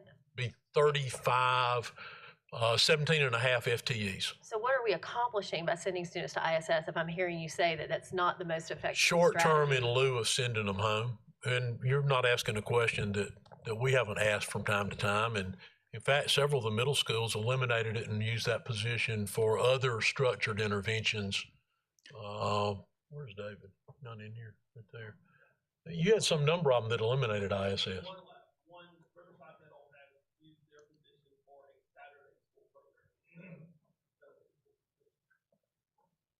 Okay. You're giving up your time instead of taking and hours. I appreciate how effective that would, I can look, as a parent, I can see how that would be more, I guess, effective. And I think that we're at a point that we need to look administratively, how effective is in-school suspension. Would some replacement be more effective within the same dollar allocation? Because you could take that 5 days a week in-school suspension and run a Saturday and 2 afternoons and still run that 3 days a week with the same person.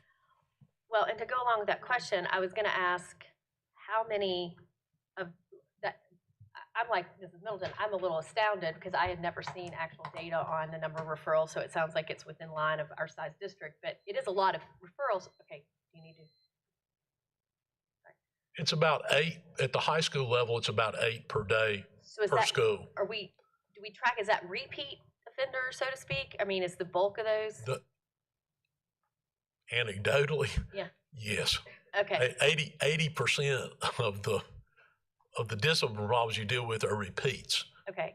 So I guess my concern with that particular one, particularly, are students just missing instructional time.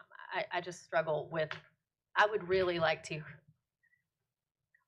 hear more about ISS and thoughts on what are alternatives to that? Not necessarily right now, but at some point, because that is something that I struggle with, because I also understand that a lot of the students that are receiving those discipline referrals also fall in some other at-risk categories for us, particular, even academically, and I'm like missing that much academic time. I don't know, especially especially post-COVID.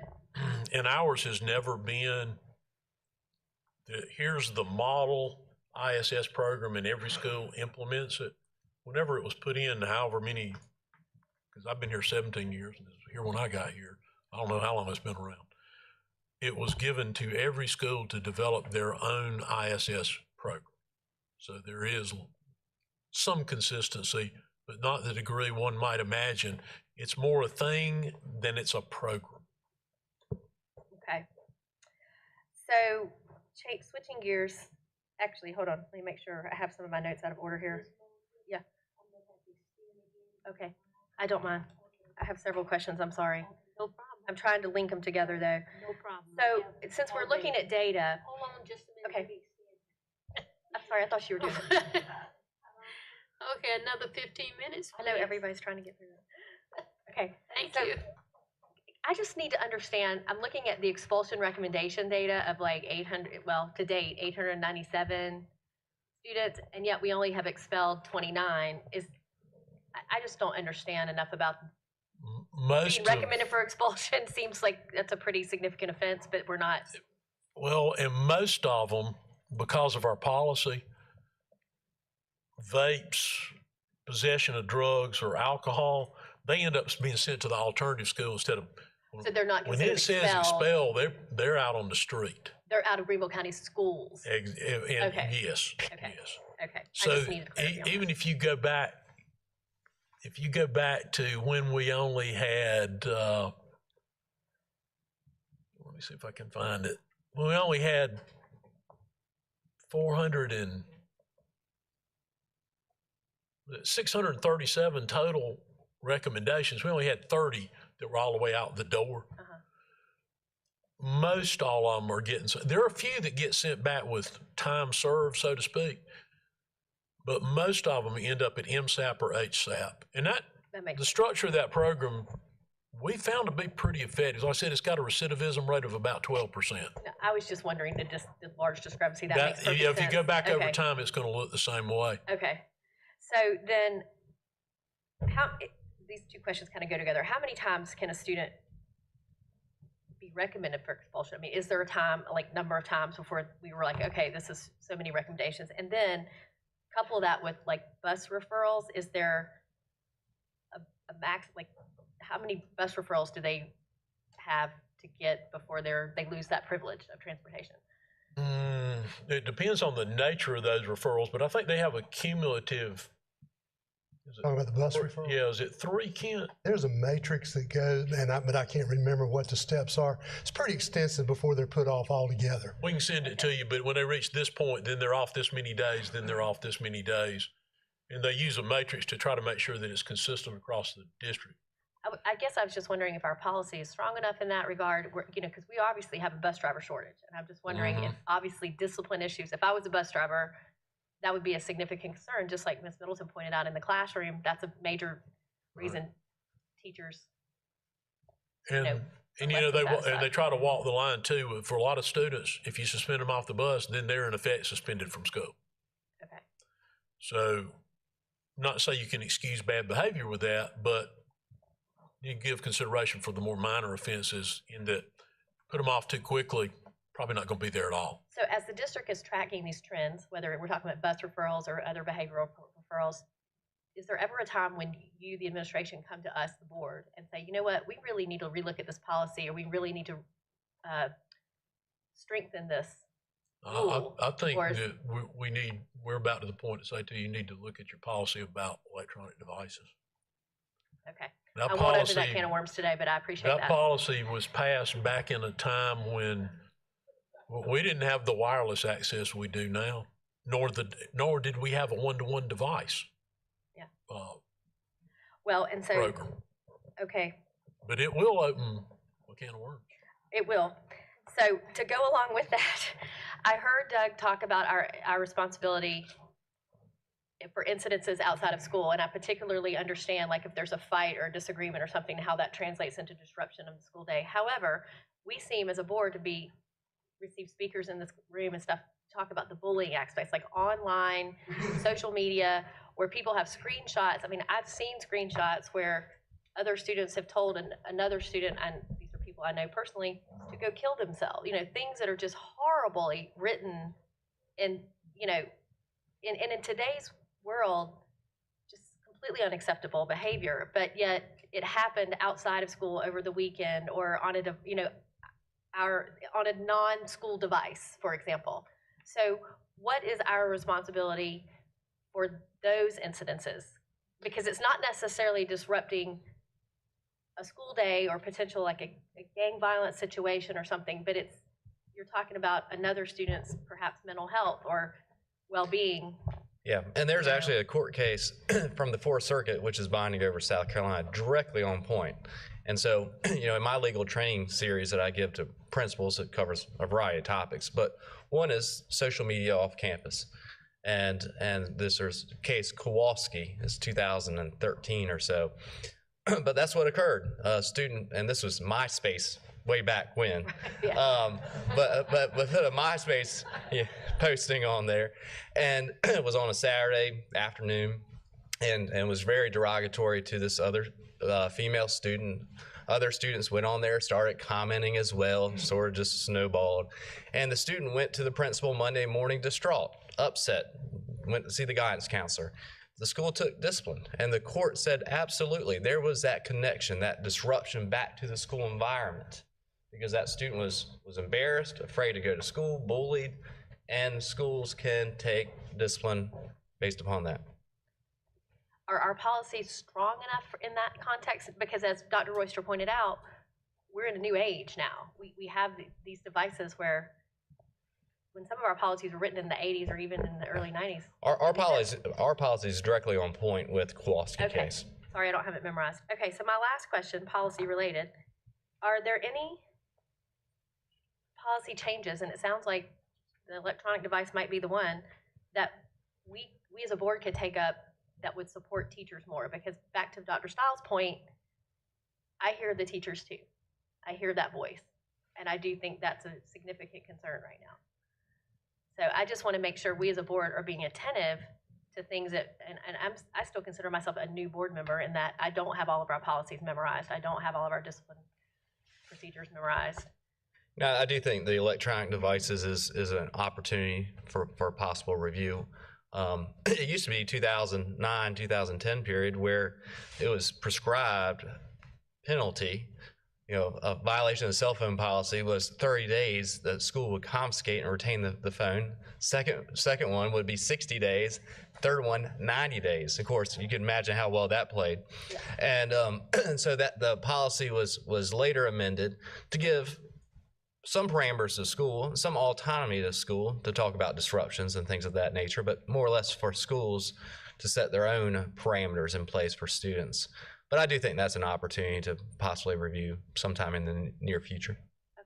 I worked in a district a number of years ago where all the punishment was set forth in policy. This infraction occurred, the first offense, this happened. Second offense, this happened. The third offense, this happened. In some respects, it was good.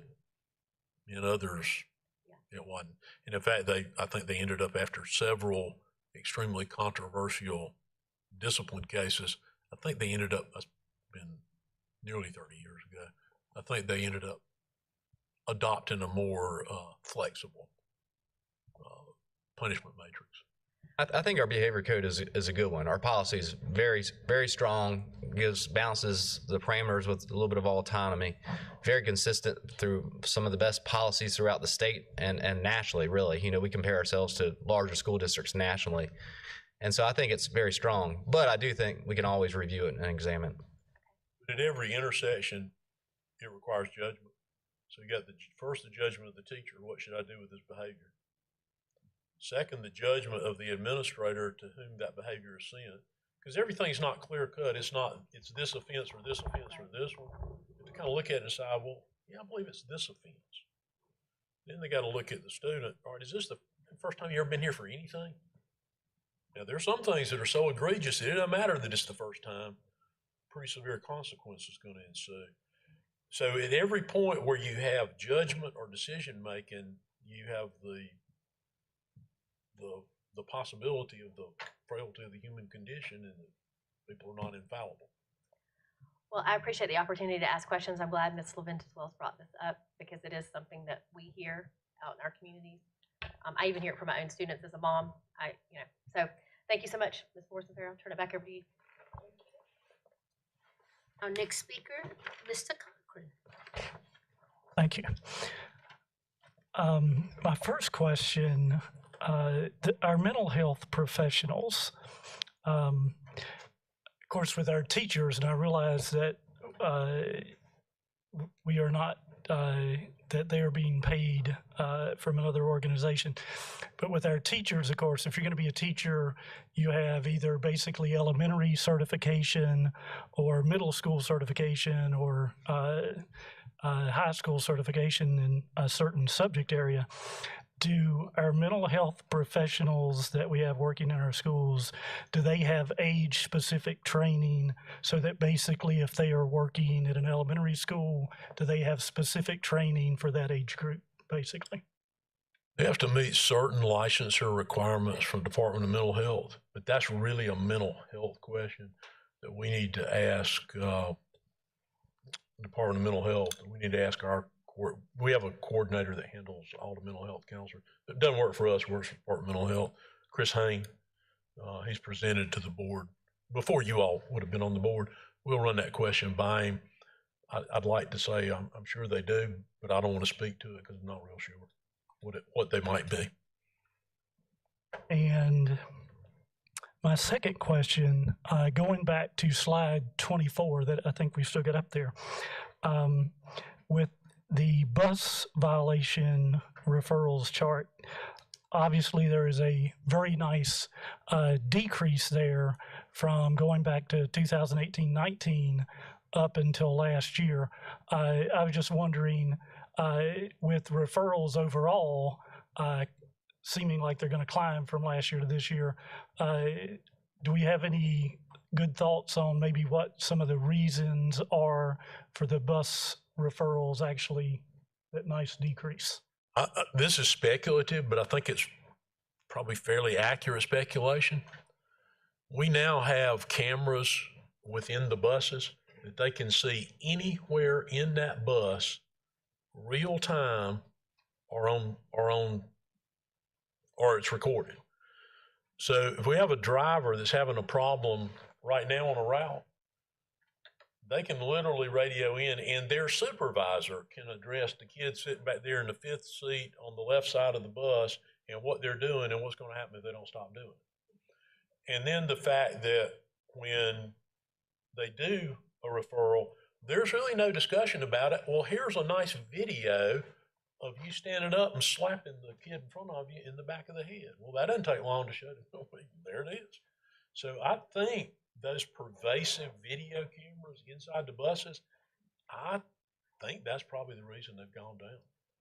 Now, you know, they try to enhance their training every year, and I know Adam and those have put a focused effort on student management, but I really think it's more due to the cameras than it is the driver training. And my final question, is there a certain total number of days that would basically cause a student, days of suspension, that would cause a student to then be recommended for expulsion if it occurs during a certain time period? There's a statutory maximum of 20 days in a year that a student can be suspended. At that point, there would be no alternative but to recommend them for expulsion. But generally what happens, it has to do with the severity of the offense, more so than the accumulative days. And most of the schools, for more serious offenses, even if it's not one that results immediately in recommendation for expulsion, it might go 5-day suspension, 10-day suspension, recommendation for expulsion. Thank you, that's all. Mr. Cochran, I think next, Mr. Sellers. I bet I can get done in 1 minute. Kent, when you're looking at pre-COVID and post-COVID, you still have a significant number on expulsion recommendations, significant increase. Are you saying that all of that increase, a majority of that increase is related to issues such as vaping? Not all of it. I think the big uptick is. It's a contributing factor to the uptick. Okay. One of the two big. Okay. Disruptive and vaping. Do we have any way of tracking the reasons for expulsion recommendations outside of the vaping? Is, in other words, you could go and find behavioral issues, for example. We generate a report each year that lists, if there are 900 recommendations, 400 for this, 300 for this, yes. Well, the reason I'm asking that question and trying to segregate it from the vaping component in particular is because if you'll notice to me, a noticeable increase in that number, not only in 21-22, but so far to date this year, we're on track to beat last year.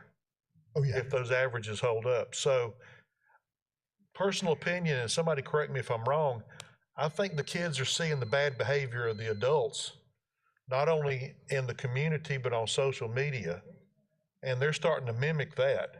So if any adult doesn't like these numbers, start acting like an adult.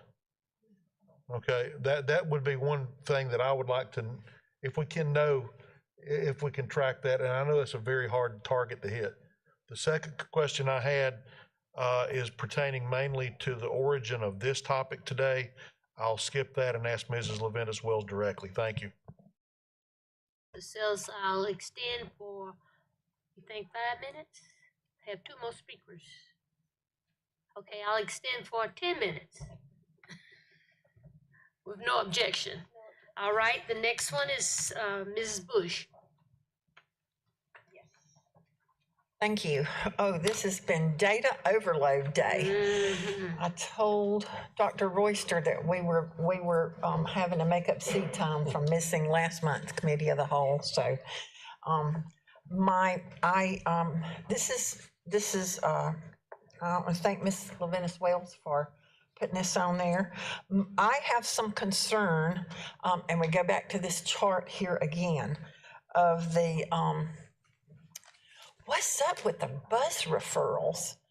Look at the number of elementary and middle. I'm looking in 21, 22, almost 2,000 elementary, almost 1,500 middle, and only 266 high school.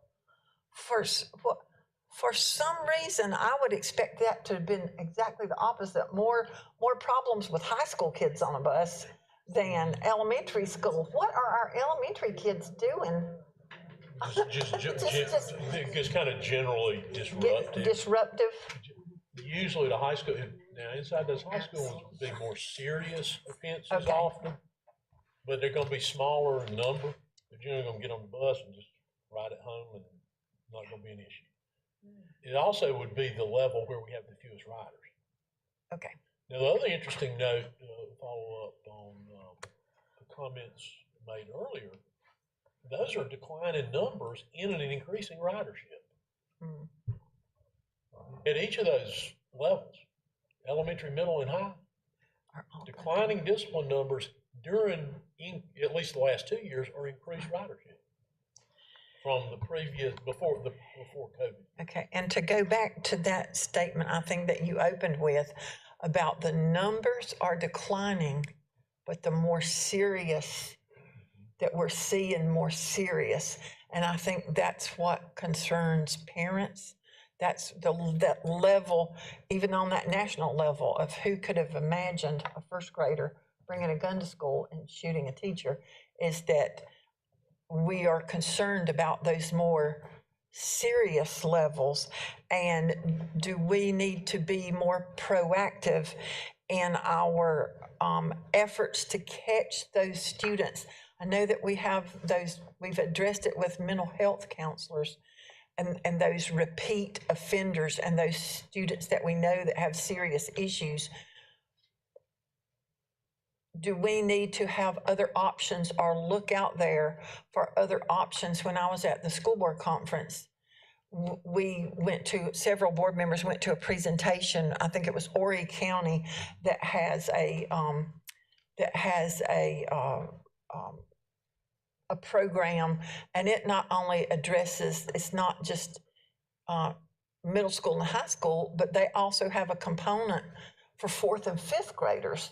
So I'm wondering if there is a state or a national trend of going back and trying to address those really anger issues for those students that they've sat home through this pandemic and saw mom and dad without a job. They've had to move several times. They were their whole security and their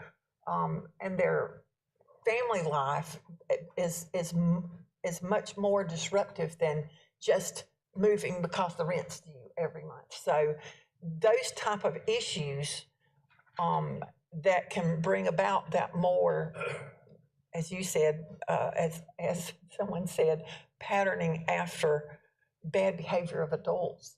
If we could catch that earlier, it seems like it would be easier to catch that. It would make our middle school numbers go down, and therefore our high school, if those kind of programs could be available to those most needy elementary school, and it would give, maybe it's something that our elementary principals need to, is there enough of a need out there? And then we can address the, how do we get them there? Where do we, what building do we put them in? But is there actually a need out there that we would have? Because I'm looking at, even at the, I think Ms. Mosley brought it up, that out of the 407 in 21-22 expulsion recommendations, out of 407, you go down to the next one, only 14 left. So that meant there were 393 middle school students that went on to MSAP. That obviously most of them went to MSAP, because if it was severe enough to recommend them for expulsion, it was highly doubtful that they were just sent right back and said, no, you can go back to school. They had to go to some form, whether it was 3 weeks, 6 weeks, or the rest of the year at MSAP. Is there a need for that in our elementary schools that could take that child out a little bit longer than, like you said, in-school suspension is not going to be effective.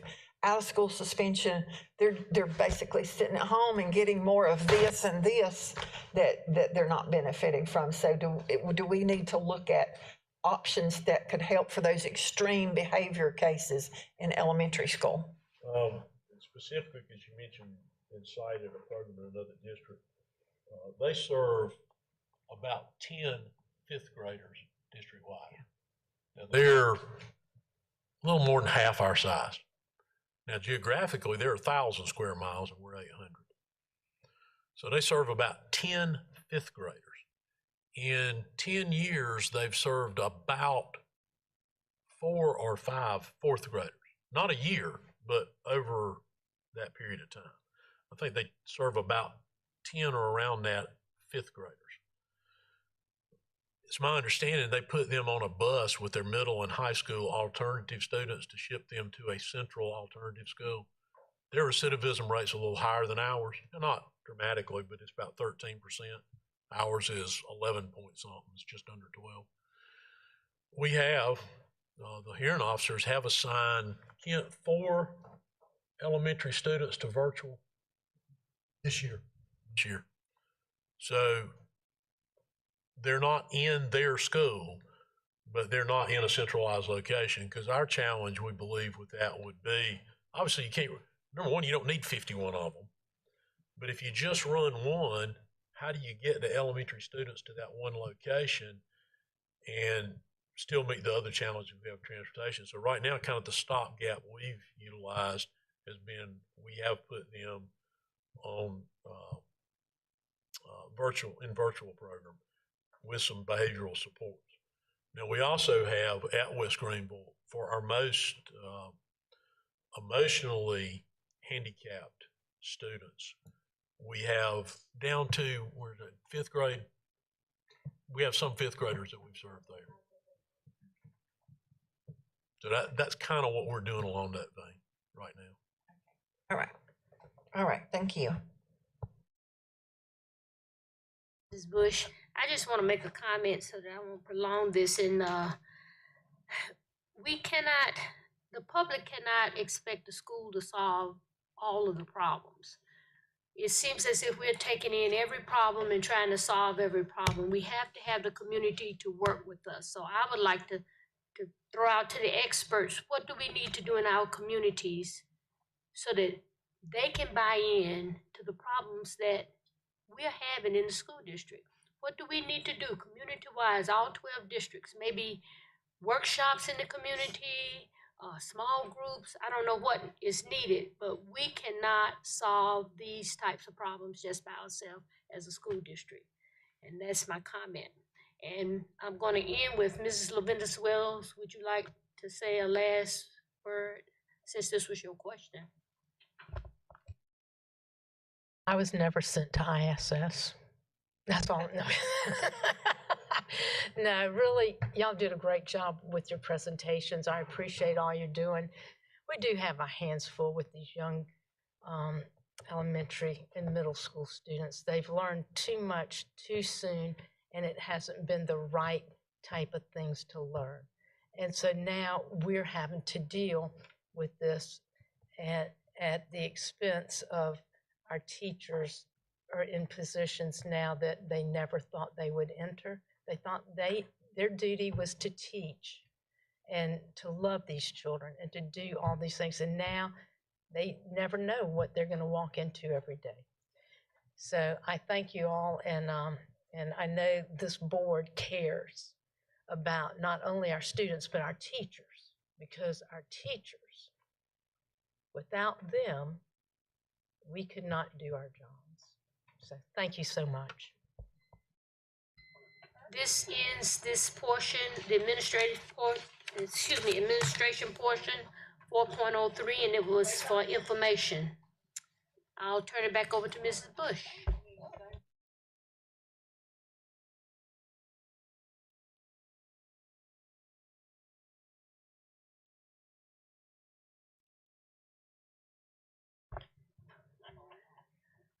Okay, thank you so much, Mrs. Bush.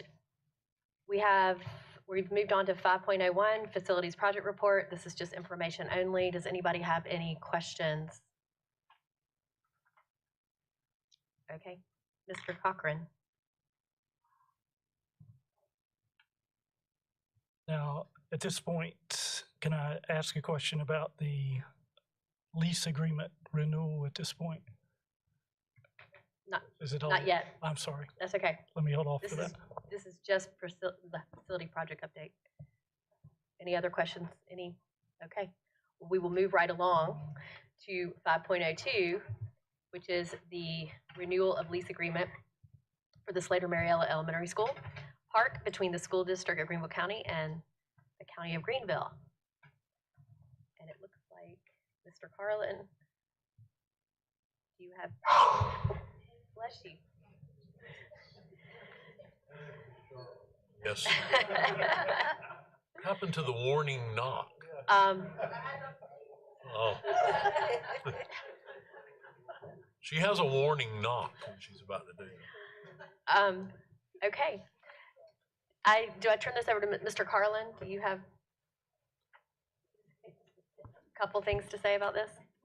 So, ma'am, this is just a 5-year renewal for the park at Slater-Marietta Elementary that we've had for some time with Greenville County Parks and Rec. Okay. So any questions about this? Mr. Cochran? I only had one question. Section 14, where it's talking about repairs by the lessee, the first sentence or so, when I read it, I'm just a little confused because from reading the rest of it, it makes it seem to me that basically once we lease it to them, that we do not have any responsibilities for repairs. But then in the second sentence, it says, lessee will at once report to the lessor any defective condition known to lessee which the lessor is required to repair. So I guess my question is, what types of things might we still be, as a school district, responsible to make the repairs on once we do the lease?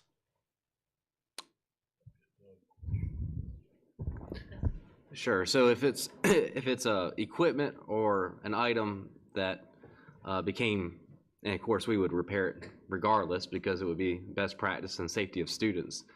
But if it were something that they notice, let's just say they started using the park on Saturday morning for whatever reason, and they notice something right when they first start using it, the swing is broken, whatever it might be, then they would report that to us. We would repair it. But that first sentence really talks about their use of the park and to make sure that they use it to their best ability in a safe and effective manner.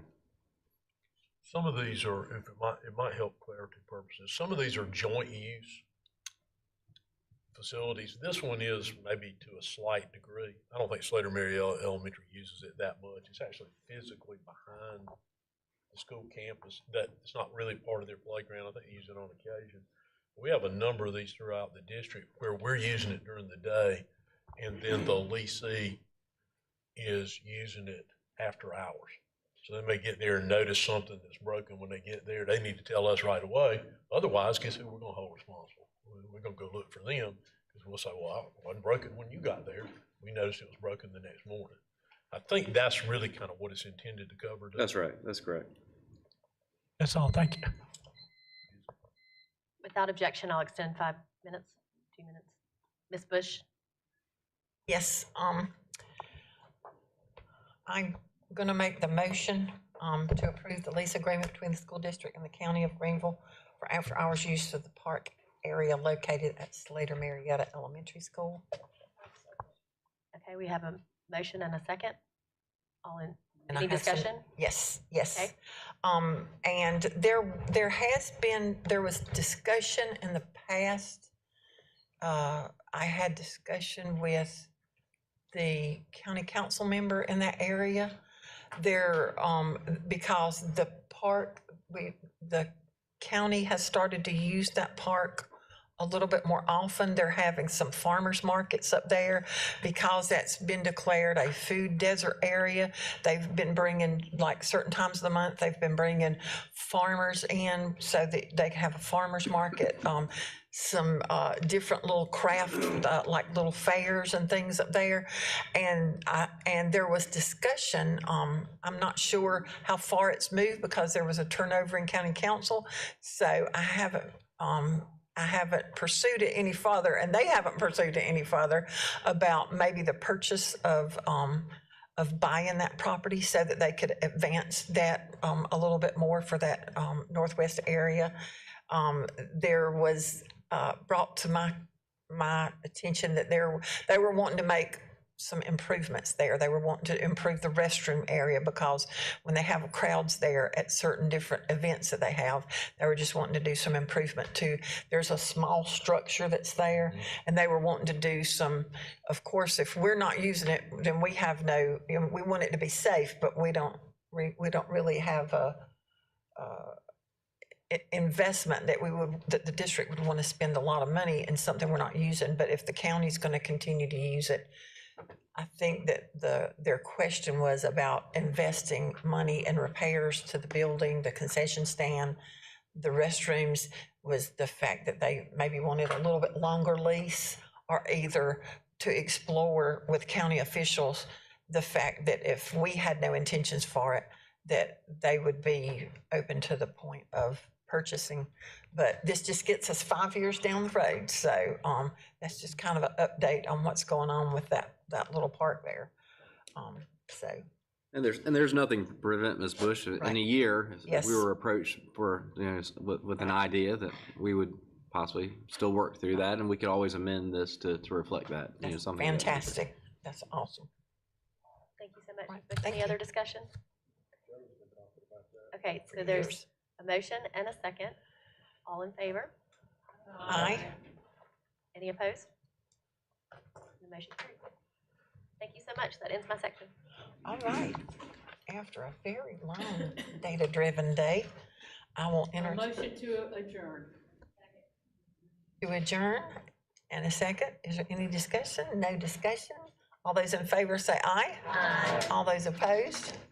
Motion carries, and we will adjourn to I think so staff can leave, we will adjourn to the conference room. Nancy.